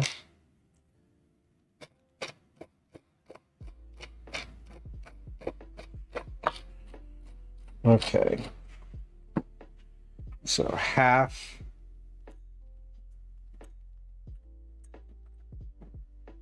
That's about a 1/2 teaspoon. 1/2 teaspoon of black pepper. Evenly sprinkle over the zucchini and vegetable mixture. That is the language that I would like to use. All right, Add salt. 1/2 teaspoon each. Evenly sprinkle. Okay, so we've added the onion, the zucchini, the garlic. Now we're going to add the cooked sausage. A little piece just fell on the floor. Daisy will be by any moment now. She's in the room. She's been kind of lurking. How much? You know, do I need to weigh the sausage after I cooked it? It's a pound of sausage. It's just like, it's a pound of sausage cooked. You weigh it before you cook it. Right? Nobody weighs it afterward. I guess you could.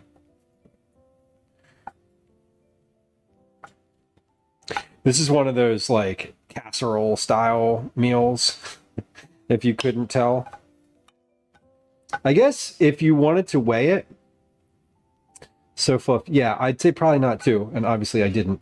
But I just had the thought, if you had like leftover meat from something, how much leftover meat, leftover cooked meat?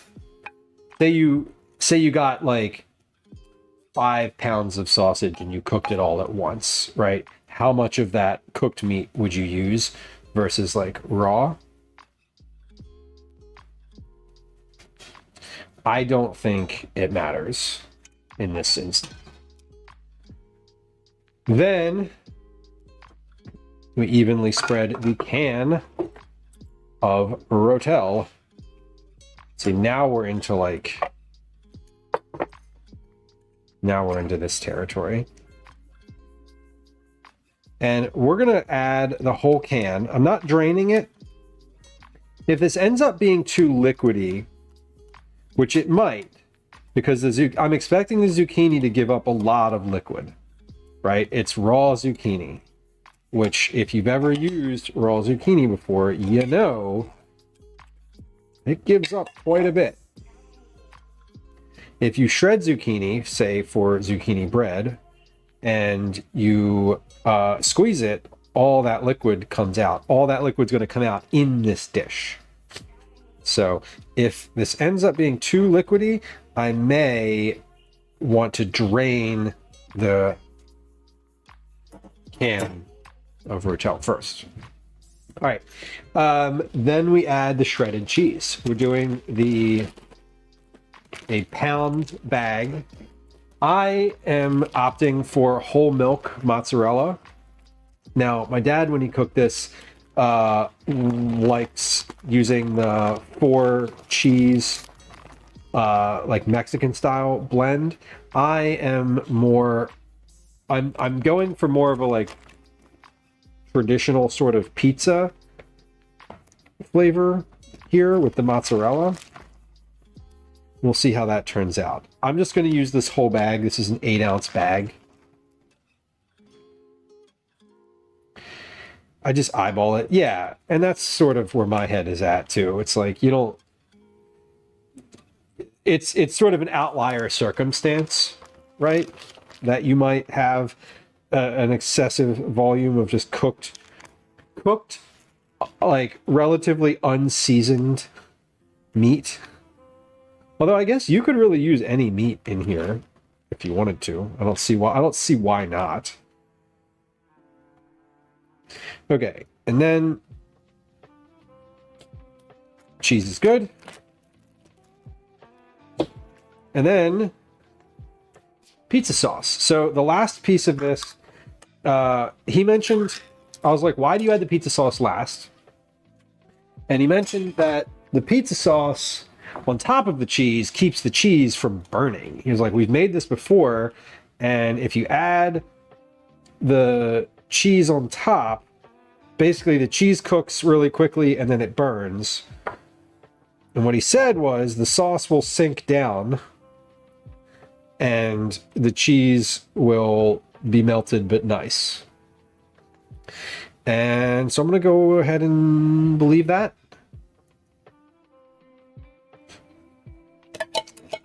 Yeah, Old Wolf, that's also my thought too. When he told me what kind of cheese he was using, I was like, oh, that kind of does make a little bit of sense. So we'll see. I mean, one of my favorite, personally, my favorite pizzas is a cheese under the sauce pizza. So I don't see why that wouldn't work here. All right. So this is our layered zucchini pizza bake. We've got the sauce edge to edge, spread on, and ready to go.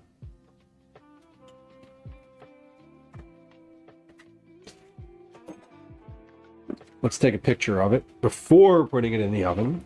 Not exceedingly important to do so, but generally helpful. Picture of the top.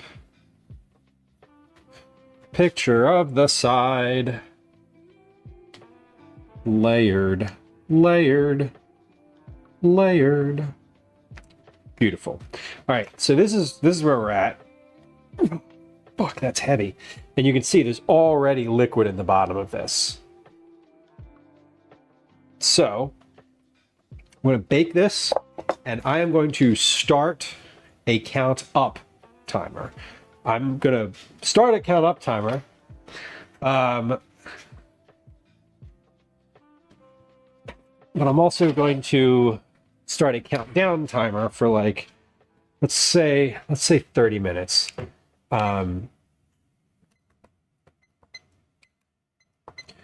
Okay, start 30. Perfect. Pizza with bechamel, brown champignons.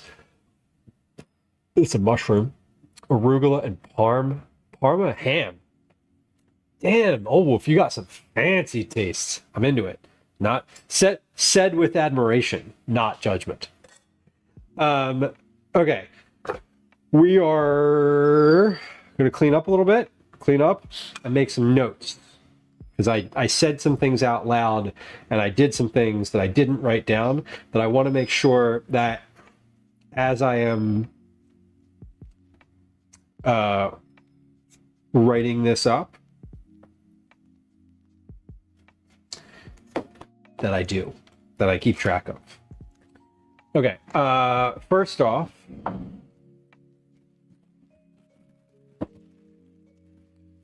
whoa, hold on.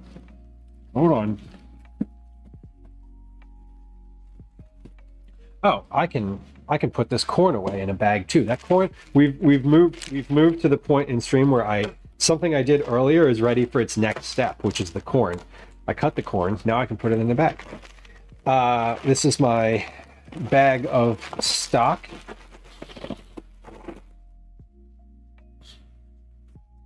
My stock investment.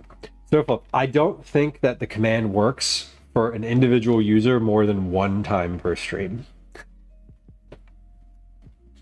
So that may be the reason.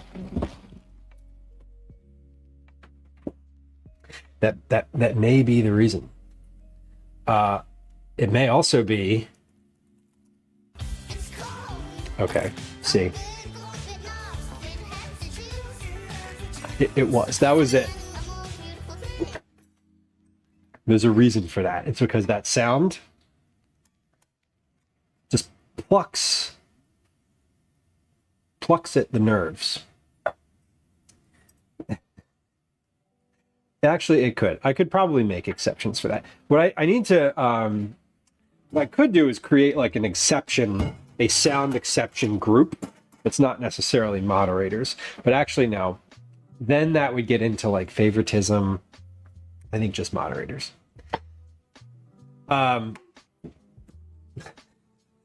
Also, that's built into StreamerBot, and I don't need to make any changes. What am I doing here? Oh, I also want to cut up some bread, because this is going to be served with Italian bread. Let's see. Yeah, you don't want to annoy me. valid fudge drying, and I appreciate it. I appreciate it. I tend to have a very high threshold. Most of the time. Most of the time. Sometimes not. Okay, but I'm cleaning up my counter, then we're gonna make some notes. I was thinking about testing this with different sauces too. So the next time I make this, I might use a different pizza sauce and I might use a different cheese. Not because I think that it will be better or worse, but I'm curious. I don't know, because I'm curious if it tastes, what the difference in taste is. I always opt for the Jersey Fresh tomato brand because it is local. I'm in Pennsylvania. Specifically, I'm in Philadelphia, and Jersey Fresh tomatoes are from like right around the corner from me. So I usually go with those if I can. When I say Jersey Fresh tomatoes, I mean the brand Jersey Fresh is super close to me. The tomatoes themselves, I don't know where they get them from. Somewhere in Jersey, one would imagine. Okay. Let's make some notes though. Okay, so I did the teaspoon of salt and pepper, evenly sprinkled, sausage, rotel, and shredded cheese. I want to evenly distribute. What I want to say is like spread it out with your hands. Spread with spoon, which is what I did, or fingertips. Pizza sauce, spread with spoon. I don't really want people to mix this either. Like what I don't want is someone to add all of the stuff in here and then like stir it together. The thing is that like the cheese should be on relatively near the top. And I kind of want the onions. I want the onions and the zucchini to be on the bottom, because then they're gonna cook in the liquid that like drops down. The onions specifically, I think having those on the bottom is ideal. What else? What other notes here? You could sub garlic powder, not salt, powder. Garlic powder for garlic. And what I'd want you to do is sprinkle along salt and pepper. I added a half teaspoon of olive oil into the pan before I cook the sausage. I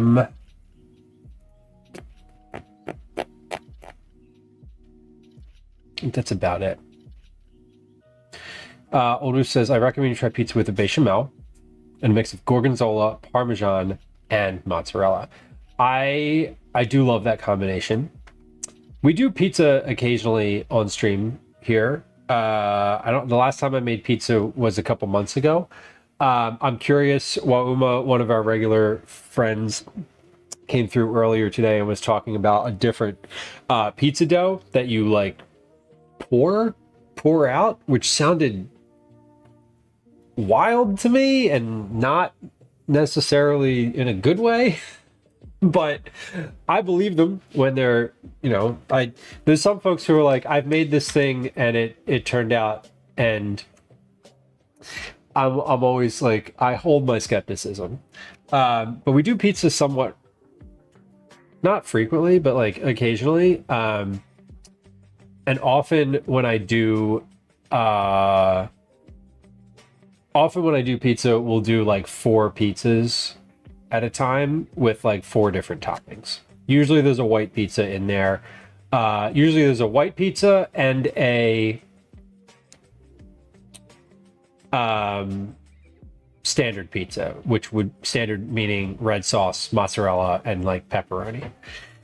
The other 2 are usually up for debate. The last one I did that was a white sauce pizza was pear and gorgonzola and caramelized red onion with an Alfredo type sauce. I didn't love the Alfredo. The Alfredo cooked oddly. Bechamel is definitely better. Alfredo is meant for pasta. When you use it for pizza, it sort of gets grainy. So not ideal, but I do love a white pizza. The longer you give dough to proof, the better it gets. True. The last time I did pizza, I think I proofed it for like 3 days, like 72 hours. Usually I do it for 48 hours. Typically. I have a pizza dough recipe that I really love that I use basically every time I do pizza. And it's one of those things where I've made it enough now that I know how to make that recipe, right? Which is helpful when you try a new thing and it like doesn't work out quite right. I've hit the point with this recipe where I'm like, I know exactly what to do with it. I know exactly how to rest it. I know how to rise it. I know how to shape it and stretch it and all that.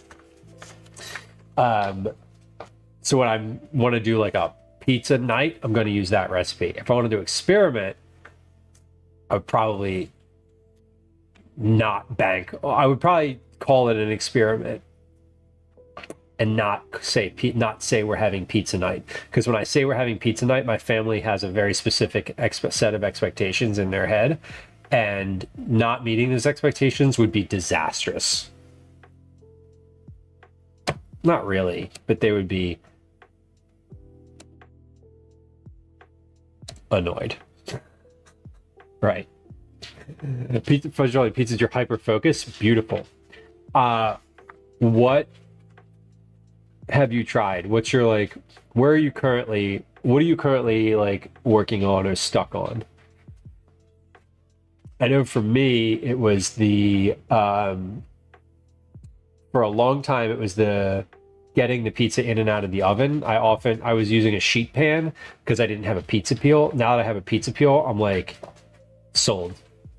The 2 things that made pizza making much easier for me were the wooden pizza peel and having a pan to put the pizza on after it came out of the oven, which is like silly, but like if you have somewhere to put the thing when it comes out that is made for that thing, it's kind of nice. Liz, yes, this pizza bake is for dinner tonight. That's why we did it second on stream today. We were doing the sorbet. What am I even calling this? Sorbet. We're doing the sorbet first because this is for dinner. So it's 18:14 my time. That's 6:14 p.m. Eastern Standard Time. I'm in Philadelphia, East Coast, United States, state of Pennsylvania. And so this is definitely going to be for dinner. My dad also mentioned that this stays hot really well and heats back up for leftovers really nicely. When we had it, which is when we went down to his house, I don't know how long it was cooked for before we got there, but it was delicious when we arrived. Daisy's here. Daisy, what are you doing? Daisy can't hear me.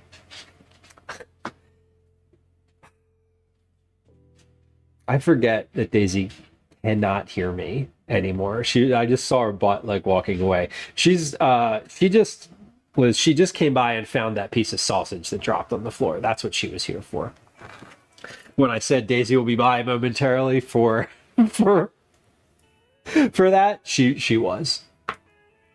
She's chilling on the floor on the other side of the counter here. I don't know what she's up to.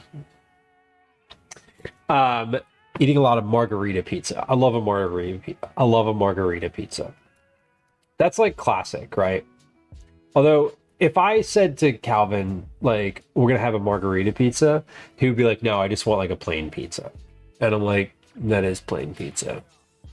Kind of. Jamie, your puppy met a cat for the first time. Got a bit scratched. Oh my god. Dogs get so excited.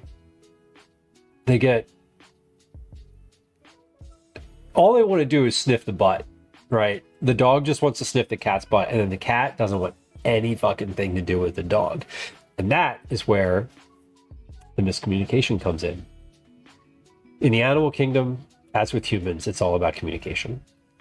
You want to sniff a butt? You gotta ask nicely. Oh god. A cat found its way into the yard. Oof.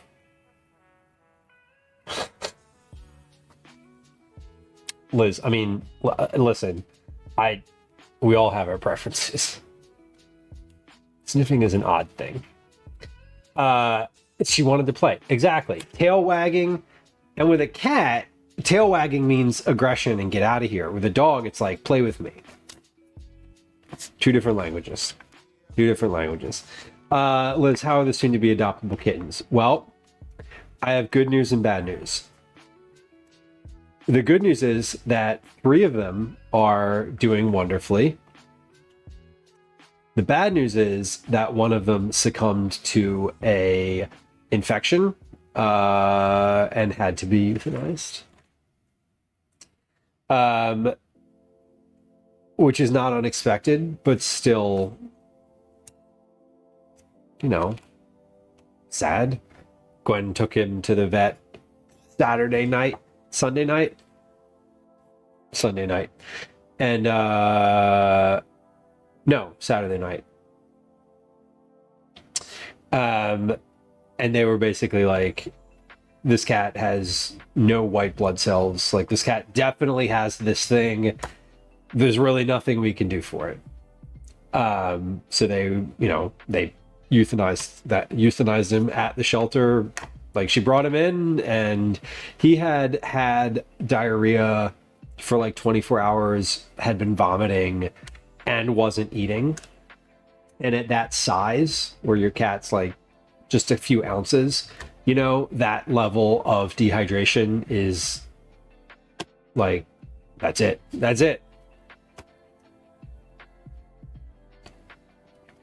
Reminder. Wonder if it was parvo. She told me what it was. It was a very long name, and it was something that our cats are vaccinated for.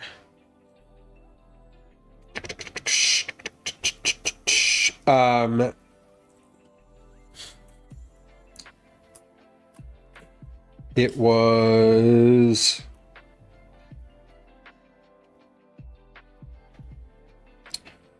it's something that they vaccinate for, and that one was just too young to get vaccinated.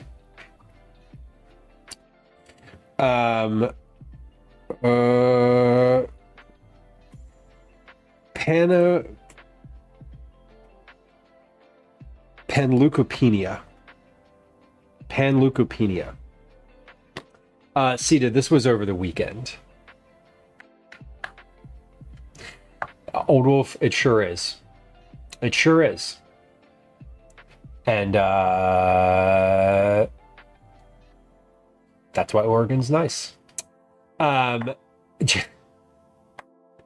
Jamie, I feel you with the scratches. I hope that your little one is gets their interest met at some point. The interest in cats like really never goes away, at least as I understand it. Daisy is now acclimated to our cats very well because they were 1 day old when she met them. They basically didn't exist. She didn't like recognize them as cats, I don't think. And now they will run across her and step on her and sleep next to her. And she like will snap at them, but not really. They'll be like, they'll bark, but then she'll bark, but then they like just kind of run away and like look at her. Like, what are you even doing? So they're very like well acclimated to each other. So is Europe. Fair. Yes.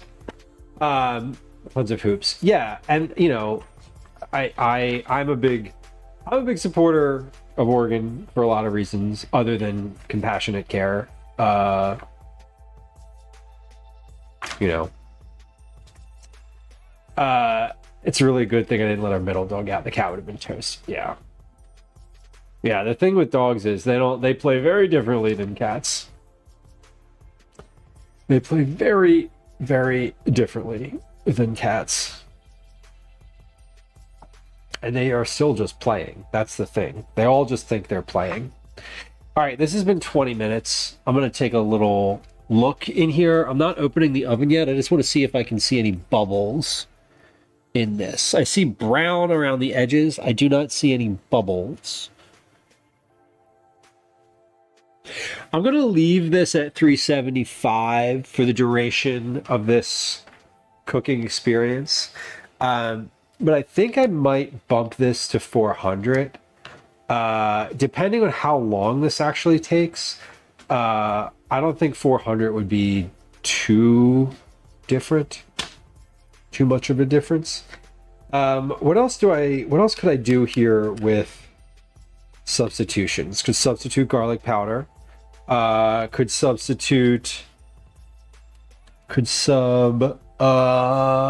chorizo. Could substitute turkey or other meats. You could top. My dad tops it with pepperoni. I opted not to top this with pepperoni to keep the ingredient list a little slightly shorter. The same reason that I opted not to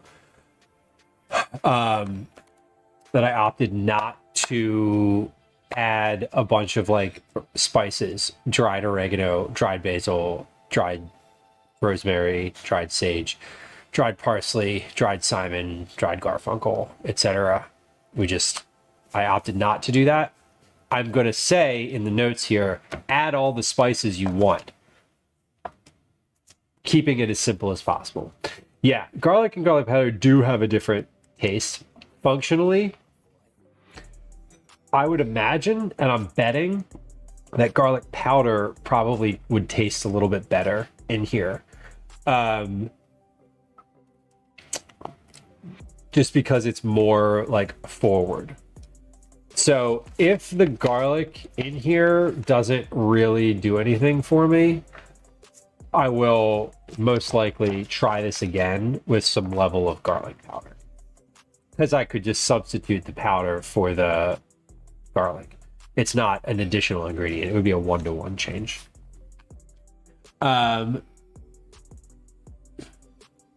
Oregano, basil, thyme, parsley, rosemary, all would be lovely additions. So again, with what I'm working on, I'm trying to keep this really straightforward.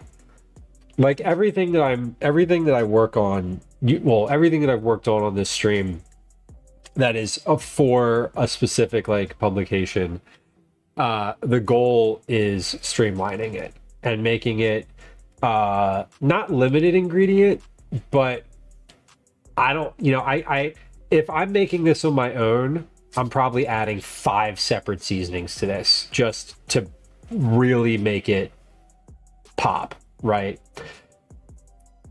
As far as a recipe, what do you need to add to make this good? That's what I'm trying to do. Right? Is it going to be amazing? The best thing you've ever had without spices in it, without all of those different spices? No, probably not. But like, I also don't want to have an ingredient list here that's 13, 14 ingredients long, because then it's not super straightforward. We're going with super straightforward. Simple. Like, do we need, you know, like thinking of those, the apple oat cheddar cookies that I had, right? Raisins were optional. Am I ever going to make those cookies without raisins? No, of course not. I love the raisins. They're one of my favorite parts. Do you need them? Not really. Hey, we have an ad coming up. Can I pause it? No.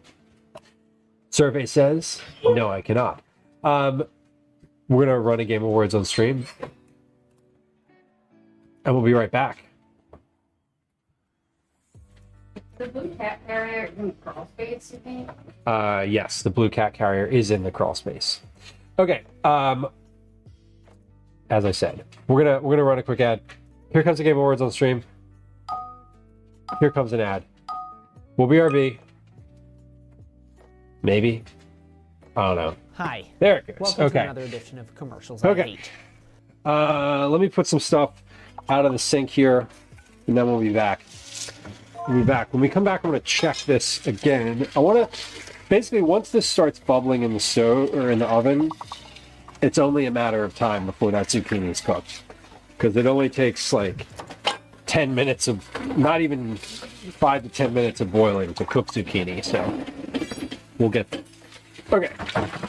Adding things to the dishwasher. Adding things to the recycling bin.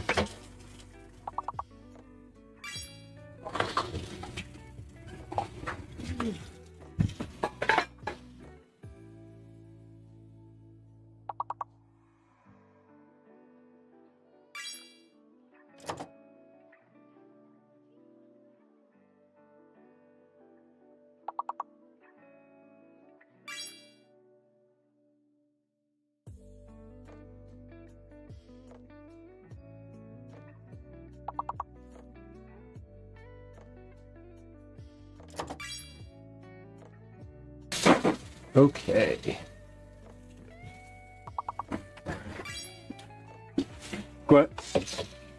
Gwen, you need to go to the bed again? Oh, okay.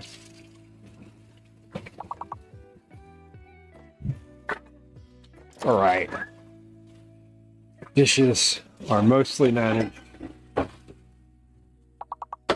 I didn't do any dishes during stream today, but we're getting, everything is going well. Okay. Hey. Words. Why are you being mean? That was a fine one. We only did like a bunch of stuff. Not a bunch. Ah, I just spilled water all over my keyboard. Fuck.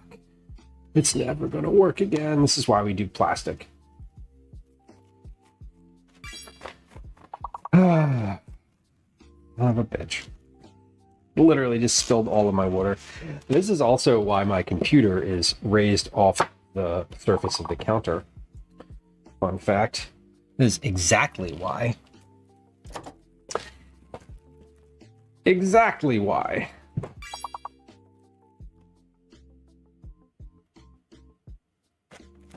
Okay, we're almost there.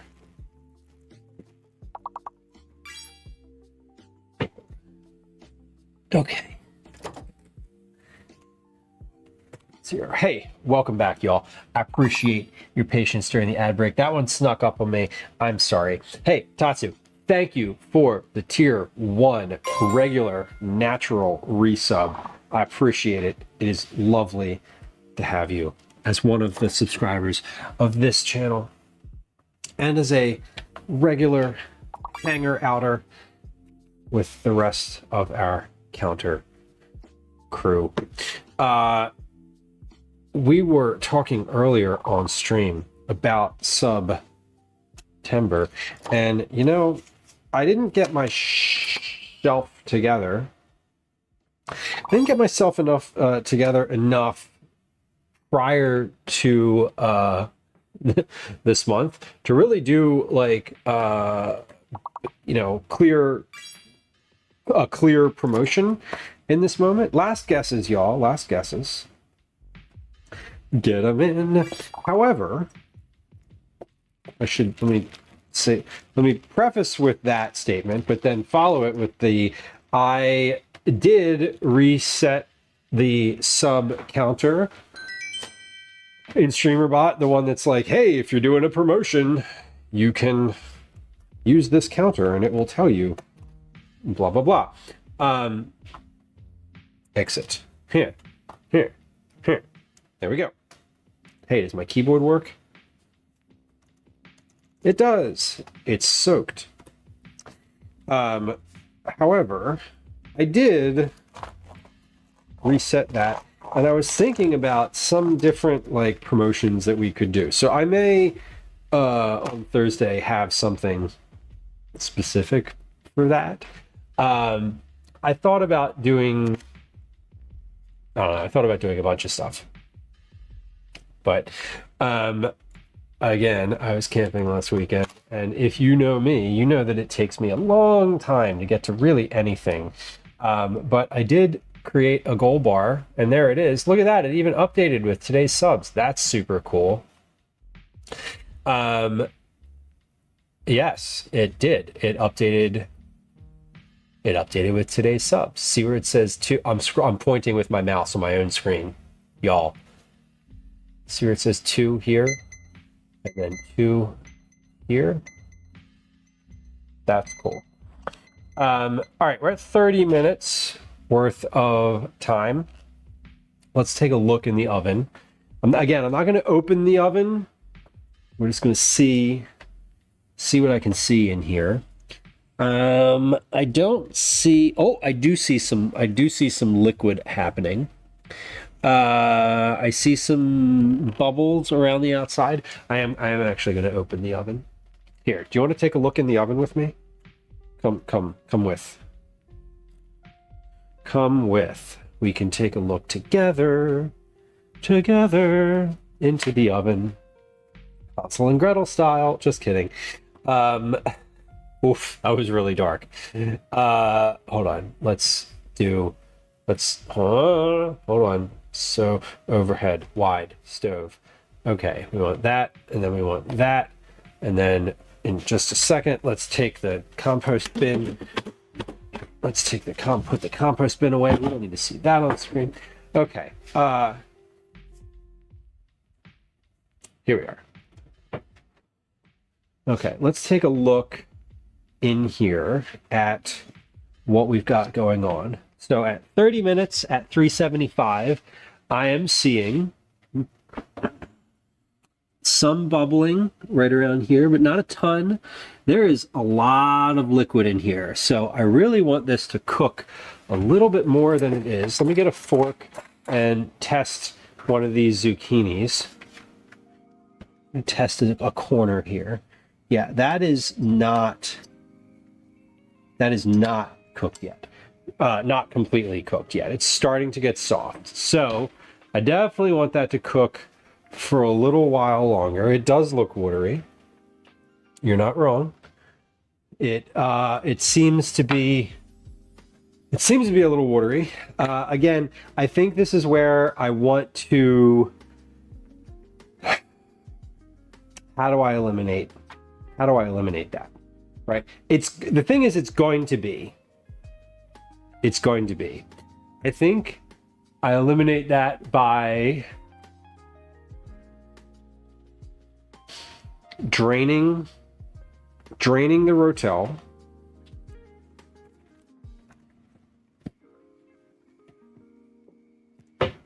How can I eliminate the water?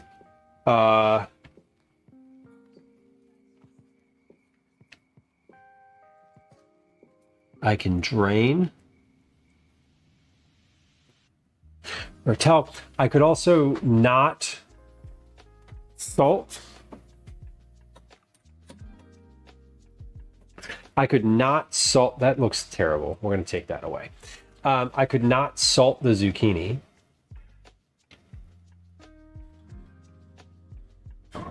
It was watery when I put it in there.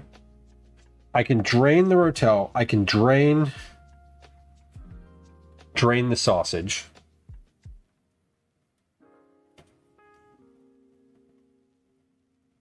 The pizza sauce is not the issue. The cheese is not the issue.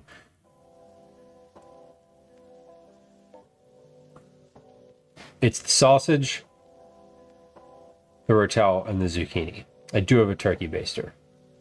I think what I'm going to do though, Tatsu, is I'm going to let this one ride, right? I'm not going to try to like mess with it right now. It could.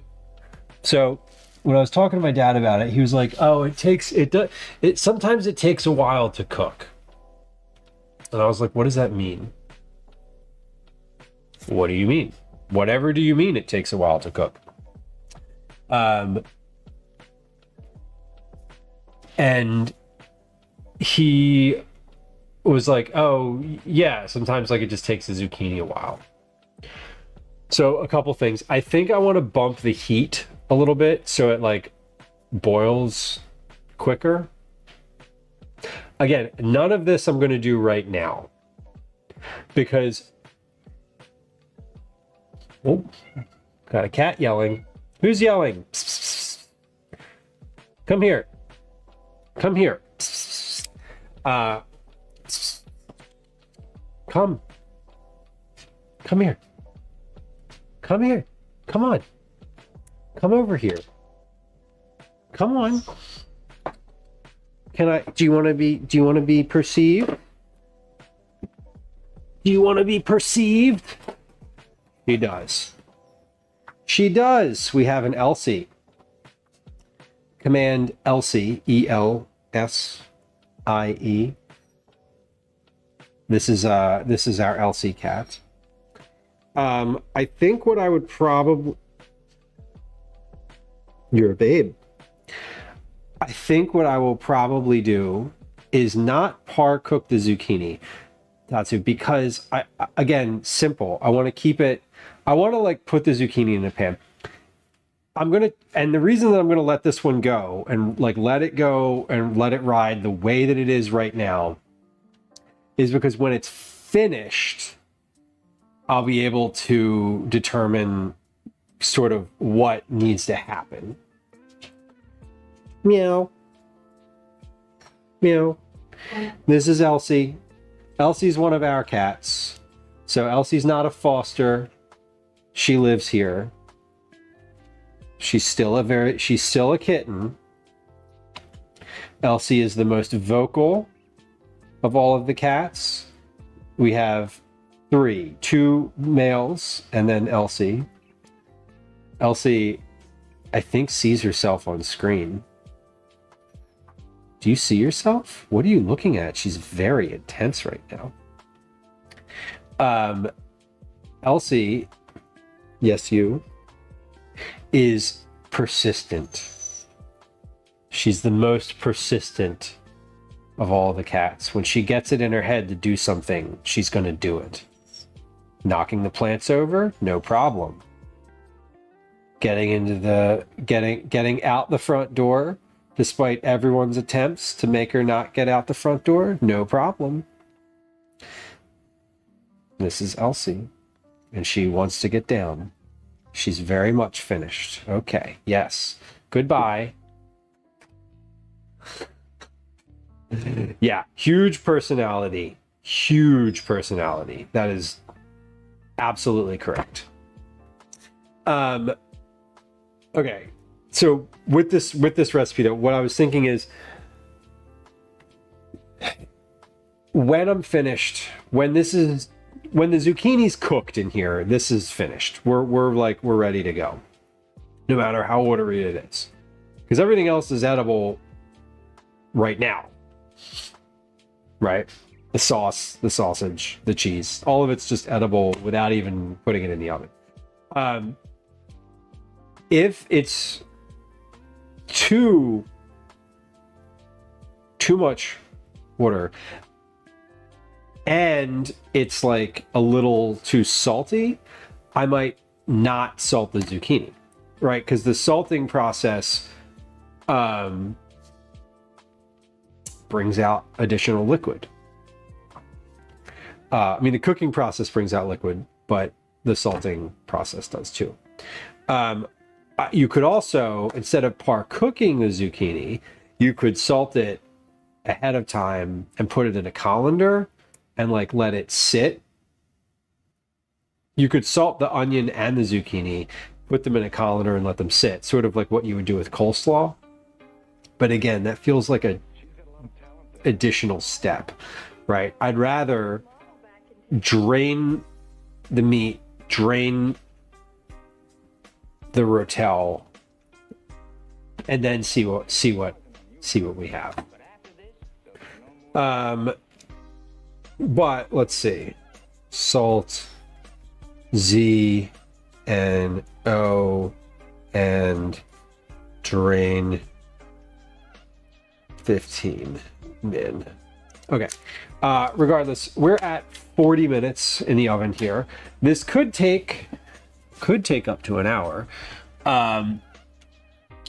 It is really pretty liquidy, but I think also once I mix in the sauce, it will also it'll thicken up.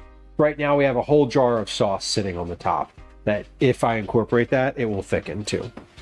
So I'm just thinking about it and I'm thinking out loud. Obviously I'm like showing my work verbally, but that's how it goes. Let's do a couple things. Let's package up the corn that I put in the freezer earlier. And let's try some of that sorbet. Because it should be in there now long enough to have frozen, especially the small container. So we will give that a little bit of a try. One of these is the small container. I think it's this one. Yeah, that has frozen up nicely. It's not solid yet. It's like the consistency. It's a nice consistency. Okay. Well, let's package this up. So right now, here's where we're at. We're waiting for this zucchini pizza bake in the oven. Mix, welcome in. Hello. See, you can use the corn sound. Mix, Sofluff tried to use the sound for a second time on stream earlier, and we realized that it's like limited to one usage per person per day. We don't realize it. It just confirmed it. Anyway, it literally is corn. Here we are. Here's a tray of frozen corn. Kind of obsessed with the pepper. Of course. Jamie, there's probably also a global timeout of, I'm guessing, 5 to 10 minutes.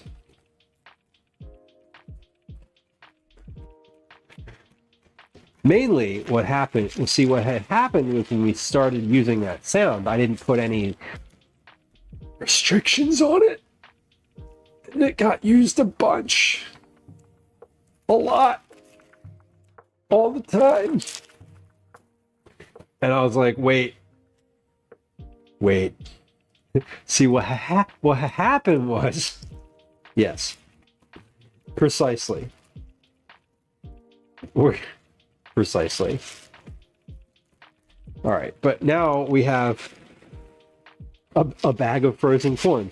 Just like the one we have from Wegmans, only this one I made myself. I didn't make it. I didn't grow it.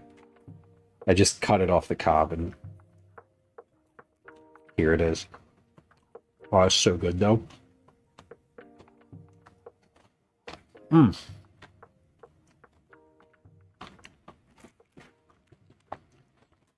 Raw corn is amazing.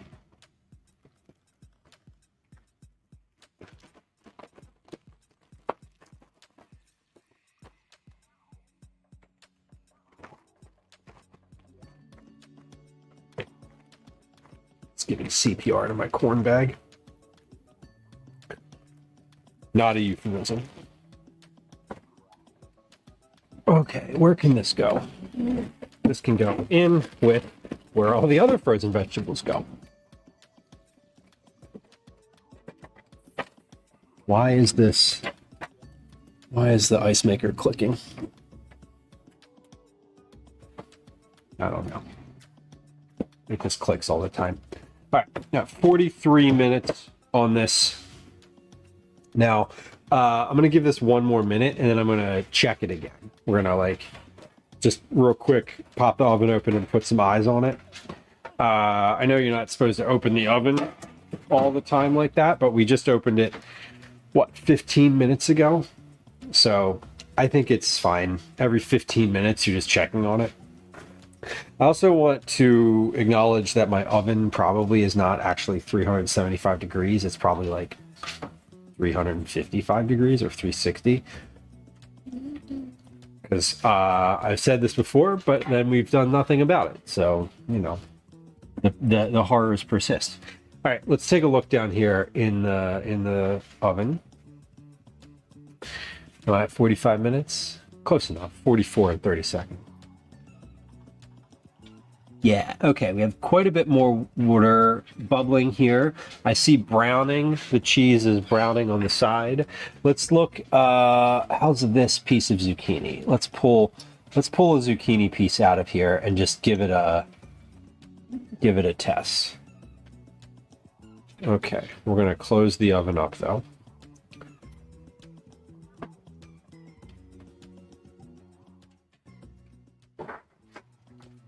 All right, well, this looks finished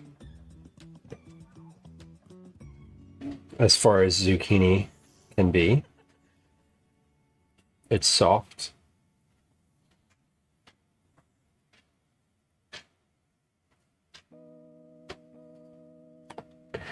It's it smells good.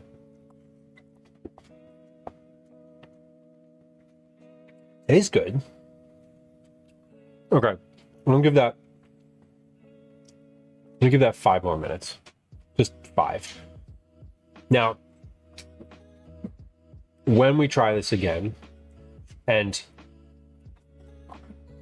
to be clear, I am definitely gonna have to test this again because I'm gonna make some changes to the temperature. Usually if I make changes to the ingredient volume or like seasoning volume, I don't always feel like I have to test it again. I usually do. But we're gonna give this a few more minutes. What I would love is if this was less liquidy. We'll see how it goes. Oh, before we test the sorbet, I want to cut up some Italian bread. Now this I did not make. This is from Wegmans. This was just made. They baked it. But the dish, this particular dish, is best with something to dip. Now, my dad said that it would be liquidy. He was like, you know, it's a little liquidy, generally speaking. So I'm not concerned about it. It's not like I'm not like panicking. I think it's more liquidy than I want it to be. But to be fair, I've actually never seen it come out of the oven. When I had it was like possibly an hour after it had been baked, and it was like mixed up. So we'll see how it goes. I know for sure that the cheese is melted.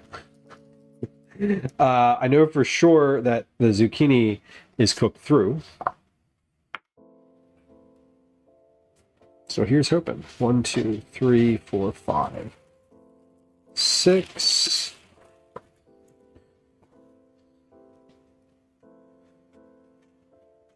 It's not 6. This is 6. We don't count the end. The end is what gets eaten during cleanup. Might as well cut the whole loaf, but I didn't. Alas. Okay. Let's put that somewhere on a plate. Let's get dishes out for this. Put the bread on a plate. I'm gonna serve this in these dishes because they're deep, but they're also like broad. They're not bowls. They're sort of the I think of these as like jambalaya dishes. I don't know why, but like my brain tells me these are dishes for jambalaya. I'm also not going to warm or toast or cook this bread in any way because it's really pretty good when it's just soft and uncooked. At least in my opinion it is. So we're gonna leave it like that.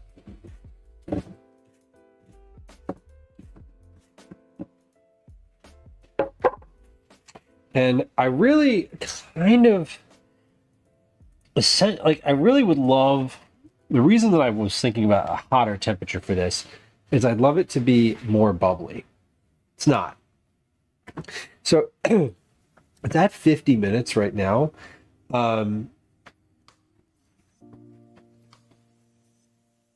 Now it's bubbly. Okay. You know what? We're going to try the sorbet, and I'm going to let that one go for another 5 minutes. That's the move here. That's the move because I think I'm just not patient enough. It's shocking.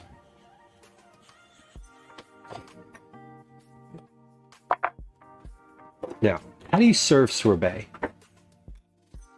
I've never served sorbet before. This is what it looks like, at least pre-scooping. This is a melon sorbet. I know the color is not very melon-esque, but it is indeed a melon sorbet. It scoops nicely. It scoops sort of as I imagine a sorbet to scoop. Oh wow, it's stuck. That's good. I like that. Yeah, this could definitely stand a little bit more cooling, which is reasonable. It's only been in there for an hour? No, hour and a half.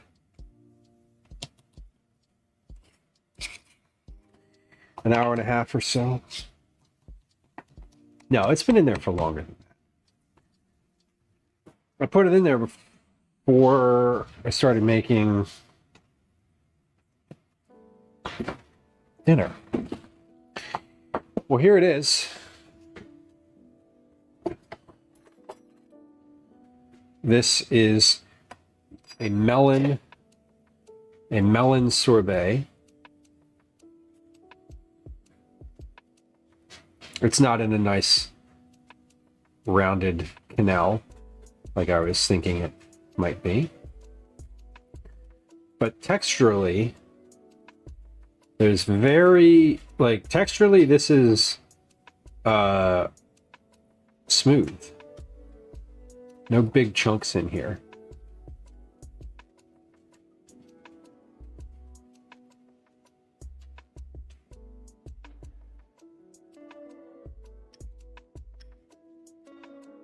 It's looking decent. Scoops nicely.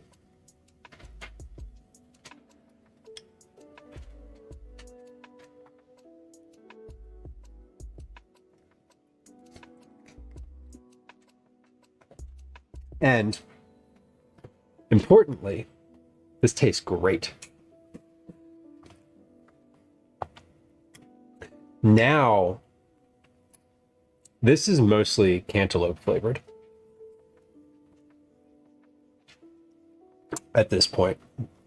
I would say that this is, for all the watermelon that went in here, this is mostly cantaloupe.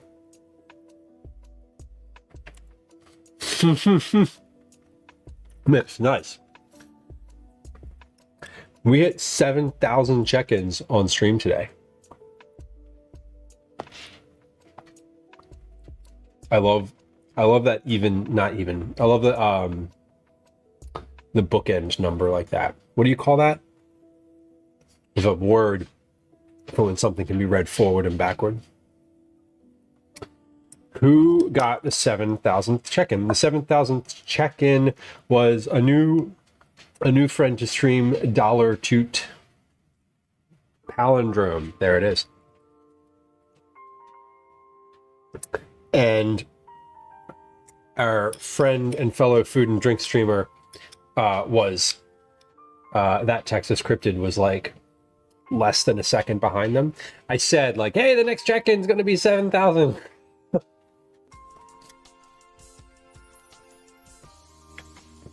Yes, madam, I'm Adam, etc.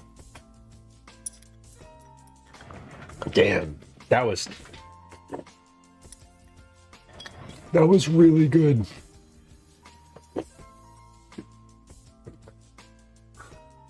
That was really good. Another hour of freezing.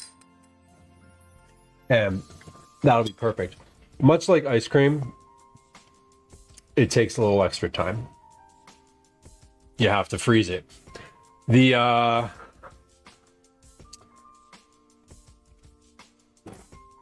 excuse me. The worst part about ice cream is making ice cream is the patience that it takes. The patience that it takes to wait.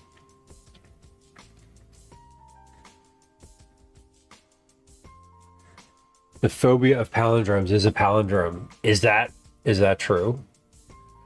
Someone had a good laugh about that. So, you know, in addition to being amazing, scientists also have a really good sense of humor a lot of the time. Now, if someone who's actually afraid of palindromes wants to debate whether it's funny that the scientific name for the fear is actually a palindrome, like, yeah, I get it. But I think it's funny. Okay, this is at 56 minutes. Not in the diagnostic manual yet. Yeah,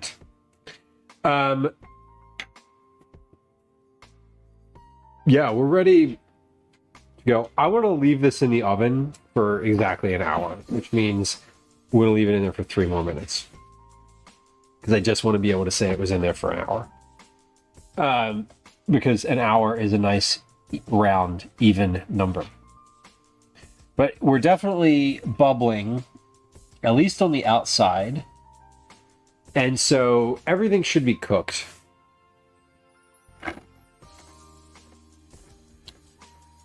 Everything should be cooked. I'm going to note what this looks like when I pull it out. Looks, smells, sounds like. Not what it feels like, because that feels like burning. And not what it tastes like immediately, because that doesn't help you know if it's finished. By the time you get to tasting it, it's all over.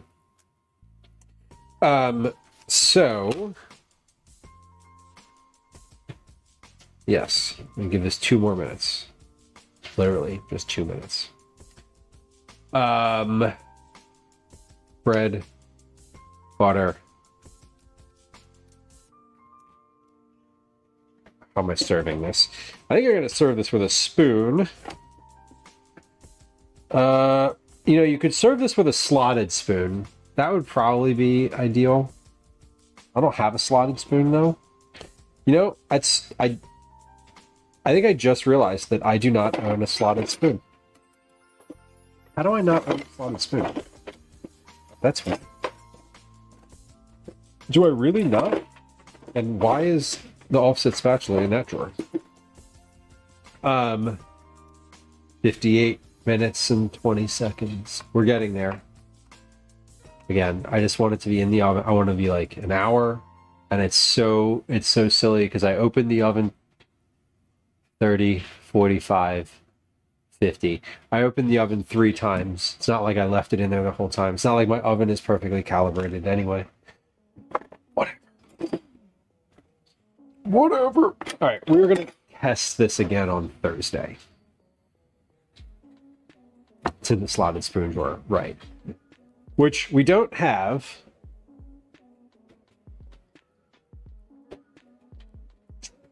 We don't. I cleaned out all my drawers the other day, if you recall. Yeah, the other day that I'm referring to was 6 weeks ago. 6 weeks ago, roughly. I cleaned out all of these drawers. I would know if I had a slotted spoon, and I know that I do not. Okay, so we're going to make some notes on appearances, regardless of whether or not I think this is in its best version of itself. Behind my ear. Have you heard there's a fun song by They Might Be Giants, which is a fun band if you're into weird humor, called Where Your Eyes Don't Go. And I recommend that you listen to it.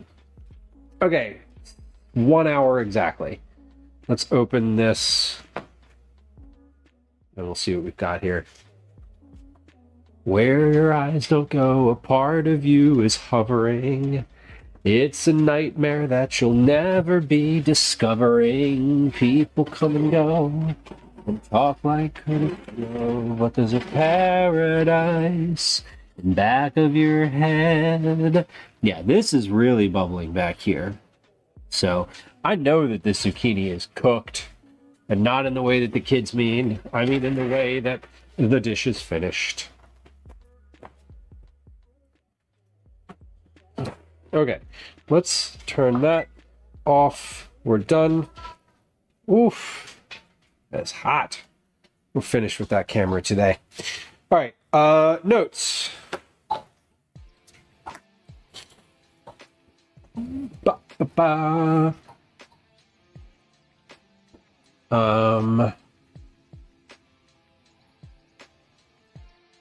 Cheese on the edge is browned.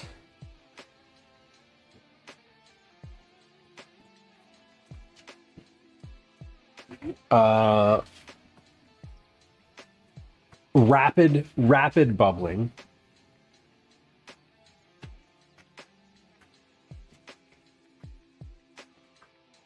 And I would say that the pizza sauce has darkened in color.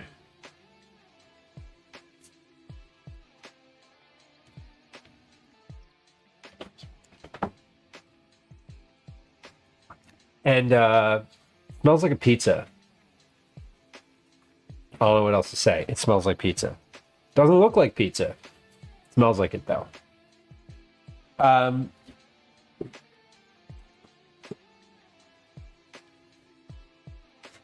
Can I see anything around the edge? Not really. I mean, it's like liquidy.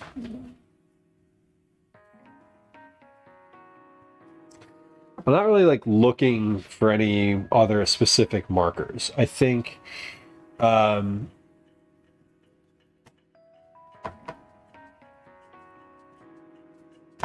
yeah, I think this is ready to try.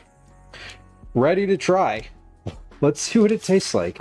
It doesn't look that bad. I mean, it looks I'll say it this way. It looks like I expected it to look, which is a casserole. Well, Uma, this is a zucchini pizza casserole. So the origin story, we all love a good origin story, right?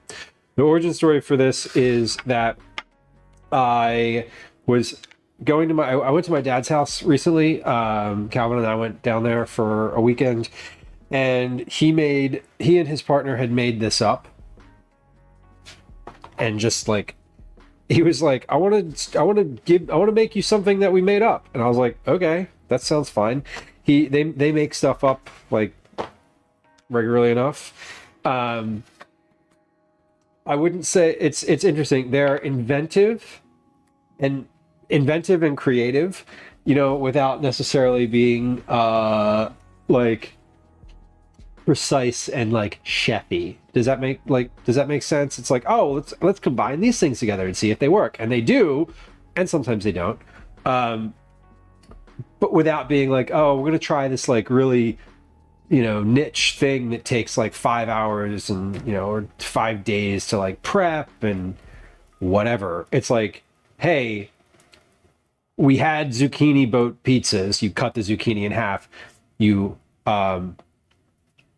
take the seeds out. What do you do with a zucchini pizza? You take the seeds out. How can I get this to be less watery? You take the seeds out.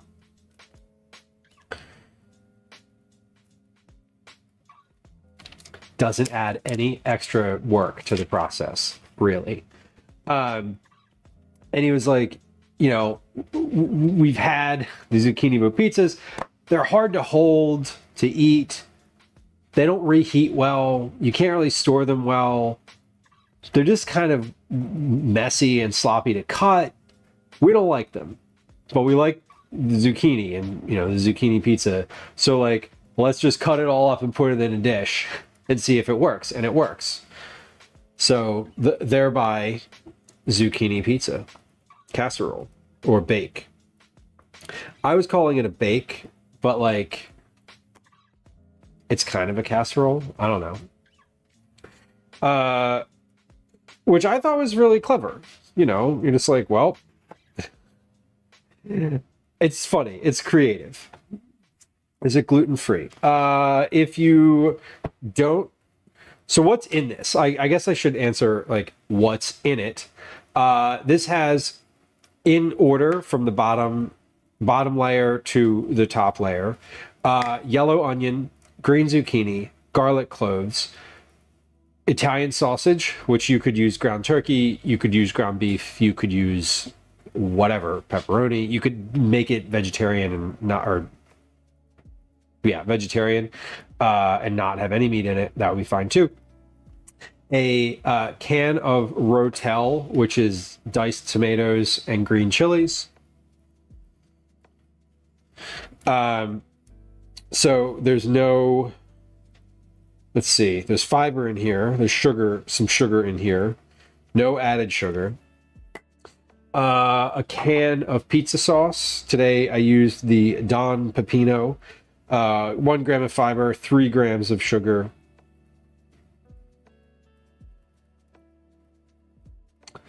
Pizza sauce.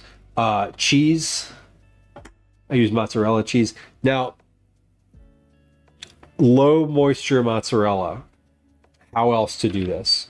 So when he said that they used the 4-cheese Mexican blend, I used whole milk mozzarella, which is more liquid.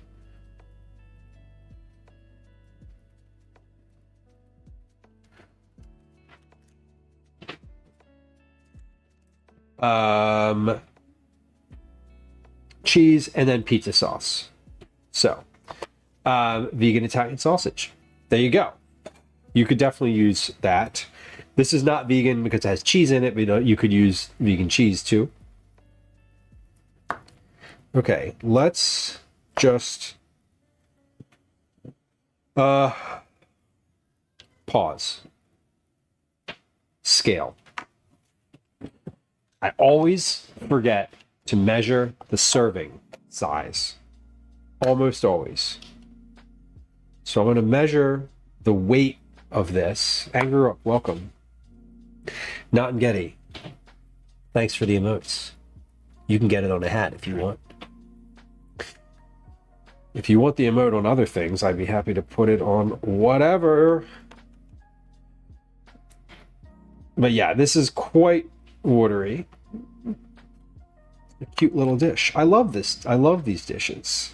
So yeah, I'm going to just like, let's forget the fact that this has a lot of water in the bottom, and we'll take the solids out. And we're going to judge it based on the taste of the solids, not the fact that it has all this water. Because we've just come up with 1, 2, 3, 4, 5 different ways to reduce the moisture content in this, which we will do on Thursday. So we're going to test this again. This is 7.6 ounces. Let's get 2 more zucchini pieces in there, and we'll call it 8. Yeah. Let's get 1 more zucchini piece in there, and we'll call it 8. Perfect. So this makes 2, 3, 4. This makes us about 6.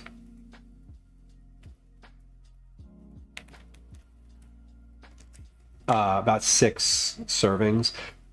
When I finish and like serve this to the family, I'll measure one of them with a cup measure, or I will get a serving, like measure with a cup measure. So yeah, there's a lot of liquid in the bottom of this. Now, I don't know if that is, I don't know how much was in the original that he made. I do know that this is a bit much for me, for my liking, which is fine.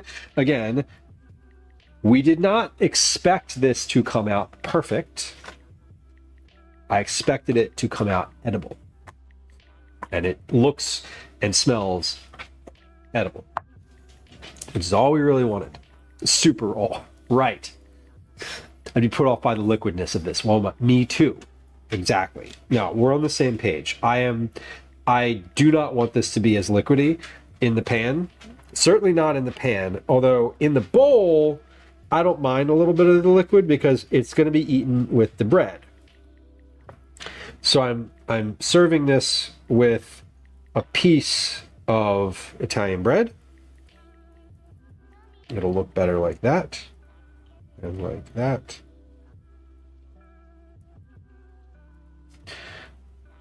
And so let's try it. Seasoned tomato paste would be pretty good too. It would be pretty good. That's a good suggestion. The sauce, I think there's a couple things that will explicitly reduce the moisture content in this. Draining the sausage, draining the rotel. Period. Removing the seeds, like just removing the seeds from the center of the zucchini, that's the most liquid dense part. And that's the part that, if you look here on this piece of zucchini, right? On this specific piece, like well, hard to tell, but the seeds, the part with the seeds in it is like gone on here, and the chunk is still here. So if you remove like a little line of the seeds, it will be less liquidy.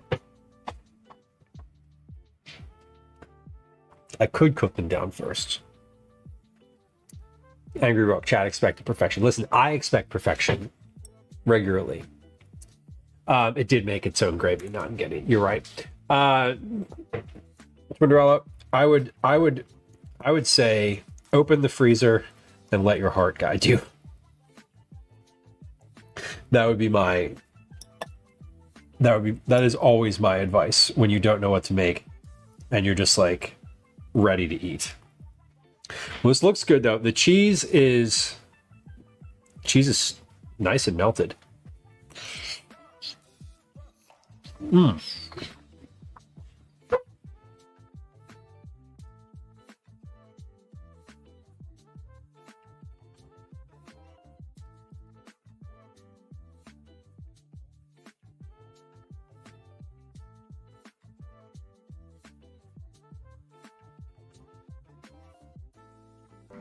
popular. I'm in danger. You're gonna be popular.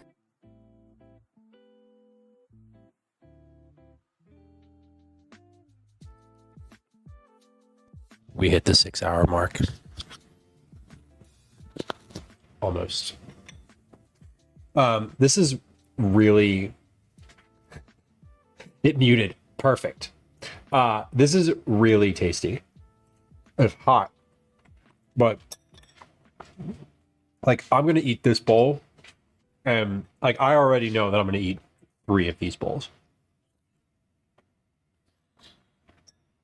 I am put off by the liquid in the tray. However, this is excellent taste-wise.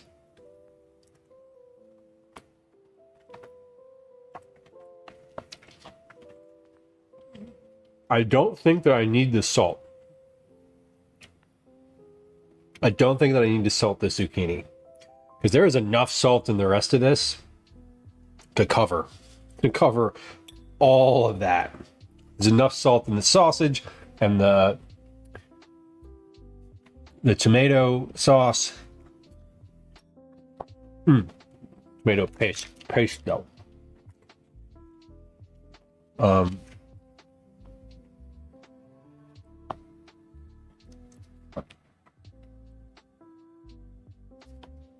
Could make it with some rice in here. You could make this with egg noodles in the bottom. Just like dried egg noodles would be great. You can make it with orzo.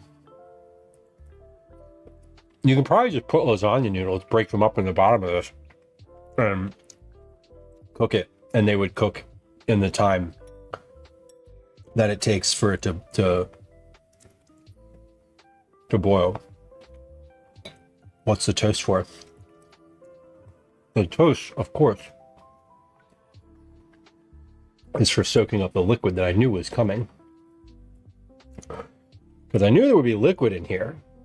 I didn't want that much liquid, but there's going to be liquid. There's zucchini. There's always going to be liquid. And the bread, god damn. Okay, when I told you and that he put this, my dad and his partner put this in front of me when I was sitting down there at their house to eat, and I was like, this looks insane. Like, not insane. I was like, this looks interesting. This looks like one of those things you see on like a dump dinner, right? You dump everything into a pan. It is, to be fair. This is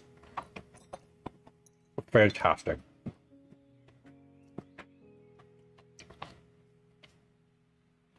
Keep looking at him. Why? You're transitioning through up and down the step. I don't know. The bread.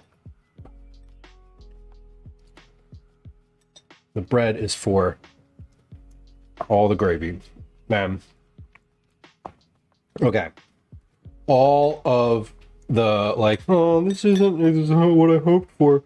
When I pulled this out, when I was like looking in the oven here, all of that is gone. All of that, like, worry.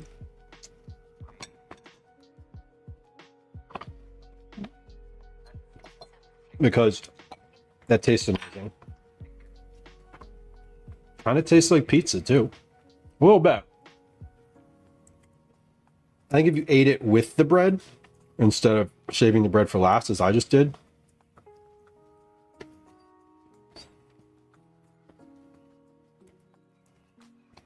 probably tastes a little more like pizza. You could also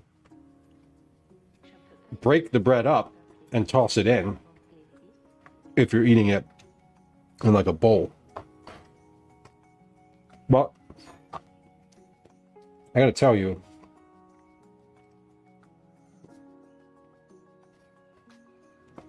that was really, really, really good. I'm gonna have a whole other... I'm gonna do that again with my family when I like call them down to eat dinner. That was excellent. Just excellent. Where do they get these dishes? Good question. J.C. Penney home. I got these from the kitchenwares department at J.C. Penney, apparently. I don't know, Jamie. I've had them for 20 years. Yeah, I grew up. The bread is not part of the recipe, but I do think that it's I would say it's pretty mandatory, generally speaking, for that reason. Excuse me. Oh my gosh. Okay. Thursday, we're definitely going to do a recipe test. Like, we're going to do this again on Thursday. All of that's going to get eaten. All that's definitely going to get eaten. We're going to do that again on Thursday, and then we'll probably do something else. Not probably. We'll definitely be doing something else. I'm not sure exactly what. But we'll be doing something else in the kitchen because I'm going to want to test that again now that I've gotten my notes about it. Cool. All right. So that's good. We've done good. I know we're going to raid today. Jamie, excited to make bread again. You know, I've never made bread. Maybe we could try to make bread sometime. Would that be fun? I mean, I know people enjoy it. I love bread. But I've never actually made it myself.